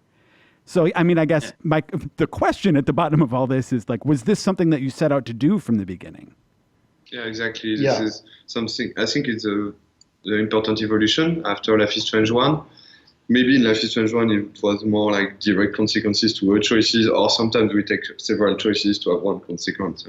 But in this case, we really wanted, like exactly what you said, like blur the lines, and because it's a human being with you and a kid, 9 years old, so you can really like do silly stuff and not take into account what you're asking or doing, but it will do for some. So we really wanted to, not the player to know about all that, but to feel that sometimes it's working. So you will be careful. You will be careful, I think, while playing. And I think this is really what was important for us, just the player to be careful, not knowing really what's happening, but seeing that it's linked.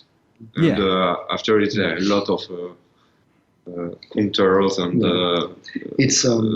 facts and stuff like that, like underdone facts or facts from the design team to really like have those consequences. And I think it's also linked to the main themes of this season, which is education. And you know, when you are educating someone, when you are taking care of someone, and in this particular case, a kid, you don't always know what will be the consequence of your decision as a father or as a brother, as Sean. So, for example, when in episode 1, when you are stealing the Choco Crisps, you know, inside the car, it's okay. I think it's a good decision because I'm going to please my little brother. But you see the consequence after that. He will think that stealing is a good thing to do. So we wanted to explain that there is no good or bad choices, but you can think about all the consequences of one action. When you are talking to a kid or when you are raising a kid, you have to do the thing that you think is better for him, but he will also have his free mind and his free will to copy your decision or not. Yeah. So what situations in the whole, looking at Life is Strange 2 as like the 5-episode arc, not every decision can be as important as every other one. If you had to pick, like, let's say, just pick one moment, what is the one that you think players should agonize over the most?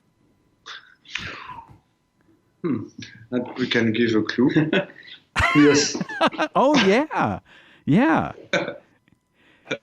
No, not this one. Not this one. It could have been a hard one, but I think that for sure we really had a different mindset when we were working on the choice for Life is Strange 2 than for Life is Strange 1.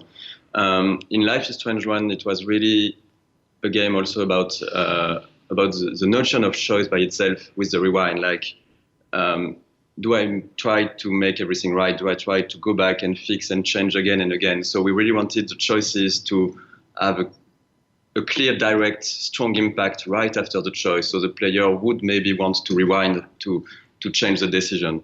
In the second Life is Strange, it's really about education, like Raoul and Jean-Luc said.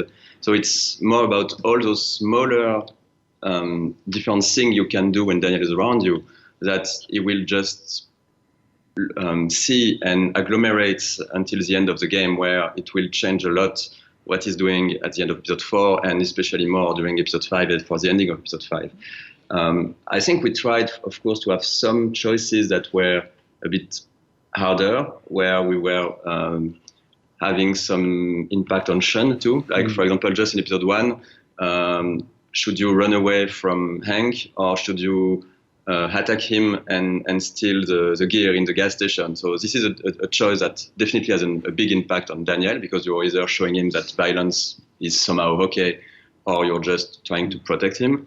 But it also has a more, I guess, impact on the player, because it involves a physical action from Sean. So it might be more complicated to choose rather than just something you would say or a small moral issue that Daniel would see.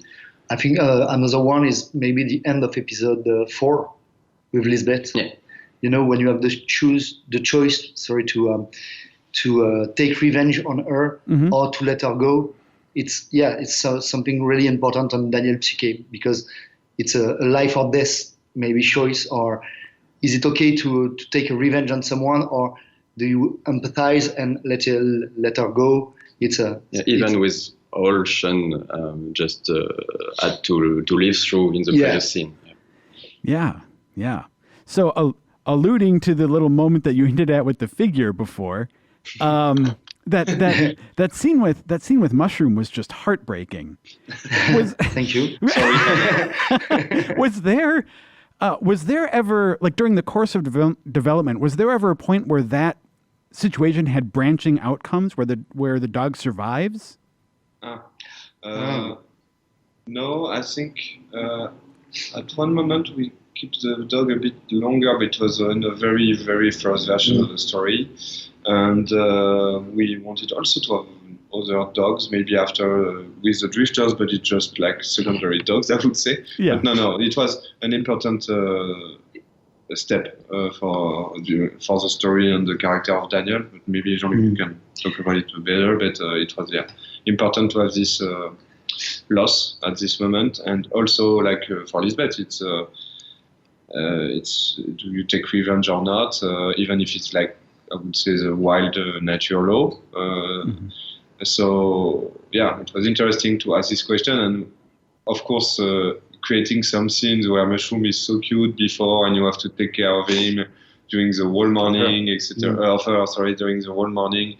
Of course we know it's heartbreaking, but it's life, it's difficult. What we want to achieve with this mushroom scene is, because the main theme of episode 2 is about the rules, you know. And at the beginning of episode, Sean is teaching the rules of Daniel to Daniel, and say the first rule is don't use your power if you don't talk about it, and if there is some danger, you have to run.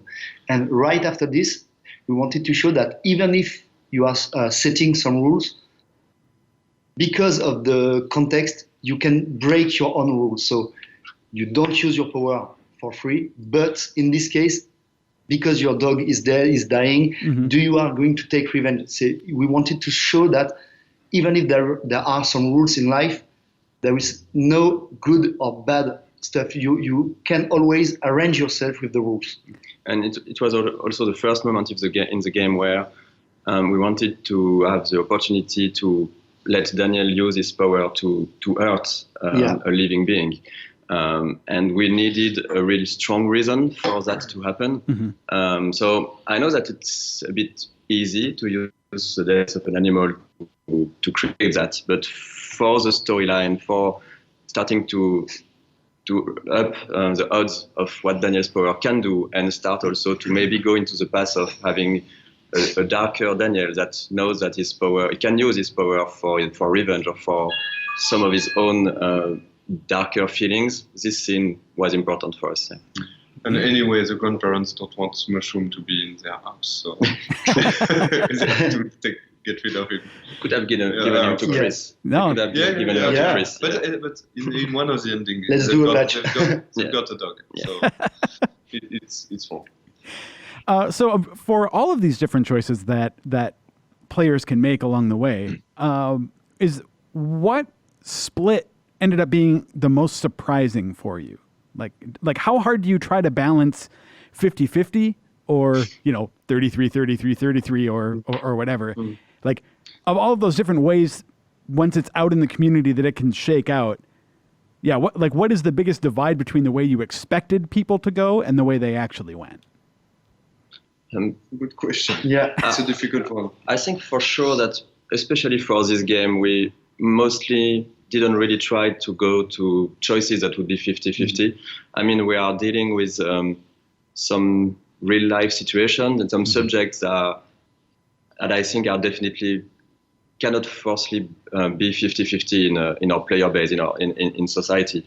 So, I mean, there is an example right after Mushroom Death. So when you're burying Mushroom, Daniel asks the question if you think that Mushroom, if she is in heaven with Dad. Right. And so we wanted to let the player decide and say, yes, she is, or no, there is no heaven, and don't worry about it. And of course, for this answer, we have a lot more people who said that she was in heaven, because either those people are religious, or either they also doesn't want to be harsh to a kid. But we still wanted to give the option to say no for some of the players who really didn't want to accept any religious idea. It was important for us, and even if the percentage is like 80-20, or I don't know, or even more, or 90-10, it was important for us to give this option. And that's the way we try to work on a lot of the choices on this game. It's to still give the options to the players so they can also have their voice, even if their voice is in a minority. Yeah, great. I'll just have a couple more here for you that we can go through. One of them, continuing on the choices element, like we said before, on some of these, Daniel can actually intervene in a way that, like, I think a lot of players are used to saying, this is the choice I made, and then they expect to see that happen. But there are times when you make a choice and Daniel makes it go a different way, especially at the end. Yeah. Was there ever any concern on your end that players might even feel cheated, that they wanted one thing to happen and it was sort of taken from them? It's a good question. Like you say, I think it happens mostly in the end for those really like choices. But there is a lot of action like that where, for example, what we call Zen sequence, it's some moments when the player, since the first Life is Strange, we have created those moments where the player can sit and relax and listen to music and see camera shots, hear the thoughts of the hero. So you've got the same in Life is Strange 2. But here, if you do that, you will have someone coming in, your little brother, and break those moments and talking with you and, hey, let's go, we move on, etc. So it's the same principle. It's like maybe the player wants just to chill here, and those moments will be broken by Daniel, but it's also what to live with, what means living with a kid. You can't never know what is going to happen. Oh yeah. You can't rest when you want to rest. So it's also the story, what the story is about. So we think it was really cool, and of course, all this education aspect. Like you say in the last choices, take all these sense. It's because you educate your brother, he will obey or not, or agree or not with you. So, and even at the end of episode 2, it's still already like that. If you, based on what you did already before to Daniel, if you told him that it was okay to lie or not, then if you ask him to say the truth to Chris, he can accept and do it, or he can also say to you that he can lie to you and don't say anything to Chris, which will end up with Chris getting hurt at the end of episode 2. Right. So it was really this idea to try to show in each episode that somehow Daniel evolves over the course of the game from a kid that mostly follows what you say to a kid that is slightly grown up and that just got from everything you did around him and start to have his own agency.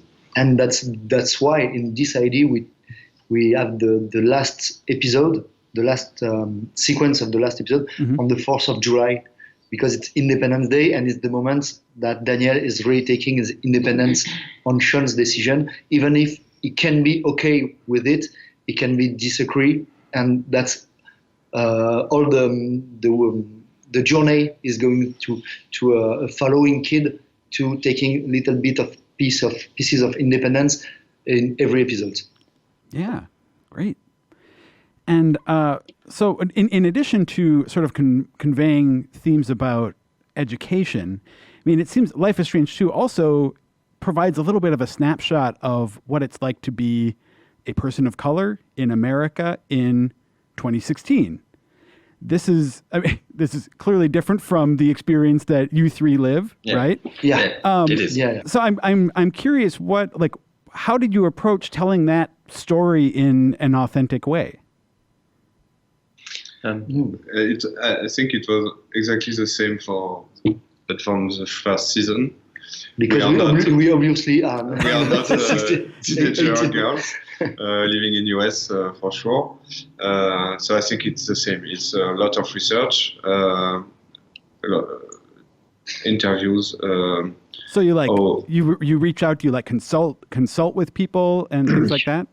Yeah, I watch a lot of documentaries, reading some articles, and we've been here in the West Coast to also see what the journey were like, and if the story is realistic, even for the reaction of people, is it occurring or not? I think we all know from news, because the problem we talk about is it's exactly the same in France and in Europe. We didn't want to be like the French guys, the white French guys, giving some lessons to American people. It's not. It's just our story is taking place here, and I think there is some issues like there is in Europe, and we of course know about that. And the idea is to create a story and a game that could talk about it and make players think about it. And after it's exactly like Max and Chloe is trying to do it in a respectful way. And yeah, I think it's essentially research work and after writing and write believable characters. So it means you work on the context of each character. So you are going to do some research about this, what it is to be a family with a father coming from Mexico, etc., etc. Yeah. We're really happy when we see some feedbacks from people from minorities that tell it's cool to see that it reminds them some difficult part of their own life, but it's really cool to see that they are not alone, etc. So it's cool. And even when we were traveling, we met a lot of people on the road, some hitchhikers, some people who were going to work in pot farms.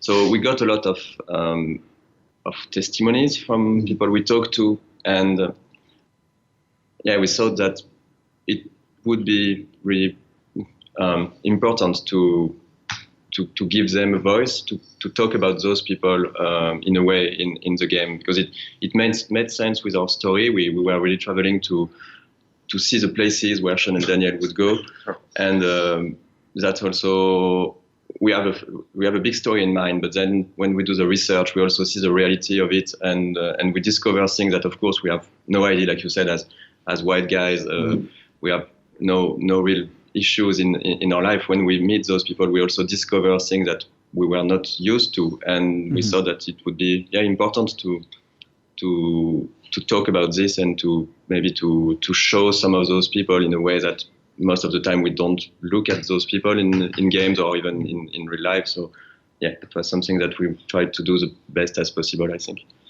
Great.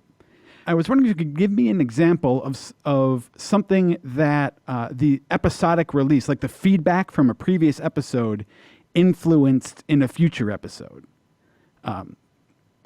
Yeah, does that? I'm not sure I articulated that right. Does that make sense? Yeah, it's definitely it's something that for sure the episodic release allows us to, and we really eagerly look at each review and feedback and walk through let's play from the player at the end of each episode.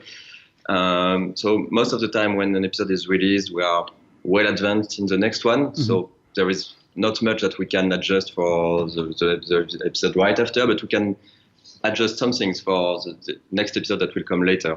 So sometimes it's about just seeing how players, for example, react to Daniel, react to some of the writing. I guess we have some of we can slightly adjust in the next episode, even if it's not some big changes.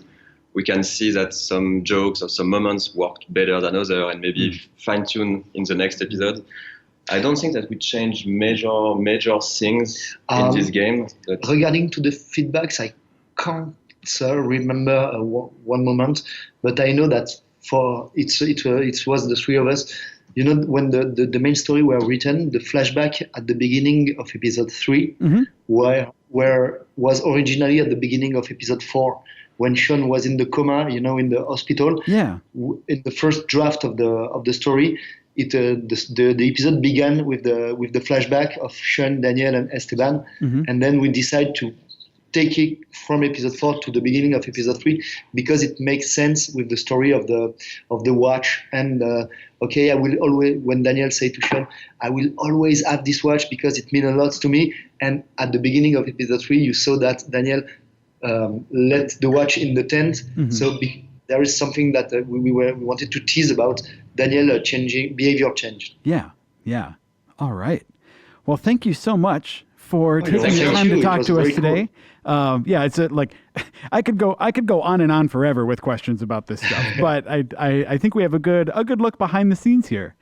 Thank you so much. Yeah. Really good question. Thanks a lot. All right. Take care. Have a good day. Thank you. Bye-bye. Thank you. All right. So that wraps up our interview.